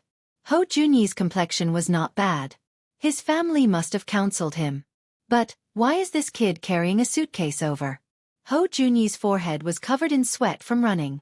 After he came over, he folded the drawbar and rollers on the suitcase and put it away. Now, it looked like a suitcase. The suitcase was a little heavy, and Ho Junyi had a hard time carrying it. Tong Qing helped him carry it and then looked at Ho Junyi in confusion. Ho Junyi pointed at the suitcase, then looked at Zhang Tan and said, "Thank you. It's just a thank you gift." When Ho Junyi looked at the suitcase, he was still reluctant to part with it. It was obvious that this kid treasured the suitcase a lot, but Zhang Tan did not know how to reject it and could not say anything. Without waiting for Zhang Tan to reject it, and Tong Qing did not know what to say, Ho Junyi had already run back home. When Ho Junyi returned home, his parents were there. Because of what had just happened, they had taken leave to accompany and comfort the children. The 3 children had taken leave and did not go to school. "What did you go out for?" Father Ho asked. He saw Ho Junyi carrying his small treasure chest out, but now he came back empty-handed. "Sending a thank you gift." Ho Junyi changed his shoes and answered. "You gave that to Fong Meng Meng? Would a girl like that?" In Father Ho's heart, the key was demi. If he wanted to thank someone, he would naturally thank Fong Meng Meng. "Oh, what?" Ho Junyi was puzzled. "Your treasure chest. Didn't you go to Fong Meng Meng's house and give her the suitcase?" Father Ho was puzzled. Did he guess wrongly? No, it wasn't Fong Meng Meng. "Dad, you said yesterday that a life-saving grace should be repaid with a spring. At the very least, I should thank her generously. So I gave the suitcase to Black Charcoal." Black Charcoal? Father Ho's face froze. "If I didn't understand wrongly, that was a cat. You gave your precious suitcase to a cat." Ho Junyi looked at his father with a puzzled expression. He felt that he had explained it clearly enough. Why was he still asking? "Son, I think we should have a good talk." Father Ho rubbed his eyebrows helplessly. "Thank her generously." In Ho Junyi's heart, that treasure chest was indeed very valuable. Many things could not be easily bought outside. In fact, it was really expensive. However, those things were not the only ones. If he really wanted to get more, Father Ho could help Ho Junyi get them. He was just worried about how to adjust Ho Junyi's thinking and way of thinking to a normal level. At that moment, in the car heading to Chuhua City, Tong Qing was still driving silently. Zhang Tan was looking through the suitcase that Ho Junyi gave him in the back seat. "Thank you gift?" Zhang Tan knew that Ho Junyi was thanking him for his help at a critical moment. However, it was the first time Zhang Tan had met someone who gave him a toolbox as a thank you gift. The suitcase had a password lock. The password had been unlocked long ago and could be reset. However, what made Zhang Tan even happier was the things in the suitcase. Although Zhang Tan had not seen many of them and did not understand what they were for, he knew a few of them. Zhang Tan took a metal square that looked like a bank card. He folded it twice and turned it into a knife. When he folded it back, it returned to the size of a card. These were all good things. Zhang Tan was overjoyed. Chapter 320. Back in Chuhua City, Zhang Tan felt much more comfortable. He slept soundly, probably because he was less stressed. Ho Junyi's treasure chest, Zhang Tan, was under little Pomelo's bed. The room was too small, so there wasn't much space to put it, so he had to put it under the bed. 2 days after returning to Chuhua City, Zhang Tan secretly turned on his computer and surfed the internet when no one was home. He looked up news about Gong Zixiao and found that there weren't many reports about this person recently. There were only 2 entertainment programs that originally invited Gong Zixiao, but later changed the host, which caused dissatisfaction among Gong Zixiao's fans. However, it seemed that there weren't many real reports about Gong Zixiao yet. Most people probably didn't know that Gong Zixiao had been taken away by the police. Moreover, Zhang Tan speculated that Gong Zixiao's acting career would probably come to an end. In addition to surfing the internet, Zhang Tan also paid attention to the newspapers that the Jiao family subscribed to. Although there weren't any specialized entertainment newspapers, some of the current affairs newspapers had 1 or 2 pages of entertainment news. Zhang Tan also paid attention to the news over there. However, Zhang Tan was only free for 2 days before he was kidnapped to the pet center by Xiao Gua.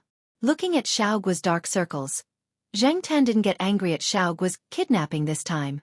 It wasn't easy. Previously, Zhang Tan had been away for a month to shoot a documentary, and 2 cats had been borrowed from the pet center to shoot a movie. When the pet center was shooting the Christmas special, they found that not only was Zhang Zian absent, but even the 2 important supporting roles were also absent. The effect was definitely much worse. Many people had already complained on the internet, and there were all kinds of speculations. However, because they had signed a confidentiality agreement, the people in the pet center couldn't tell the truth before they got permission from the film crew. Therefore, the gossip became more and more intense. Some people even came to the pet center to find Xiao Gua. Mr. Gua hadn't slept well for a long time. Because of this, when he knew that Zhang Tan was back, he immediately rushed over. This was the result that the Jiao Pa had concealed for 2 days. Otherwise, Xiao Gua would have kidnapped Zhang Tan the day he came back to clear the rumors. Fortunately, a few days before shooting the New Year special, the cats in the movie were almost ready. Xiao Gua took them over to shoot with him. This way, those who wanted to see the world burn could shut their mouths.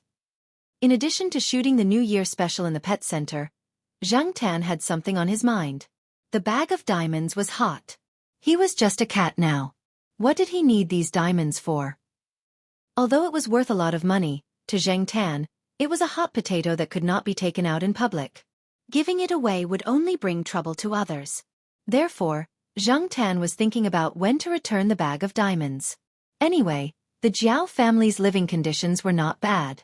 Zhang Tan's salary had increased because of the documentary and the New Year special in the pet center. As long as it was enough, Zhang Tan would not be able to use it. Keeping the diamonds would make him feel uncomfortable. After making the decision, Zhang Tan thought about how to get the diamonds to Tang Mo yesterday. Zhang Tan heard Xiao Gua talking to Tang Mo on the phone. He knew that Tang Mo was living in a hotel. When Zhang Tan was away, Tang Mo also went abroad. He had just returned a few days ago. Zhang Tan also knew about the 5-star hotel that Xiao Gua mentioned. It was not too far from Tsinghua University. Zhang Tan could accept it. Xiao Gua said on the phone that he would go over to discuss the cooperation with Tang Mo at around 7 o'clock on Friday night. This time, the New Year special would broadcast a jewelry advertisement of Tang Mo's company. As for the details, Xiao Gua would go over to talk about it in detail. Tang Mo would return to the hotel around 6 o'clock on Friday night. On Saturday morning, he had to fly to the other side of the ocean. There was an urgent matter there, so time was tight. Friday, which was tomorrow. Since he knew the approximate time, Zhang Tan thought about how to return the diamonds. Should he throw them away together with the bag? Zhang Tan did not want to because the bag was stained with the cat fur that Zhang Tan had dropped. If he returned them just like that, Zhang Tan did not know if they would find out that he was the one who stole the diamonds. Just as she was thinking about it, Zhang Tan suddenly heard a sound. She turned to look and saw that it was the sound of a paper bag being blown against a tree trunk by the wind. Paper bag. Zhang Tan walked over. It was already night time, and there were not many people walking around. No one would notice Zhang Tan in the bushes. It was the paper bag used by stalls at the school entrance. Zhang Tan had seen similar ones before. This paper bag did not have any oil stains on it. It was obvious that it had not been used before. The first line on the paper bag read, "Domestic pizza." The second line read, "Wutaro sesame cake." Zhang Tan stared at the word Thai for a long time. Was this AF*King counterfeit? There was a sudden gust of wind today, and many plastic bags were blown away. This paper bag might have been blown here too. After walking towards the school gate for a while, Zhang Tan found a few more paper bags that had not been used before. This confirmed Zhang Tan's guess. Zhang Tan found the cleanest paper bag that was not stained with water and took it to the old tile-roofed housing area. It was nighttime anyway.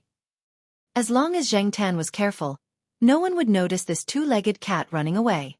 He took the paper bag back to the house in the old tile-roofed housing area where the diamonds and cell phones were hidden. He carefully poured the bag of diamonds in and looked to make sure that there was no cat hair left. He shook the paper bag with the diamonds so that the diamonds fell into a corner at the bottom of the paper bag. He folded the rest of the paper bag and carefully rolled it around the bottom corner to prevent the diamonds from easily piercing the paper bag and falling out. Finally, he folded the extra part of the paper bag into the crevice. After thinking about it, Zhang Tan came out of the house and ran to the houses where the student clubs often held activities. There was a house with a window that was not closed. Zhang Tan climbed in and looked around. He found a small piece of pencil that he had not used for a long time. He did not find anything else that he could use, so he climbed out of the house and returned to the place where the diamonds were placed. He bent his paw and held the pencil to write a few words on the paper bag. It was not easy for a cat to hold a pencil with its paw. Zhang Tan had not written for a long time, so he could not bear to look at it after he finished writing. The next day, which was Friday, Zhang Tan did not wait for dinner at home. He wore his vest and sneaked out with the diamonds. Night fell earlier in winter. It started to get dark at 6 o'clock. When Zhang Tan ran to the hotel through a few hidden paths, the sky was completely dark. Zhang Tan did not know what time it was. He thought that if he did not meet anyone today, he would have to wait for the next time. Unexpectedly, Zhang Tan's luck was pretty good today. When she arrived at the entrance of the hotel and hid behind a flower bed, she saw a car slowly stop in front of the hotel. Tang Mo came out of the car with two people beside him. They were probably bodyguards or something. Seeing Tang Mo walk towards the entrance, Zhang Tan quickly took out the things in his vest and threw them at Tang Mo. After throwing it away, Zhang Tan quickly changed her hiding spot. She hid behind a pine tree and looked in that direction. Before the things Zhang Tan threw could hit Tang Mo, they were blocked by one of the people beside Tang Mo. The things fell to the ground not far away from them. One of them stood guard beside Tang Mo and looked around cautiously. The other person walked over to take a look at the things Tang Mo threw at him. He poked a hole in the paper bag and saw a corner of it. The person's expression changed and he quickly brought it to Tang Mo. "Boss, look." Tang Mo took it. He did not need to look at the whole thing. He only needed to see a corner. Even though the lighting was not good, he could tell that this was probably what he had lost. Other than that, Tom took a closer look at the paper bag that could be considered to be of poor quality. The paper bag was folded, and the words Wu Taro Sesame Cake could not be seen yet. However, the words on the bag were clearly written in crooked pencil. "Don't ask who I am. Please call me Red Scarf." Tang Mo was speechless. Tang Mo felt that since he came to Chuhua City, he had encountered many strange things. Zhang Tan watched Tang Mo walk into the hotel with the things before leaving. Before Tang Mo's bodyguard noticed him, Zhang Tan had already left. The bodyguard who was ordered by Tang Mo to look for the person who threw the things would never have thought that it was a cat who did it. In the next few days, Zhang Tan paid attention to the surroundings of the school, especially the sesame cake seller. Previously, Zhang Tan did not think too much about it. Now that he thought about it, he wondered if it would bring trouble to the sesame cake seller. After paying special attention, Zhang Tan managed to find out some information about the person selling sesame seed cakes. He had always thought that the "tai" in Wu Taro was a typographical error or someone who specialized in selling pirated sesame cakes. Later, when he overheard the peddler's gossip, he found out that the sesame cake seller was called Wu Tai. He was a laid-off worker with a slight limp. He was a good person and was quite honest. The peddlers and students who sold sesame cakes had a good impression of him. Sometimes, when someone gave him too much money, he would limp over to get the extra money back. He did not know how his leg was injured. When he walked, it was obvious that he was limping. It was said that the injury had been there for many years. It could not be cured, and there was no money to treat it.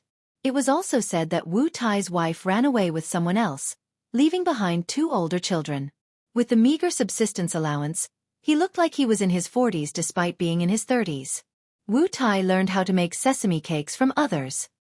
He heard that the business around the university was good, so he reluctantly gathered some equipment and set up a stall to do business with the students. His skills were good, he was a good person, and the ingredients he used were solid. The business was good. Then, one day, Wu Tai suddenly disappeared. He disappeared for 2 days straight. Many students felt that it was a pity. It was rare to find a sesame cake that was to their liking. Zhang Tan also wondered if Tang Mo was looking for trouble with Wu Tai. He wanted to ask around, but 2 days later, Wu Tai appeared at the school gate again. He was not injured and looked very energetic. It seemed that something good had happened to him. Since Wu Tai was fine, Zhang Tan thought that there was nothing unusual on his side. He also went to the pet center and did not hear anything unusual. So he was relieved. When he walked back briskly, Zhang Tan accidentally heard a conversation between two middle school students who had just returned from school. "I heard that Gu Yuzi, who got first place in the midterm exam, knows someone from the underworld." "No way. I heard that her boyfriend is from the underworld." Zhang Tan wanted to eavesdrop more, but the two students had already gone far away on their bikes. "Underworld? Boyfriend? Why didn't I know? What the hell happened when I was on a business trip in Beijing for a month?" Chapter 321. It had been a while since Zhang Tan last visited little Pomelo's school. After returning from Beijing, he had slept in for a few consecutive days. He hadn't accompanied little Pomelo and Jiao Ma out in the morning. Now that he thought about it, it had been more than a month since he last visited. More than a month was enough for many unexpected things to happen. As Zhang Tan ran home, she pondered over the events of the past few days since she had returned from the capital. Something wasn't right. Little Pomelo didn't seem to be acting strangely these few days. After returning home, she spent most of her time doing exercises. After all, it was almost the end of the semester. It was understandable that she didn't have any abnormalities in her eating and sleeping schedule. If what the two junior high students had said was true, then Jiao Ma wouldn't have been completely unresponsive. However, Zhang Tan had a nagging feeling in his heart. Jiao Ma might not know. After all, some rumors between students might not reach the ears of teachers. At night, Zhang Tan deliberately observed little Pomelo, but he still didn't find anything unusual. Therefore, Zhang Tan decided to wake up early the next morning and go out with Jiao Ma and little Pomelo.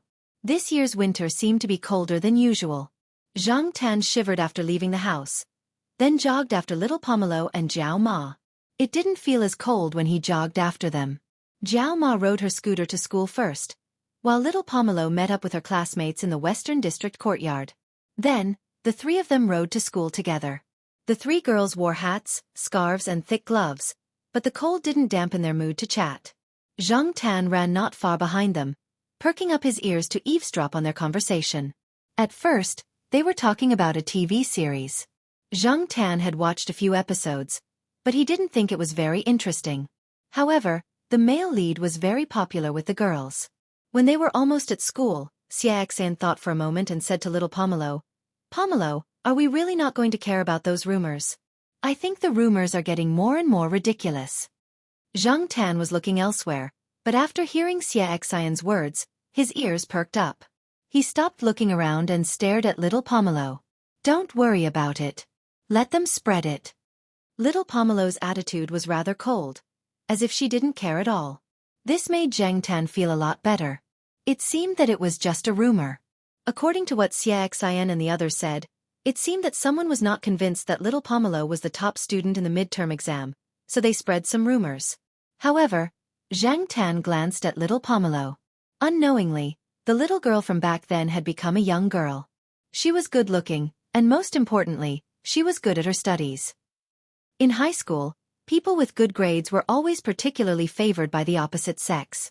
After pondering all the way to school, Zhang Tan watched as little Pomelo and the others parked their car and walked into the school building to sit down. Although little Pomelo asked Zhang Tan to go back quickly, as it was cold outside, Zhang Tan did not leave immediately.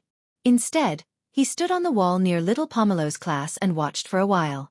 He noticed that a few of the boys were looking at little Pomelo with a gaze that made him want to beat them up, but none of them were particularly close to little Pomelo. He could tell just by looking at little Pomelo's attitude. The glass windows were gradually blurred by the steam. Zhang Tan did not stay there and walked along the wall. He wanted to wait until class was over to see if the other classes were paying attention to this. Zhang Tan walked along the wall, past the school building area, past the cafeteria, and then to the field. At this time, there were not many people on the field. Especially now that the weather was cold and it was nearing the end of the semester, there were even fewer people running outside. There were not many students and teachers. As he walked, Zhang Tan's head was hit. It did not hurt, as it was thrown by something like a paper ball. After the paper ball hit Zhang Tan's head, it jumped to the ground, bringing with it the smell of fried buns. Looking in the direction where it was thrown, Zhang Tan saw a familiar person. Black charcoal? After the person saw Zhang Tan, she ran over with a bright smile. Then, she squatted at the foot of the wall and waved at Zhang Tan. Zhang Tan's eyes widened. Why was this girl here? Wasn't she still in primary school last month? Now she was in middle school? The person who came was little Jiao, who followed the blind old man, Master Kuan. However, Zhang Tan always thought that little Jiao was still in primary school. Because of her tragic experience, this child came to school late and should be behind little Pomelo by quite a bit. 2 months ago, she was still in primary school, but now she was wearing this middle school uniform and carrying a bag. Jumping down from the wall, Zhang Tan sat beside little Jiao and listened to the girl speak. The current little nine looked much more cheerful. She had a short haircut that reached her shoulders and wore a pink butterfly hairpin on her head. She usually looked very obedient, but those who had seen her fight would know that this girl was very fierce. Zhang Tan had once met little nine at the bridge. They had been walking for a while. Along the way, they had met a peddler with an evil voice. He didn't sell real things and wanted to cheat the children of their money. However, when little nine pulled a long face, the peddler didn't even dare to look into little nine's eyes. Perhaps because of her past experience, little Jiao's attitude towards things was different from her peers. She had always been very satisfied with Master Kuen's arrangements. Back then the blind old man, Master Kuen, might have taken a fancy to little Jiao's fierceness, which was why he agreed to let little Jiao go. As expected, many blind people were blind in the eyes but not in the heart. After little Jiao saw Zhang Tan, she became very talkative. She was often the one who kept talking while Zhang Tan listened by the side. From little Jiao's words, Zhang Tan knew that little Jiao was indeed reading primary school books last month. However, now that she had passed the primary school advancement test, there was no need to wait for another half a year. Thus, the other side arranged for her to go to a middle school here. Other than little Jiao, there were two other people who were tutored together in this school. They were in the 2nd and 3rd grades respectively. However, they did not usually go to school together, so no one knew that they knew each other. With Master Kuen's ability, it was not difficult for him to send little Jiao in at this time. As for little Jiao, as a transfer student, she entered this school not long after Zhang Tan left Chuhua City. It was no wonder that he did not know. Little Jiao also talked about little Pomelo.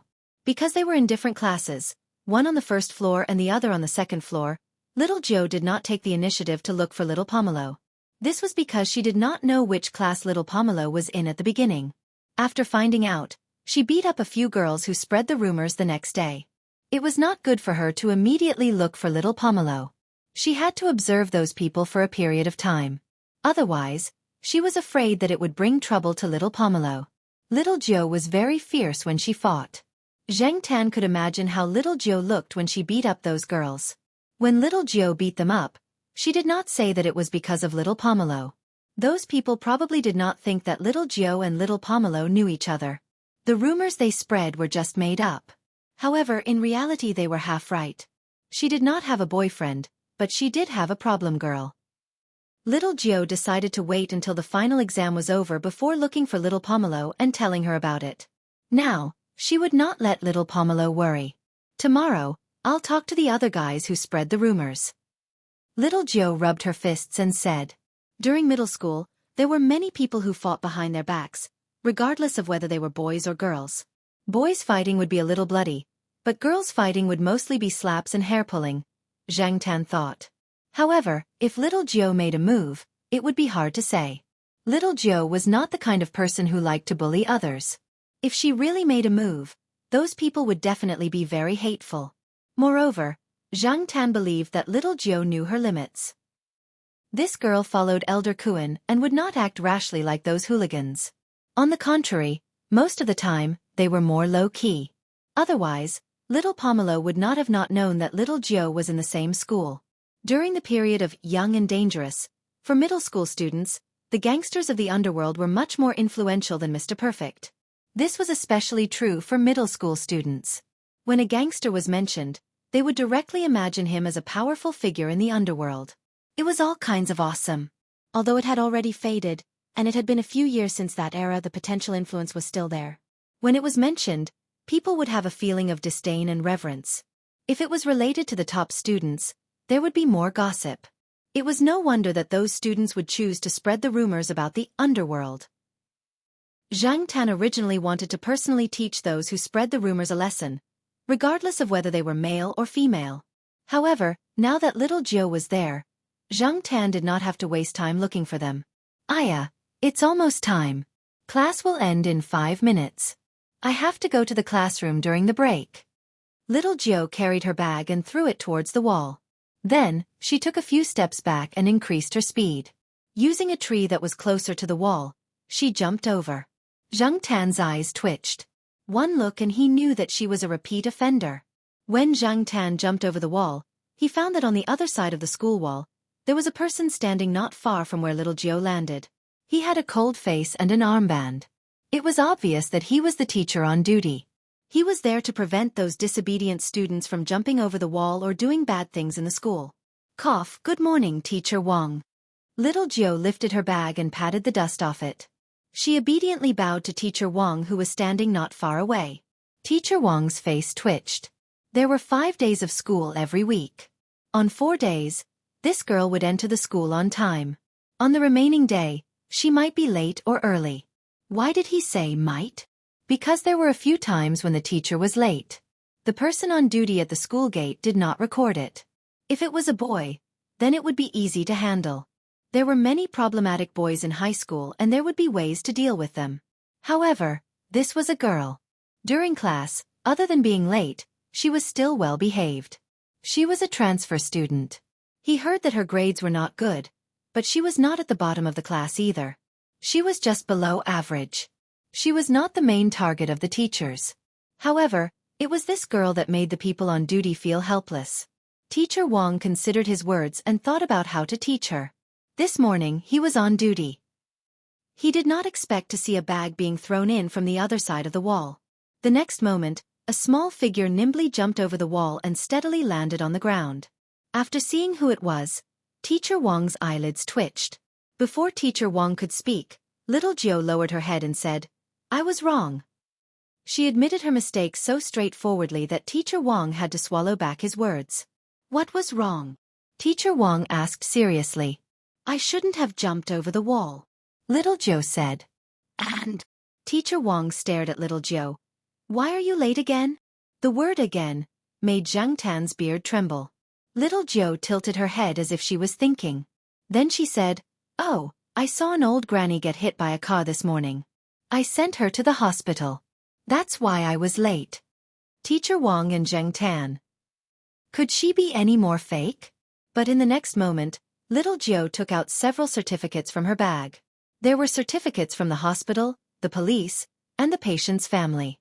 The stamps and hospital certificates proved that little Jiao was telling the truth. Zhang Tan thought about it carefully. Little Jiao did have the smell of the hospital. Chapter 322. With little Pomelo around, Zhang Tan wasn't afraid of those ignorant people bothering little Pomelo. He also felt more assured about the school. As for little Pomelo, although she didn't plan to immediately fight back against those rumors and taunts, she was holding back her energy and waiting for the final exam to get a good result to slap those people in the face. This was the best way to fight back.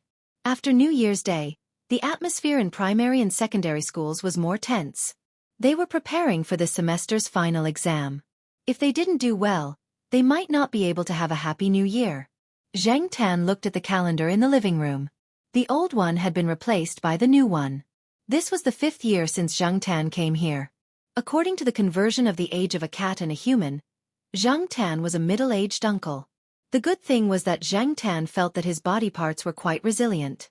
There wasn't much difference from the past few years. In Zhang Tan's heart, he always felt that he was a handsome young man in his 20s. At noon, they ate at Jiao Wei's small restaurant. Jiao Wei's parents had already discussed when to buy a ticket back to their hometown. Of course, Jiao Wei's time was the norm. They had to let Jiao Wei finish the exam before buying a ticket. They were all in the province and there weren't many trains there. If they went to the bus station to buy a ticket, they could go there with their luggage whenever they wanted to go back.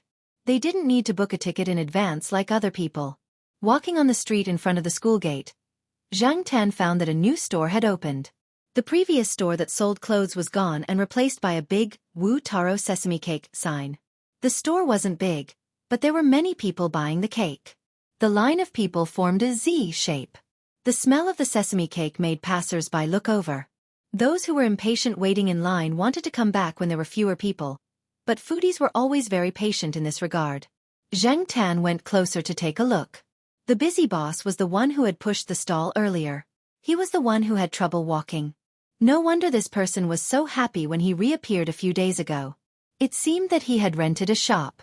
The place where the sesame seed cakes were made took up half of the entire shop. The other half should be a rest area. Zhang Tan saw 2 small children walking to the front of the shop from a small door inside. They hugged the boss's leg and said something with a coquettish smile. After that they went back inside. They should be the two children of the sesame seed cake shop owner. After looking around, Zhang Tan walked towards the school gate, intending to go home. It was a little cold outside, and Zhang Tan was not in the mood to stroll around. After a few steps, Zhang Tan spotted a man. He had seen him before when Zhang Tan was still a diamond. He was one of Tom Mo's bodyguards. Now, he was standing beside a delicatessen not far from the bakery, watching the crowd. What was this person doing here?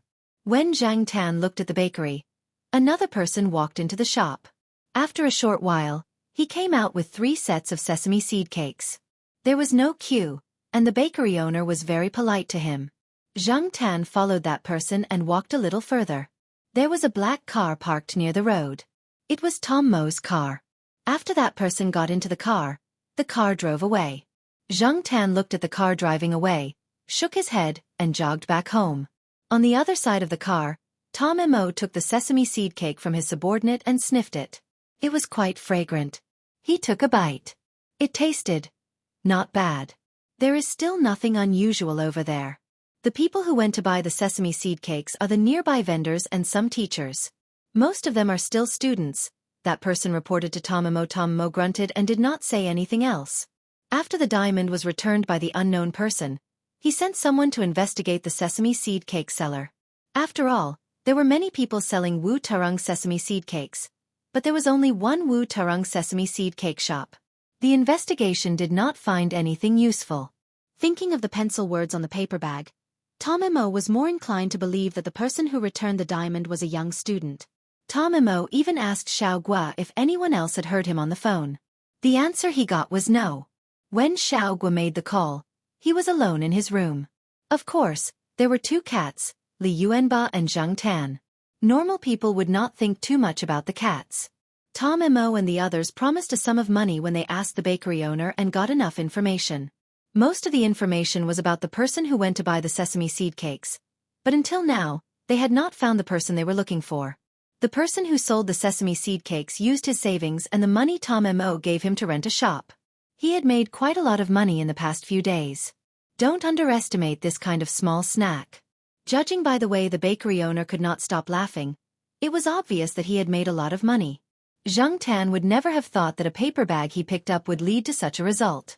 The person we are looking for is not him, the woman beside Tom Mo said. Tom Mo nodded. I know, but let them continue to observe. Ask Wu Tarung to cooperate. He will not be short of money. Yes, boss. After Zhang Tan returned home, he had nothing to do in the afternoon, so he turned on his computer and browsed some forums. There were many people talking about Gong Zongxiao in the entertainment section. It started when an official channel reported that a famous movie star Gong Zongxiao had been detained. When the official channel officially announced that he was detained and under investigation, it meant that he had been convicted. Just like Feng Xiaokong said, there was no way he could get away with it. Gong Zongxiao's original surname was Zhao. After the news was broadcasted, it caused a lot of discussion. All kinds of conspiracy theories were flying around, and the fans were spitting on each other. The topic of Gong Zongxiao only stopped when the weather was getting worse. In the middle of January, it snowed heavily in Chuhua City. In the beginning, there were people who said that a good snowfall meant a good harvest. Many people played in the snow outside to relax from the tension and fatigue brought about by the final exams. It was not until the exams were over and everyone was about to go home that they started to worry. Especially those who lived far away from home in the south.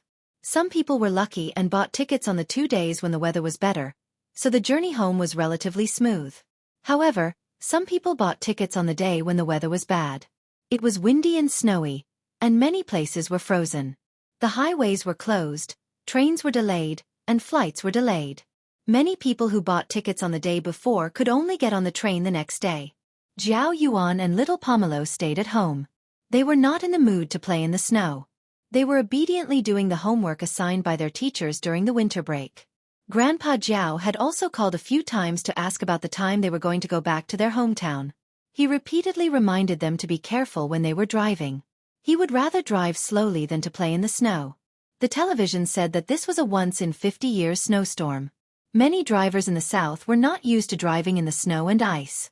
They did not take proper precautions, and many accidents happened. It was said that some drivers from the north were transferred over. Zhao Pa had to stay at the university for a while.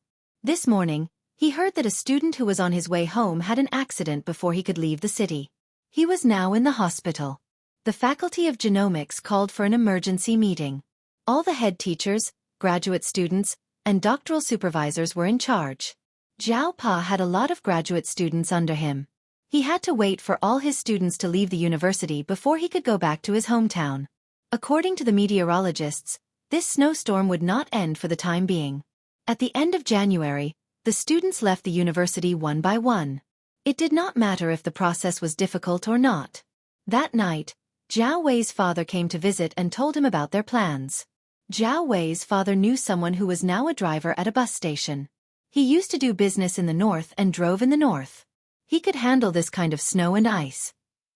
Many drivers in the north would not be able to handle the icy roads even if it was sunny and not snowing.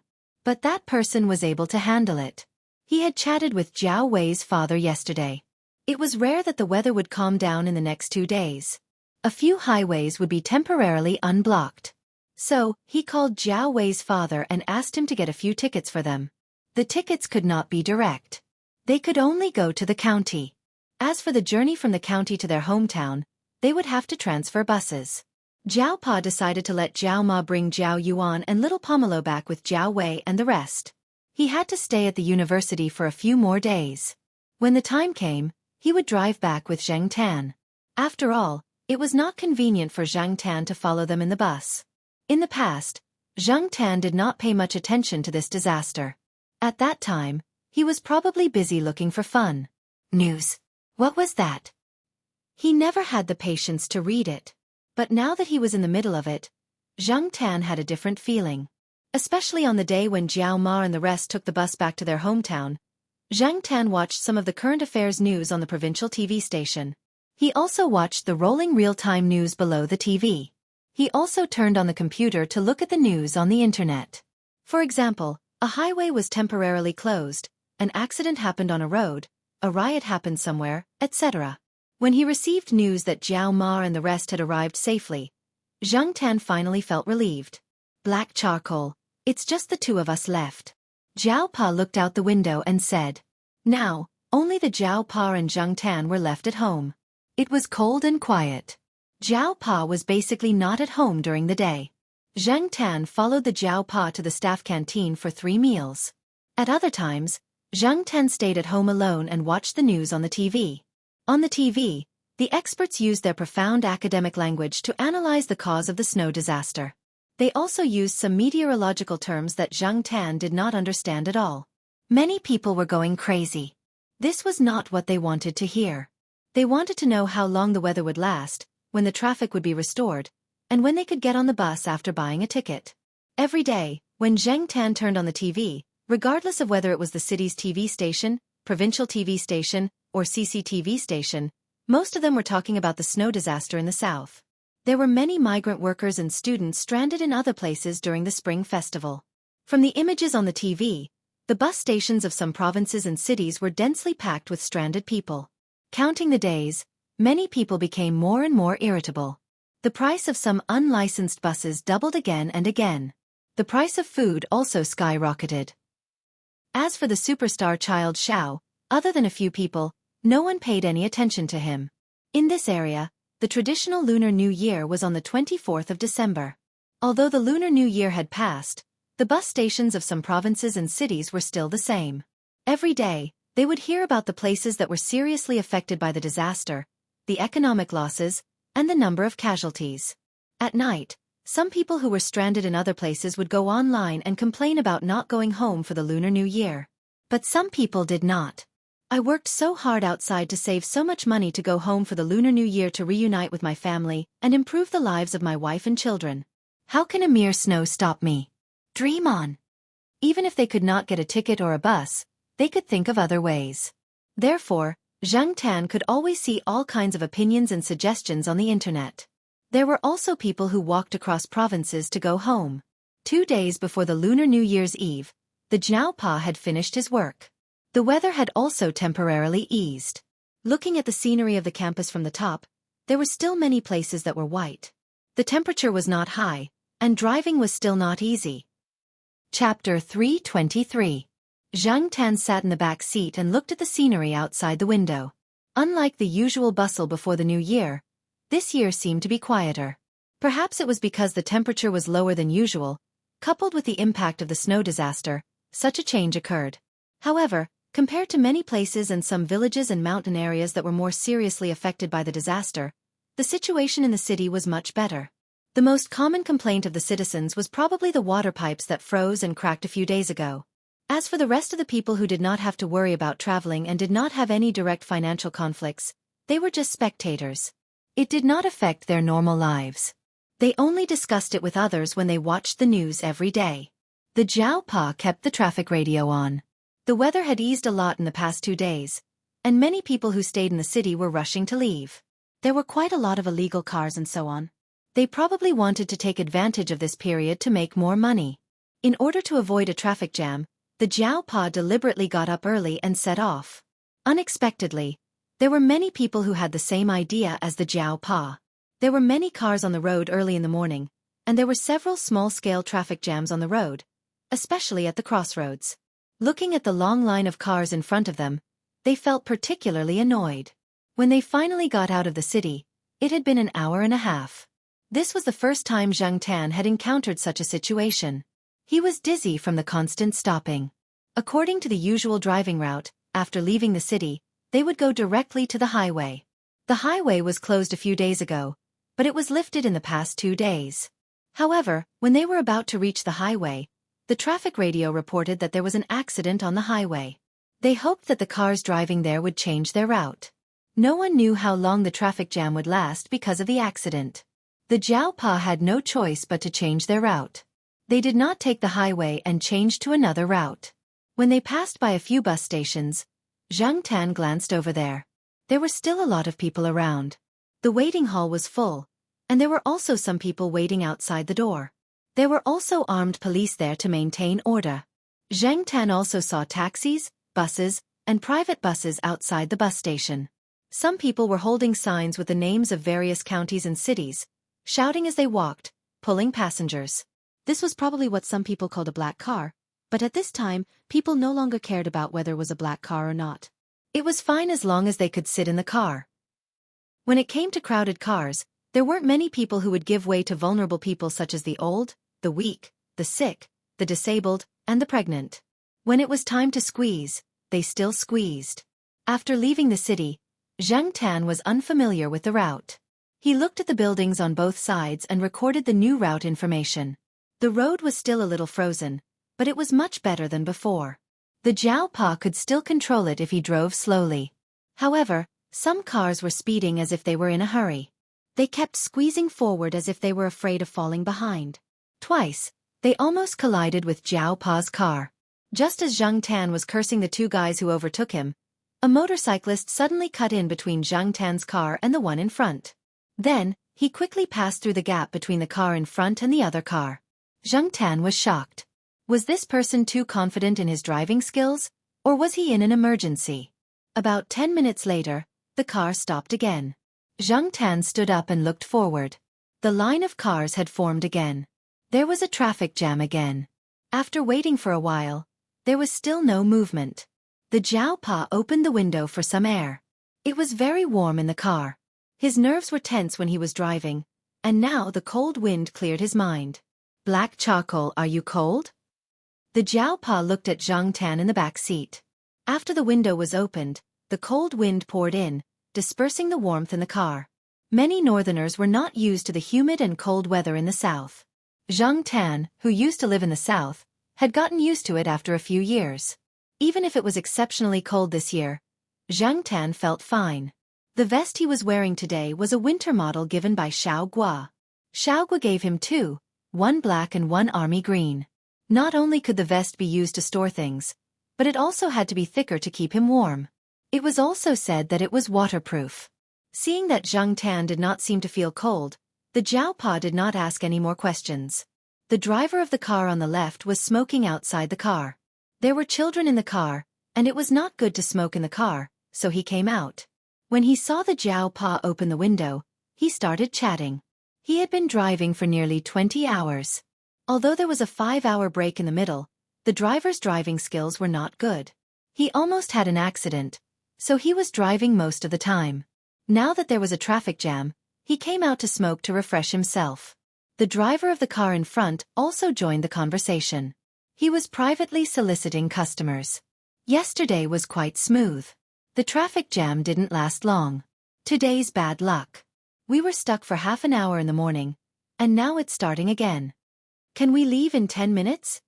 The driver of the car on the left asked. It's difficult. There was a car accident in front. A motorcycle, 2 private cars, and a truck all crashed into each other. Fortunately, no one died. 3 people were seriously injured and have just been sent to the hospital. The remaining people in the 2 private cars are quarreling. No one moved. I heard that the car was quite expensive. It also broke a telephone pole. In addition to the overturned cars and the truck's belongings on the ground. I think it will take at least 20 minutes for the traffic to open. According to the privately soliciting driver, it was even more difficult to drive a few days ago. Usually, it would only take a little more than 2 hours. Previously, it took more than 10 hours to drive through the snow. Moreover, the car could break down at any time. Only those who had driven it would know how difficult it was to drive. It was no wonder that the fare had doubled. Usually, the fare was 50 renminbi. Now, it was 100 to 150 renminbi per person. A few days ago, the fare had skyrocketed to 200 renminbi. As they were chatting, another person came to the front of the convoy. He asked the 2 drivers and the Jiao Pa to go to the front to help. There were not enough people, and there were many obstacles. If they wanted the traffic to open quickly, it would be faster if there were more people. Otherwise, they would have to wait for a while. The driver of the car in front shook his head. He was not going. He had to look after the car. He did not know the passengers in his car. What if someone took the chance to drive away when he went to help? What if they took something valuable? What if the people in the car made a scene? The driver of the car next to him did not think much of it. He smoked and walked to the front with the Jiao Pa. The car door was not locked, and the windows were closed. Soon, the temperature in the car rose. Before the Jiao Pa left, he asked Zhang Tan to look after the car. Therefore, Zhang Tan was not napping. He was paying attention to the people around the car. Soon, Zhang Tan noticed that someone was walking over from the front and looking into the car. With one glance, Zhang Tan could tell that it was one of the guys who had evil intentions. When the guy saw the laptop bag on the passenger seat, his gaze paused for a little longer. There was a flash of joy in the man's eyes. Then, he walked to the car door and opened the door of the passenger seat. Then, just as he was about to reach for the computer bag on the seat, a black shadow flashed by. He felt a sudden pain on his face and was kicked out. He lost his balance and sat on the ground. That person's eyes were filled with disbelief. He saw that there was no one in the car and the door was not locked. He ignored the cat in the vest. He had done this many times and the whole operation did not take long. He just needed to open the car door and open the laptop. Even if the car door was locked, he could do it. However, he did not expect that what he thought was a simple task would be so different from what he expected. The person touched his nose and looked at the blood on his hand. Then, he looked at Zhang Tan. Zhang Tan narrowed his eyes. This person was still not giving up? Was he looking for a kick? He jumped up and kicked him again. That person raised his hand to block, but he underestimated Zhang Tan's strength. Although he reacted quickly and raised his forearm to block Zhang Tan's kick, the force of the kick made him fall back. His head hit a private car next to him and made a thud. At the same time, Zhang Tan also grabbed the person's down jacket. The wind blew, and the duck feathers flew everywhere. Zhang Tan found it hard to understand why that person was stealing when he was wearing a branded down jacket. However, there were many people like that. A few days ago, he saw someone complaining on the internet. He did not expect to meet someone like that today. The driver of the private car on the right heard the noise and rolled down the window. He looked at the person on the ground and then looked at Zhang Tan. Hey, what are you doing? Before he could finish, the rear window was rolled down. 2 children in their teens looked out the window. The little girl said, "Uncle, this person must be a thief." He must be a thief. The little boy added, "The cat in the vest is teaching the thief a lesson." The person on the ground looked a little embarrassed. There was blood on his face, from his nose to his mouth. Because he touched his face with his hand, there was some blood on his face. There was a long tear in his jacket, and some of the duck feathers inside was blown out by the wind. Seeing that the situation was not good, the person did not care about the nosebleed and the torn-down jacket. He immediately got up and ran away before the people around him looked over. He ran too fast and stepped on something. He slipped and fell, but he did not care about the pain. He got up and continued running. When the Jiao Pa came back, the person had already run away. The driver of the car on the right told him what had happened. The Jiao Pa smiled at the driver's questions and did not say much. "I think your cat is not bad. Is it a male or female?" the driver asked. "Male." "Oh, that's good. I also have a female cat with folded ears. Do you want to skewer her?" Zhang Tan's face twitched. "Screw you." Seeing Zhang Tan turn around and get into the car, the Jiao Pa smiled at the driver. "My cat is just a stray cat. It's okay. I don't mind." The man waved his hand and said casually. The Jiao Pa was speechless. Fortunately, the traffic was cleared up quickly, and the cars began to move slowly. The Jiao Pa said a few perfunctory words and got into the car. The Jiao Pa did not say much about what had happened to Zhang Tan. He just smiled at Zhang Tan and gave him a thumbs up. Although the first half of the journey was bumpy, and there were several traffic jams, it was much smoother after that. Because there were many cars coming and going, there was no snow. The temperature was slightly higher during the day, and there was no ice on the ground. Therefore, the second half of the journey was quite smooth. As usual, the Jiao Pa arrived at the county first. He had a meal, rested for a while, and then made a phone call to let his family know that he was safe. Then, he continued to drive to his hometown. There were a few sections of road in the Jiao Pa's hometown that were not easy to walk on, but after a slow drive, it was much better.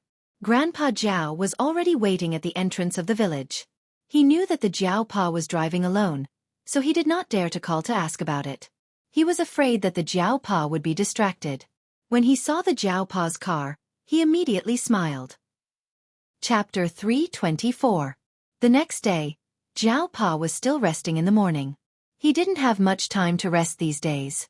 He had to pay attention to his students at school and work on projects. He was also tired from driving back to his hometown. After he arrived, he relaxed and had a good night's sleep. Many people in the village had already woken up early in the morning. Only some children and some people who had gone out to work were still resting in their houses. Although Zhang Tan was still a little sleepy, little Pomelo and Jiao Yuan were already awake. When they heard that they were going to help Grandpa Jiao at the orchard, Zhang Tan thought that since he had nothing to do, he might as well go and take a look. Jiao Ma and the old lady were busy preparing for the new year. Zhang Tan couldn't help much even if he stayed. The orchard didn't belong to Grandpa Jiao, but Grandpa Jiao was familiar with the people there and had helped a lot. This was one of the reasons why the Jiao family never lacked fruit. Because of the snow disaster, Grandpa Jiao went there every day to help. Even Jiao Yuan and little Pomelo, who had nothing to do at home, went to the orchard for a few days. Even if they couldn't help much, they could at least take a look. The orchard wasn't too far from the old house, but because of the weather, the road wasn't easy to walk on, and it was cold in the morning, so they took the donkey cart these days. Another reason why Zhang Tan followed them was because of the donkey cart. Whether it was when he was a human or when he was a cat, he had never taken a donkey cart before. At first glance, it was quite refreshing and full of rustic vibes. The donkey's family was not far from the old house. After walking for about 5 minutes, they saw a tile-roofed house. Behind the tile-roofed house was a newly built bungalow. However, the tile-roofed house was not completely demolished during the construction, so a part of it remained. This family's surname was also Jiao. Jiao Pa called the old man fifth uncle. Logically speaking, Jiao Yuan should have called him fifth granduncle, but he wasn't used to it. Instead, Jiao Pa asked the two children to call him Grandpa Jiao. It was more intimate that way.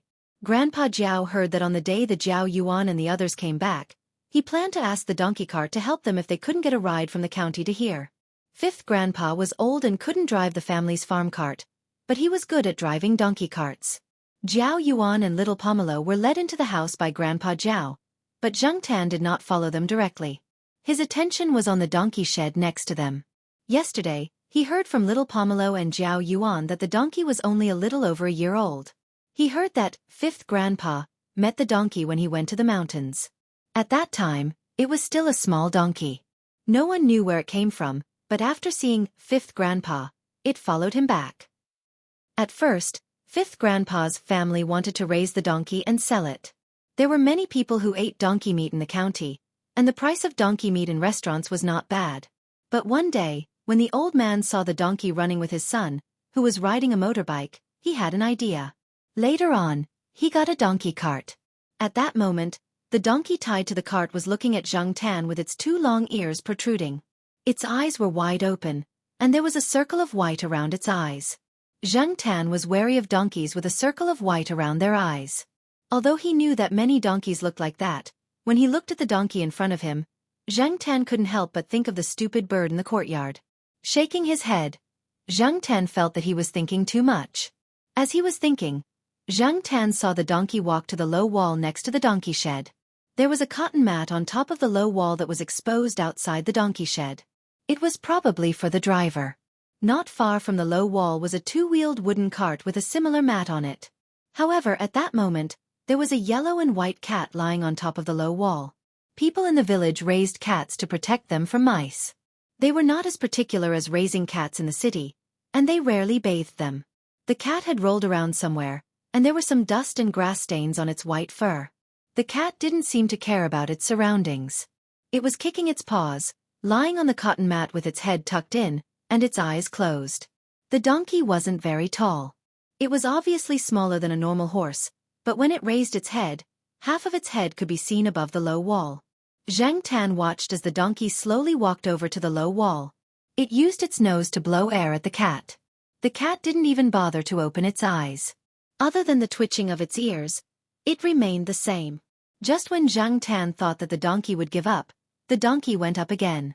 This time, it didn't blow air. Instead, it opened its mouth and bit on a corner of the cotton mat.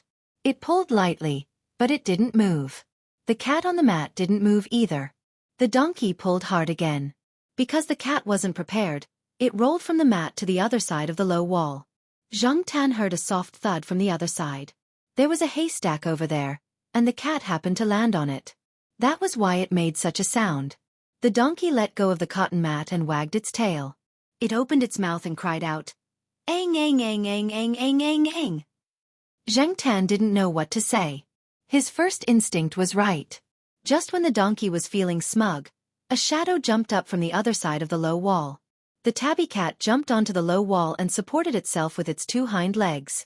It stood up, opened its two front paws, and slapped the donkey's face twice. While the donkey and the cat were fighting, Grandpa Jiao came out with his men. An old man came out with him. He was probably the fifth grandpa that the Jiao Yuan and the others called.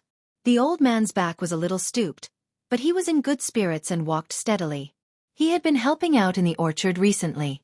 Seeing the situation on the other side of the low wall, the old man walked over and patted the donkey's head. Then, he started to organize the things on the wooden cart. As for the conflict between the donkey and the cat, he was already used to it.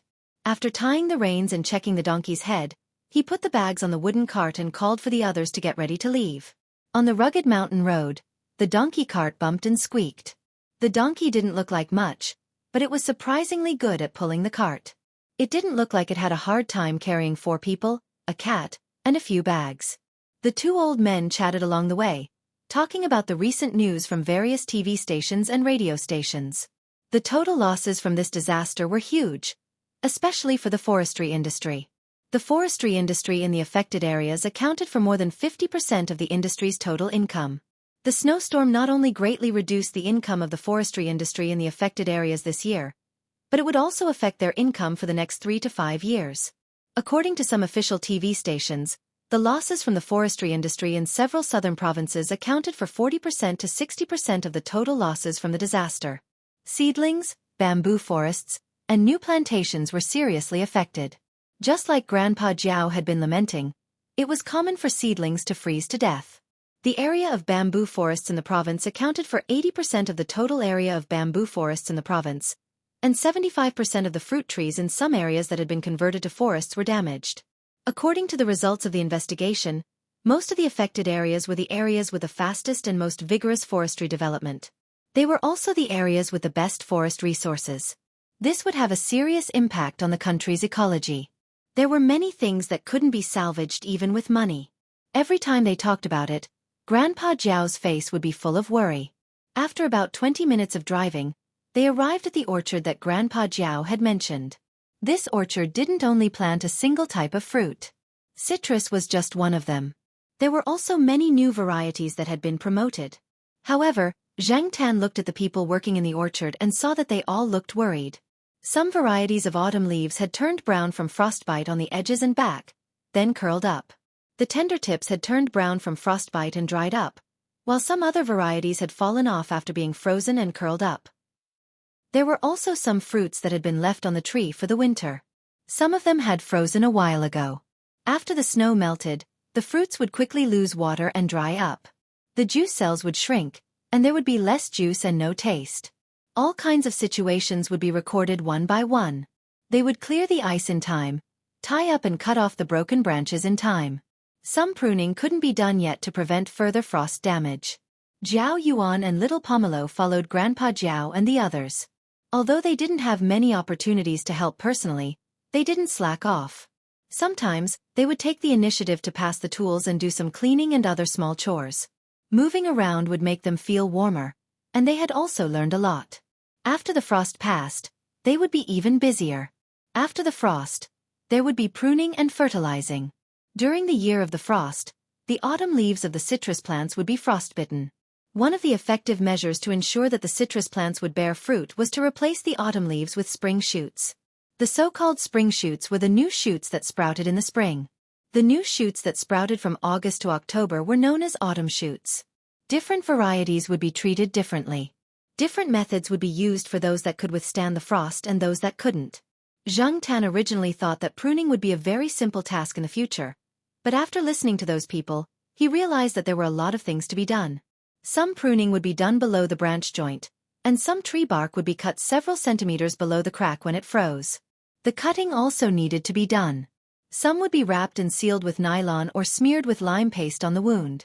When the young trees were severely frostbitten, they would split above the grafting area, leaving 1 or 2 buds to be cut. At the same time, they would pay attention to keeping the spring shoots and recultivating the canopy, etc. Zhang Tan felt dizzy just listening to all this. He realized that he wasn't cut out for this at all. Thus, Zhang Tan decided to walk around by himself. After all, little Pomelo and the others would be staying here for a long time. It could be half a day, or it could be dinner time. No matter what, Zhang Tan just had to be back before lunch. There were more people in the orchard, so Zhang Tan decided to walk a little further away. The people who were busy in the orchard looked at Zhang Tan curiously because Zhang Tan was wearing a vest. After arriving at the old mansion yesterday, Zhang Tan moved some of the things in the vest. Now, there was nothing else in the vest except for a bag of pork jerky stuffed in by Jiao Ma. It was more relaxed this way, and he wasn't afraid of being checked. In the past, Zhang Tan wasn't willing to wear a vest often, but yesterday afternoon, when Zhang Tan was walking outside, an icicle fell vertically on his back. Fortunately, the icicle wasn't thick, and Zhang Tan was wearing a vest, so he only felt a little pain and didn't get hurt. Therefore, Zhang Tan decided that if he went out for a walk, he would wear a vest. It was safer this way. After jogging for a while, Zhang Tan didn't see anyone around, so he strolled slowly until he reached the edge of the orchard. It was surrounded by barbed wire. There was a door, but it was locked.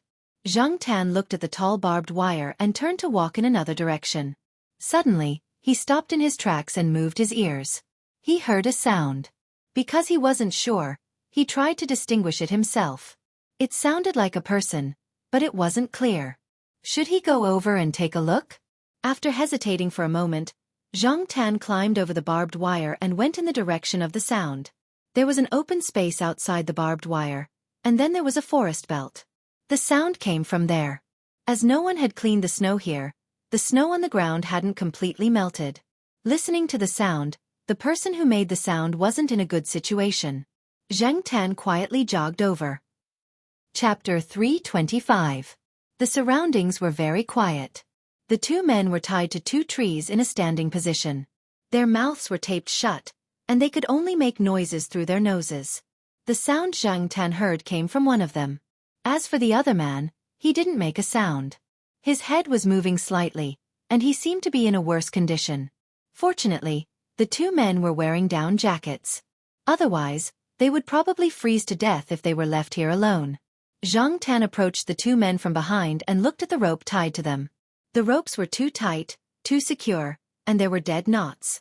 Zhang Tan didn't bring his card knife today, so it was difficult for him to untie the ropes. Good people? Bad people? They must have been tied up here for a long time. Otherwise, they wouldn't be so cold. The marks around them didn't look like they had just been done. Zhang Tan slowly walked out from the side and looked at the man who made the sound. He was about the same age as the Jiao Pa. When he saw Zhang Tan, he was filled with sadness, anger, and anxiety. Suddenly, he was filled with hope. He didn't look like a bad person. Moreover, when the man looked anxious, he looked at the other man who was tied up a few steps away. Obviously, he was worried about the health of the man next to him. As for the second man, he was younger and was also a man. Zhang Tan felt that this man was quite pitiful. He had obviously been beaten up. The first man had at most a bruise at the corner of his eye, but this man was beaten up like a pig's head. There was blood on his forehead, and he wasn't very conscious. There was a dirt road about 50 meters away from here. There were no cars passing by, and even if there were, the doors would be closed. It was hard to hear the noise outside. If it weren't for Zhang Tan, who knew when the two of them would be discovered? Perhaps, they would already be dead by the time they were discovered. After Zhang Tan looked at the two men, he ran towards the orchard. He quickly climbed over the barbed wire fence to find the Jiao Yuan. The Jiao Yuan was helping someone take out a toolbox. He moved his wrists and was about to move on to the next one when he felt someone tugging at his trouser leg. Zhang Tan tugged at Jiao Yuan's trousers and looked in the direction of the two men. He looked at Jiao Yuan and tugged again. Jiao Yuan frowned and said to Grandpa Jiao, who was chatting with someone not far away, "Grandpa, I'm just taking a walk." "All right, be careful." Grandpa Jiao didn't mind too much. There wasn't much danger in the orchard. The children couldn't stay idle and wanted to look around, so he let them be. Zhang Tan didn't intend to let little Pomelo follow him. She was still young. What if she met someone with bad intentions outside? He did not expect little Pomelo to follow him after noticing him. After bringing the two men to the barbed wire fence, Zhang Tan directly climbed over it. Jiao Yuan asked little Pomelo to stay here while he went over to take a look. This was also what Zhang Tan wanted. Jiao Yuan had always been obedient in front of outsiders. He was a good student in the eyes of the teachers. However, in reality, this guy in Xianxia had done a lot of bad things. Even though he was in high school now, he was still doing the same, or even more.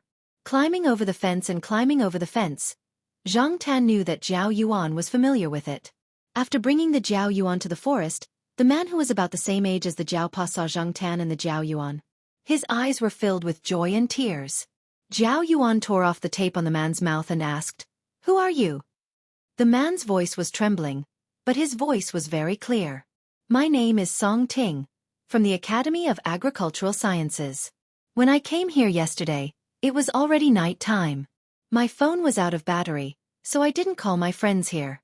I wanted to take a taxi to the experimental base, but I didn't expect to be robbed. When we arrived here, the other two men and the driver tied us up here. They had knives and sticks in their hands, and they took our phones and wallets. Our IDs were in our bags, and they took everything away. The young man next to us should be from around here.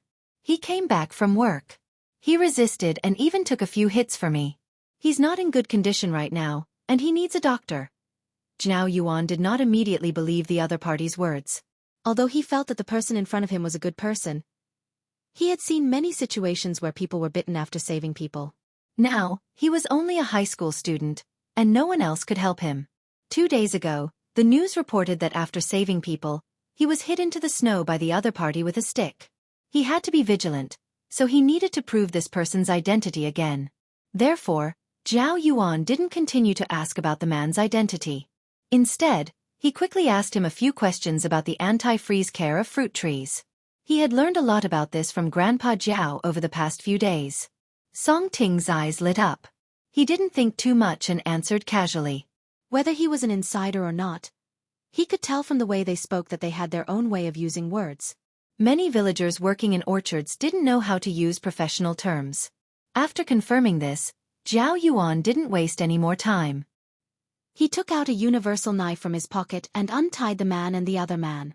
He asked Song Ting to wait here while he quickly ran back to the barbed wire fence. He briefly explained the situation to little Pomelo, and then little Pomelo ran back to call for help. Looking at the two men, they were tired, hungry, and in the cold and wet environment. They had been outside for too long, and it wasn't easy for them to walk. Zhao Yuan alone couldn't carry them. Little Pomelo had been to the orchard a few times, so she was familiar with it. She wasn't afraid of getting lost, so she quickly ran to call for help. Zhang Tan was helping Zhao Yuan to prevent any suspicious people around. What if the car robbers from last night appeared again? Zhao Yuan was just a high school student, and he couldn't handle those professional robbers. Not long after, people came from the orchard. They drove a small cart specially used by the orchard and opened the gate near the barbed wire fence. They carried the two injured men into the cart and went to the town hospital. Because of this incident, they originally planned to stay in the orchard until dinner, but now it seemed that they had to change their plans. When it was almost lunchtime, Grandpa Jiao directly took the children back on the donkey cart. Before getting on the cart, Zhang Tan saw the donkey wagging its tail and shouting beside Grandpa Zhao Yuan. It was different from the sound it made after teasing the cat in the morning. When it was in front of Grandpa Zhao Yuan, Zhang Tan felt that the donkey sounded a little coquettish. Donkeys also knew how to be coquettish. It was said that the two men who were rescued were quickly transferred from the town hospital to the best hospital in the county. This incident was quite big, and it was said that several leaders had ordered a strict investigation. It was rare for the Academy of Agricultural Sciences to take the initiative to send an expert to guide the anti-freezing and post-disaster recovery work of the fruit trees. They didn't expect to encounter such an incident. If this incident wasn't resolved, which expert would come to guide them in the future? There were many experts now, but it wasn't easy to find authentic experts. Why did they say authentic and good experts? Because there were many experts who were hired with high salaries or directly sent by the higher-ups. Not to mention how much real talent they had, not only did they have to put on airs and come to guide them casually, they also had to eat a feast, take a few red packets, and leave immediately. But this time the one who came was quite famous in the industry, and he was also famous for being a good person. They didn't expect to encounter a black cart robbery as soon as they came here. It was simply F***ed up. Although many things were not explicitly said by the higher-ups, some smart people could infer some hidden information. Song Ting had such great achievements at such a young age, and he was also very famous in the industry. Other than his own ability, it could also be seen that there was someone behind him. Otherwise, the higher-ups wouldn't have taken action so quickly. Song Ting's parents were experts in this field of the older generation, and they had contributed a lot to the country. Even though they were old, they still hadn't gone offline. The old man had students all over the world, and he had high prestige in the circle. As an agricultural area with an experimental base, it was inevitable to deal with experts, and it would be inevitable in the future. Therefore, as long as one wasn't stupid, one would know that this matter had to be treated seriously and couldn't be careless at all. Although Song Ting said that there were no confidential documents in the lost things, it was better to find them as soon as possible. Perhaps the robbers didn't expect that the higher-ups would still take care of them when they were busy with disaster relief. They also didn't expect that Song Ting and the others would be discovered so quickly. The robbers planned to do a few more robberies in another town, but they didn't expect to be pulled out of their beds early in the morning on New Year's Eve and handcuffed. This wasn't the first or second time that this group of robbers had done this. They moved from place to place, and if it wasn't for the fact that the operation this time was swift and decisive, and that someone had taken the initiative to report them, they might not have been caught so quickly. As for the other person who was kidnapped, he was indeed from Jiao Pa's village. He had just turned 20 years old, and his reputation in the village wasn't very good. It wasn't that this person had done many things that harmed the villagers, but this person didn't go back to school after graduating from junior high. He wasn't interested in studying, and he didn't want to farm either. He always hung out with people outside and even got into fights before. But at the root of it, this person's character wasn't bad, and he had done things bravely for a just cause a few times. Later, under the suggestion of his family, he followed a few people in the village to work in a garment factory along the coast. He hadn't been home for 2 years, and when he came back this year, he encountered a snowstorm, which caused a lot of trouble. When he was almost back in the village, he was robbed and was beaten up. If it wasn't discovered in time, his life might have been in danger if he had waited for half a day. But now he was much better. He was even joking around with his family in the hospital. But Zhang Tan didn't care about that. On New Year's Eve, Zhang Tan didn't sleep. He saw Grandpa Jiao buy some red packets yesterday. They were simple red packets with the words, New Year's gift bag, printed on them. He wrapped them up tonight and was waiting to give them to the children tomorrow. In fact, most of the time, the villagers were more casual and didn't wrap their gifts in red packets. They just gave it to the children directly from their pockets. But Grandpa Jiao was fashionable and specially bought some red packets. Zhang Tan took 2 red packets and put the money he brought with him into the red packets after little Pomelo and Jiao Yuan fell asleep. Zhang Tan knew that the 2 old people in the Jiao family always gave out 100 yuan as their New Year's money. This was the most red packets given in the village, followed by 50 yuan, 20 yuan, 10 yuan and so on. According to the village's custom, Jiao Pa and Jiao Ma wouldn't give the children any red packets. So, Zhang Tan planned to give more red packets to Jiao Yuan and little Pomelo this time. This way, he would be the one who gave the most red packets this year. Thinking about it made him feel a little proud. Zhang Tan stuffed 500 yuan into each of the 2 red packets. This was the overtime pay he earned from Xiao Gua. It was difficult to withdraw money from the card, so he could only use this. After folding the red packets, Zhang Tan thought for a while. He got some oil from the braised pork that he didn't finish tonight and smeared it on his hand. Then, he printed it on the back of the red packet. On the back of the red packet, there was a blurry oil stain in the shape of a cat's paw. This way, it wouldn't be mixed up with other people's. Chapter 326. Early in the morning, Zhang Tan heard the voices of Grandpa Jiao and Grandma Yuan. The elderly were used to waking up early, and they were even more diligent during the new year. No one slept in today. Little Pomelo and Jiao Yuan woke up very quickly. They still had a lot of work to do, and there would be guests at home. However, when little Pomelo and Jiao Yuan woke up, their vision was still blurry. They were yawning when they smelled the smell of red braised pork. Breakfast was usually bland, so the 2 kids wondered if it was red braised pork for breakfast today. When they put on their clothes, they found a red envelope on the bedside. They picked it up and saw that it was obviously much thicker than usual. On the back, there was a greasy cat paw print with the smell of red braised pork. It was obvious who it belonged to. What surprised Jiao Yuan and little Pomelo even more was the 500 yuan in the red envelope. Zhang Tan had a lot of private money. Jiao Yuan and little Pomelo knew that. Jiao Yuan had even borrowed money from Zhang Tan. However, borrowing money was one thing, and receiving a red envelope was another. Jiao Yuan and little Pomelo felt very strange and complicated. After all, in their eyes, Zhang Tan was much younger than them. Plus, there was 500 yuan in the red envelope. For a student, that was a lot of money. Jiao Yuan looked at the red envelope in his hand with a complicated expression. He actually wanted to yell F***CK to ease the impact of the red envelope, but obviously he couldn't.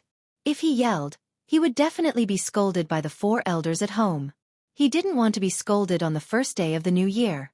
When Grandpa Jiao and Grandma Yuan saw Jiao Yuan and little Pomelo coming out of their rooms, they smiled so widely that their eyes narrowed. Before the 2 kids said anything, they quickly took out the red envelope they had prepared and handed it to them. As Zhang Tan expected, Grandpa Jiao and Grandma Yuan gave out 100 yuan each. It was obvious from the thickness of the red envelopes. Zhang Tan couldn't help but feel proud. It didn't even give as much as it did. Ah, black charcoal and yours. Grandpa Jiao and Grandma Yuan took out their red envelopes again. It was the same as in previous years. One of Zhang Tan's red envelopes contained pork jerky, and the other contained dried fish fillets. However, this year, Grandpa Jiao and Grandma Yuan gave him more red envelopes. In previous years, each red envelope only contained 1 bag, but this time, they gave him 2 bags. It was double the amount. There was a reason why Zhang Tan gave them double the amount of red envelopes.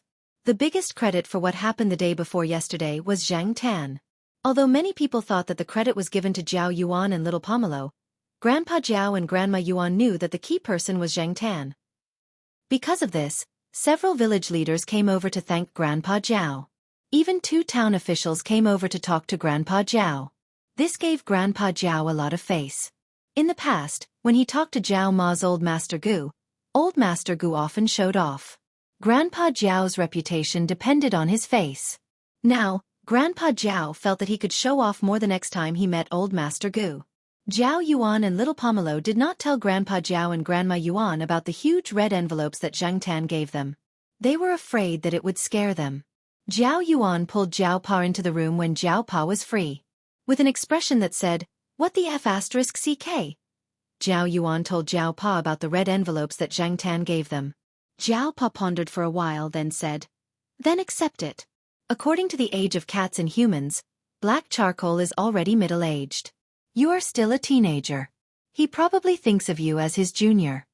Jiao Yuan said, "You can't say that. This is Black Charcoal's appreciation. Besides, Black Charcoal is now a high-earning person who has worked for a few years. You are still a middle school student. His monthly salary is equivalent to half a year of your living expenses. Oh, and he made more money at the end of the year for the documentary." Jiao Yuan was speechless. That was a blow to him. There were many examples of cats from other families giving gifts, such as dead rats, incomplete grasshoppers, or other gadgets, etc. However, Jiao Yuan and little Pomelo were probably the only ones who had the experience of being given red envelopes by their own cats. Only they could understand the complicated and tangled feeling of being given red envelopes by their own cats. In the morning, when Zhang Tan came back from visiting the grave, he found a person sitting in the old house. It was the person named Song Ting. Grandpa Jiao was smiling like a chrysanthemum blooming. He called Song Ting, Expert Song, enthusiastically. Compared to when he was kidnapped, Song Ting looked much better now. The bruises at the corners of his eyes had faded a lot. Fortunately, the robbers did not directly take away their down jackets. Otherwise, they might not have been able to safely wait for rescue. Song Ting did not become depressed because of what had happened that day. He looked very energetic, and his complexion was much healthier. When Song Ting arrived, Jiao Pa had just left with Jiao Yuan and the others. Grandpa Jiao had said that it would not take long, so Song Ting had been sitting there waiting. Seeing Jiao Pa and the others come back, Song Ting's eyes flashed with a smile. His gaze first fell on Zhang Tan, who was wearing a vest, then on Jiao Yuan and little Pomelo. Finally, he looked at Jiao Pa and Jiao Ma behind them. After saying his New Year greetings, Song Ting reached into his pocket. Zhang Tan's heart inexplicably skipped a beat. He had a bad feeling about this. Sure enough, the next moment, he saw Song Ting take out 2 exquisite red packets from his pocket. They were twice the size of Zhang Tan's. Moreover, the red packets were very thick. Jiao Pa and Grandpa Jiao could not sit still when they saw this. They stood up and wanted to reject the red packets, but in the end, they could not resist Song Ting's insistence. They nodded and let the 2 children accept it.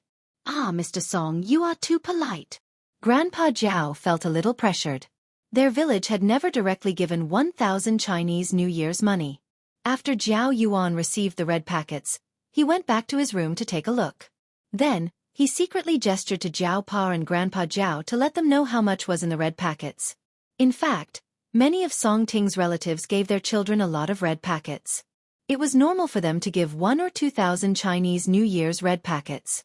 However, this was also a process of exchange. No matter how much you gave your children, they would give your children in return. They would send red packets to each other. If they could not give their children any Chinese New Year's red packets, they would put it on other things and add it to the Chinese New Year's red packets. Song Ting did not like to do these so-called reciprocal gifts. In the past, it was his wife who prepared the red packets. However, now that his wife had gone abroad to study for a doctorate degree, the old man was not around to give advice. In the end, he decided to follow the traditional way of giving red packets between relatives and gave each child 1,000 Chinese New Year's red packets. Song Ting wanted to give more red packets. He was sincerely grateful to the 2 children. It was the first time in many years that he had encountered such a situation. Fortunately, the 2 children and the cat had helped him. Otherwise, the consequences would have been unimaginable. He could have given more red packets, but in the end, Song Ting's friends stopped him. Generally, in the village, giving too much red packets would be too stressful. If they wanted to express their gratitude, they could do it in other ways. Therefore, this 1,000 Chinese New Year's red packet was the result of Song Ting's friend's persuasion. As for Zhang Tan, when Zhao Yuan went back to his room to look at the red packets, he hurriedly followed him. After seeing the red packets, he cursed in his heart. Along with the alpaca, he did not look at Song Ting in a good light. He had originally planned to give the highest red packet this year, but in less than 2 hours, his plan was broken. Zhang Tan was so depressed that he wanted to flip the table. At the same time, he was thinking of saving more cash next year to give the red packets. At that time, the red packets would be more exquisite and beautiful. Someone came to look for Grandpa Zhao, so he asked the Zhao Pa to stay here and talk to Mr. Song. After the Zhao Yuan and little Pomelo were called away by Zhao Ma, there was only the Zhao Pa and Song Ting left. Both of them were professors and were about the same age. Although they were engaged in different fields, they were not completely unrelated. They could also talk about common topics. Zhang Tan was sleepy listening to the profound academic topics. When Zhang Tan woke up after a short nap, the Zhao Pa and Song Ting talked about the loss of the orchard after the snow disaster. They even talked about donating. Zhang Tan had always been a simple-minded person. He had no interest in donating. He did not feel that he should give the money he earned to people he did not know. He also did not need to rely on donating money to earn his reputation. He would rather give it to the Zhao family and his friends. Therefore, when the Zhao Pa and Song Ting were talking about donating, Zhang Tan ran out and planned to take a walk outside. This year, the festive atmosphere of the spring festival in the village was not as strong. Because of the snow disaster, many people who made a living from the land were having a headache. The same was true for those who cultivated and raised crops. They were not optimistic and only wanted to try their best to recover some losses. There were also fewer children playing with firecrackers outside. Most of them were helping their families. The income of their families was directly linked to their future education and marriage. Therefore, they gave up playing with firecrackers and went to work. Zhang Tan squatted on a big rock beside the muddy road and looked at the villagers who were scurrying away. 2 old men walked past the muddy road in front of him. They were talking and did not notice Zhang Tan. Listening to their conversation, it seemed that they were all donating money to a family. The family was not very well off. There were many problems with their tile-roofed house. It was not reliable and half of it collapsed during the snow disaster. Fortunately, they were fine. They barely survived the New Year's Eve with the help of some people. Otherwise, they would have been cold and hungry. Some people in the village wanted to raise money to help them repair their house. Otherwise, they would have no place to live. According to what the 2 elders said, their family conditions were not very good. They were just passable. Their son and daughter-in-law did not agree with donating money, but the elders thought that by doing some good deeds, they could accumulate more merit for their son and grandson. This way, they could leave in peace in the future. Many people, the older they got, the more they believed in some mysterious things such as doing good deeds and accumulating good deeds. It was said that good people would be rewarded and evil people would be punished.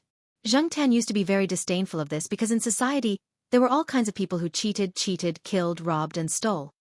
They lived in luxurious houses, drove luxury cars, and hooked up with high-quality girls. They lived better than anyone else. On the contrary, some good people lived miserable lives. The failure of education, the increasing pressure of life, and the increasing gap between the rich and the poor made people breathless. Doing good deeds and accumulating good deeds? No, they were more and more convinced that money was above all. As for the process, what did it matter? However, Zhang Tan suddenly began to feel confused again. He used to think, was it because he had done too many wicked things that he suddenly became a cat? There was a vegetable garden on the other side of the muddy road. Some of the vegetables had frozen to death, but some were still alive on the other side of the fence. Yellow flowers bloomed on the vegetable stalks. They swayed slightly with the wind, adding some vitality and hope to the garden. Zhang Tan looked at the vegetable stalks and gradually became entranced. Then, a donkey's face suddenly appeared, accompanied by a rather sudden donkey's honking. Zhang Tan was so shocked that he almost jumped up. The donkey turned its head and wagged its tail as it followed the 5th grandpa. Watching the man and donkey walk away, Zhang Tan stretched and ran back to the old house. Chapter 327. It was a bank card that the Zhao Pa had specially made for Zhang Tan. Zhang Tan's salary and remuneration were all deposited into it. Zhang Tan hadn't checked the amount of money in the bank for a long time. Last time, When the Jiao Pa checked online banking, Zhang Tan was very happy when he saw the amount of money in the bank account. Before the Jiao Pa went abroad, he gave the card to Zhang Tan. Now that he had been back for a long time, he didn't ask for it back. It was still hidden in the drawer of the cat tree by Zhang Tan. When he left Chuhua City this time, other than some cash and a card knife, the only thing he had in his vest was this bank card in case he needed it. From the beginning until now, the Jiao Pa hadn't used the money in the bank card much. The money in the bank card might not be less than the money in his own salary card. However, the Jiao Pa didn't expect Zhang Tan to bring the bank card out. What was the meaning of this? Putting the newspaper aside, the Jiao Pa wasn't in a hurry to leave. He closed the door and dragged a chair over to sit down. Zhang Tan pushed the bank card that his hand was stepping on in front of the Jiao Pa. The Jiao Pa was puzzled. "You want to withdraw money?" Zhang Tan turned his head and looked around. He looked at the newspaper that the Jiao Pa had just put on the table. The newspaper was brought over by Song Ting. It was a provincial newspaper. The headlines on it were about the snow disaster and disaster relief funds. The Jiao Pa followed Zhang Tan's gaze and looked at the newspaper. He raised his eyebrows and said with a strange expression, "You want to donate money?" Zhang Tan nodded and pushed the card in front of the Jiao Pa again. It was inconvenient to not be able to talk. Fortunately, the Jiao Pa had already gotten used to this kind of communication. He had even pasted a small note on Zhang Tan before. If other people knew about this, their jaws would probably drop. The Jiao Pa was silent for a few seconds. Then he smiled and patted Zhang Tan's head. He sighed and looked out of the window. He didn't say anything for a while. Zhang Tan waited for a while. Seeing that the Jiao Pa didn't say anything else, he was about to remind him.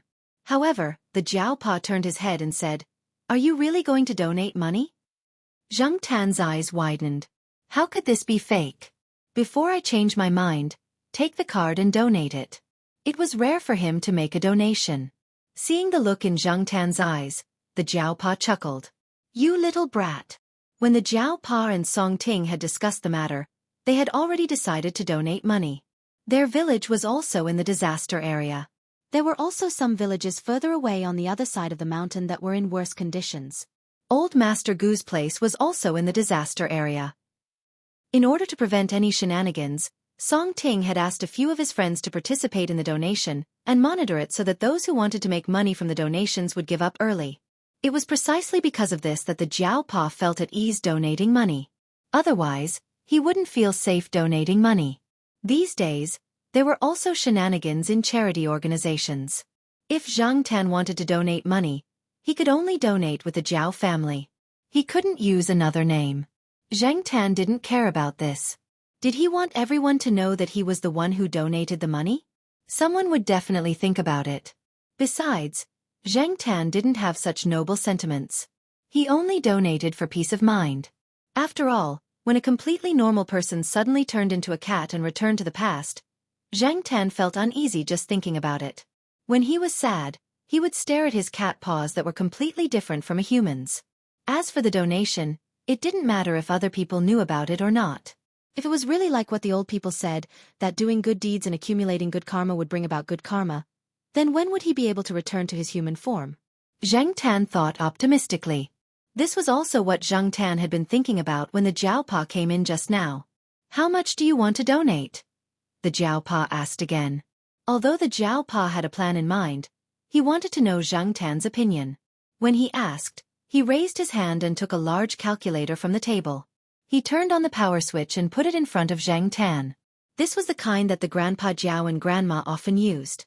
When they bought it for the convenience of the two old people. It was the type with the big buttons that could be seen clearly. Zhang Tan stared at the calculator in front of him and raised his hand to press the button on the calculator. Normally, donations were in round numbers, so Zhang Tan pressed 1, then moved to the 0 button and planned to press 4 zeros. However, when he pressed the button, Zhang Tan's mind wandered. He was still thinking about something when he suddenly remembered that there seemed to be a lot of things happening in the past year, especially the incident in May. After pressing the button, Zhang Tan retracted his hand and realized that he had pressed something wrong. He raised his head and looked at the display on the calculator. Sure enough, there was an extra 0. Zhang Tan was speechless. It really was a mistake. Earlier, He had seen a donation news article in the newspaper. Many celebrities had donated 10 to 20,000 yuan on the spot. He had thought that it would be enough if he donated 10,000 yuan. However, when he was pressing the button, his mind suddenly went blank. He was not focused and accidentally pressed an extra button. Before Zhang Tan could regret, the Jiao Pa had already taken the calculator and looked at it. Seeing the 100,000 on the monitor, Father Jiao was surprised, which was rare. He knew that before the new year, when his cat was working at the pet center, the overtime pay was only 50 yuan. He had to get 100 yuan. Xiao Gua had joked about it several times when he called him. He did not expect this guy to be so generous. Compared to corporate donations, private donations were much less, especially from ordinary people. 100,000 yuan was a huge sum of money for many people. For this large-scale snow disaster, Zhang Tan's donation was even more than some of the celebrities' donations listed in the newspaper. Zhang Tan had a lot of money in his card. In the past, because of him, Yi Hao had transferred a lot of money. This amount of money still accounted for the majority of the total amount. In the past few years, because of various reasons, Yi Hao had also transferred a lot of money. Every time, Yi Hao had been very generous. Are you really going to donate this much? I was going to donate 100,000 yuan. I didn't expect you to do the same, said the Jiao Pa, thinking about the New Year's money that the Jiao Yuan had told him. The Jiao Pa smiled and shook his head again. His cat was really... Zhang Tan hesitated for a moment. However, when he thought about the money in his card, he decided that he would just donate 100,000 yuan. He would not change it. Pushing the card back to the Jiao Pa, Zhang Tan jumped off the table and left. A few days later, Song Ting came again. The young man who had been kidnapped with him last time was discharged from the hospital today. He asked the driver to send the young man over. After all, the young man had helped a lot when they were kidnapped. This time, the young man had almost lost his life. After Song Ting learned about the young man's family situation, he recommended a food processing factory along the coast to let the young man work there when he recovered. The young man's family was very happy about the good pay. Taking advantage of this time, Song Ting also chatted with the Jiao Pa and brought over the relevant donation certificate. The Jiao Pa meant that the 200,000 yuan was a family donation. When he told Song Ting about it, he specifically said, "The money that my cat earns is also included in the donation." Song Ting smiled. He only thought that the Jiao Pa was joking. However, he did have a good impression of Zhang Tan. If it were not for Zhang Tan, he did not know when he would have been discovered. In addition, on Yuan Ziyi's side, the Jiao Pa would also participate in the company's donation. He did not only donate this amount of money. Because of the disaster in his hometown, he also experienced a lot this time.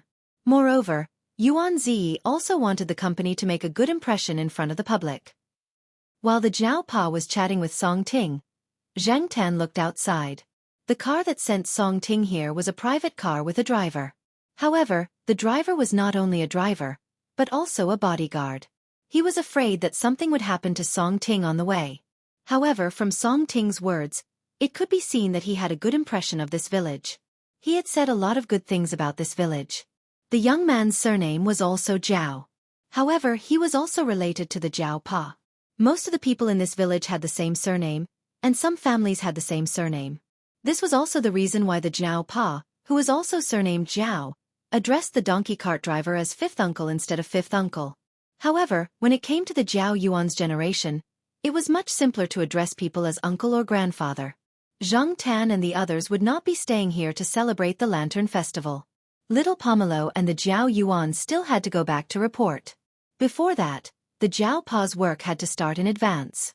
Many graduate students would return to school around the 10th of the first lunar month, especially those who were busy with more research projects.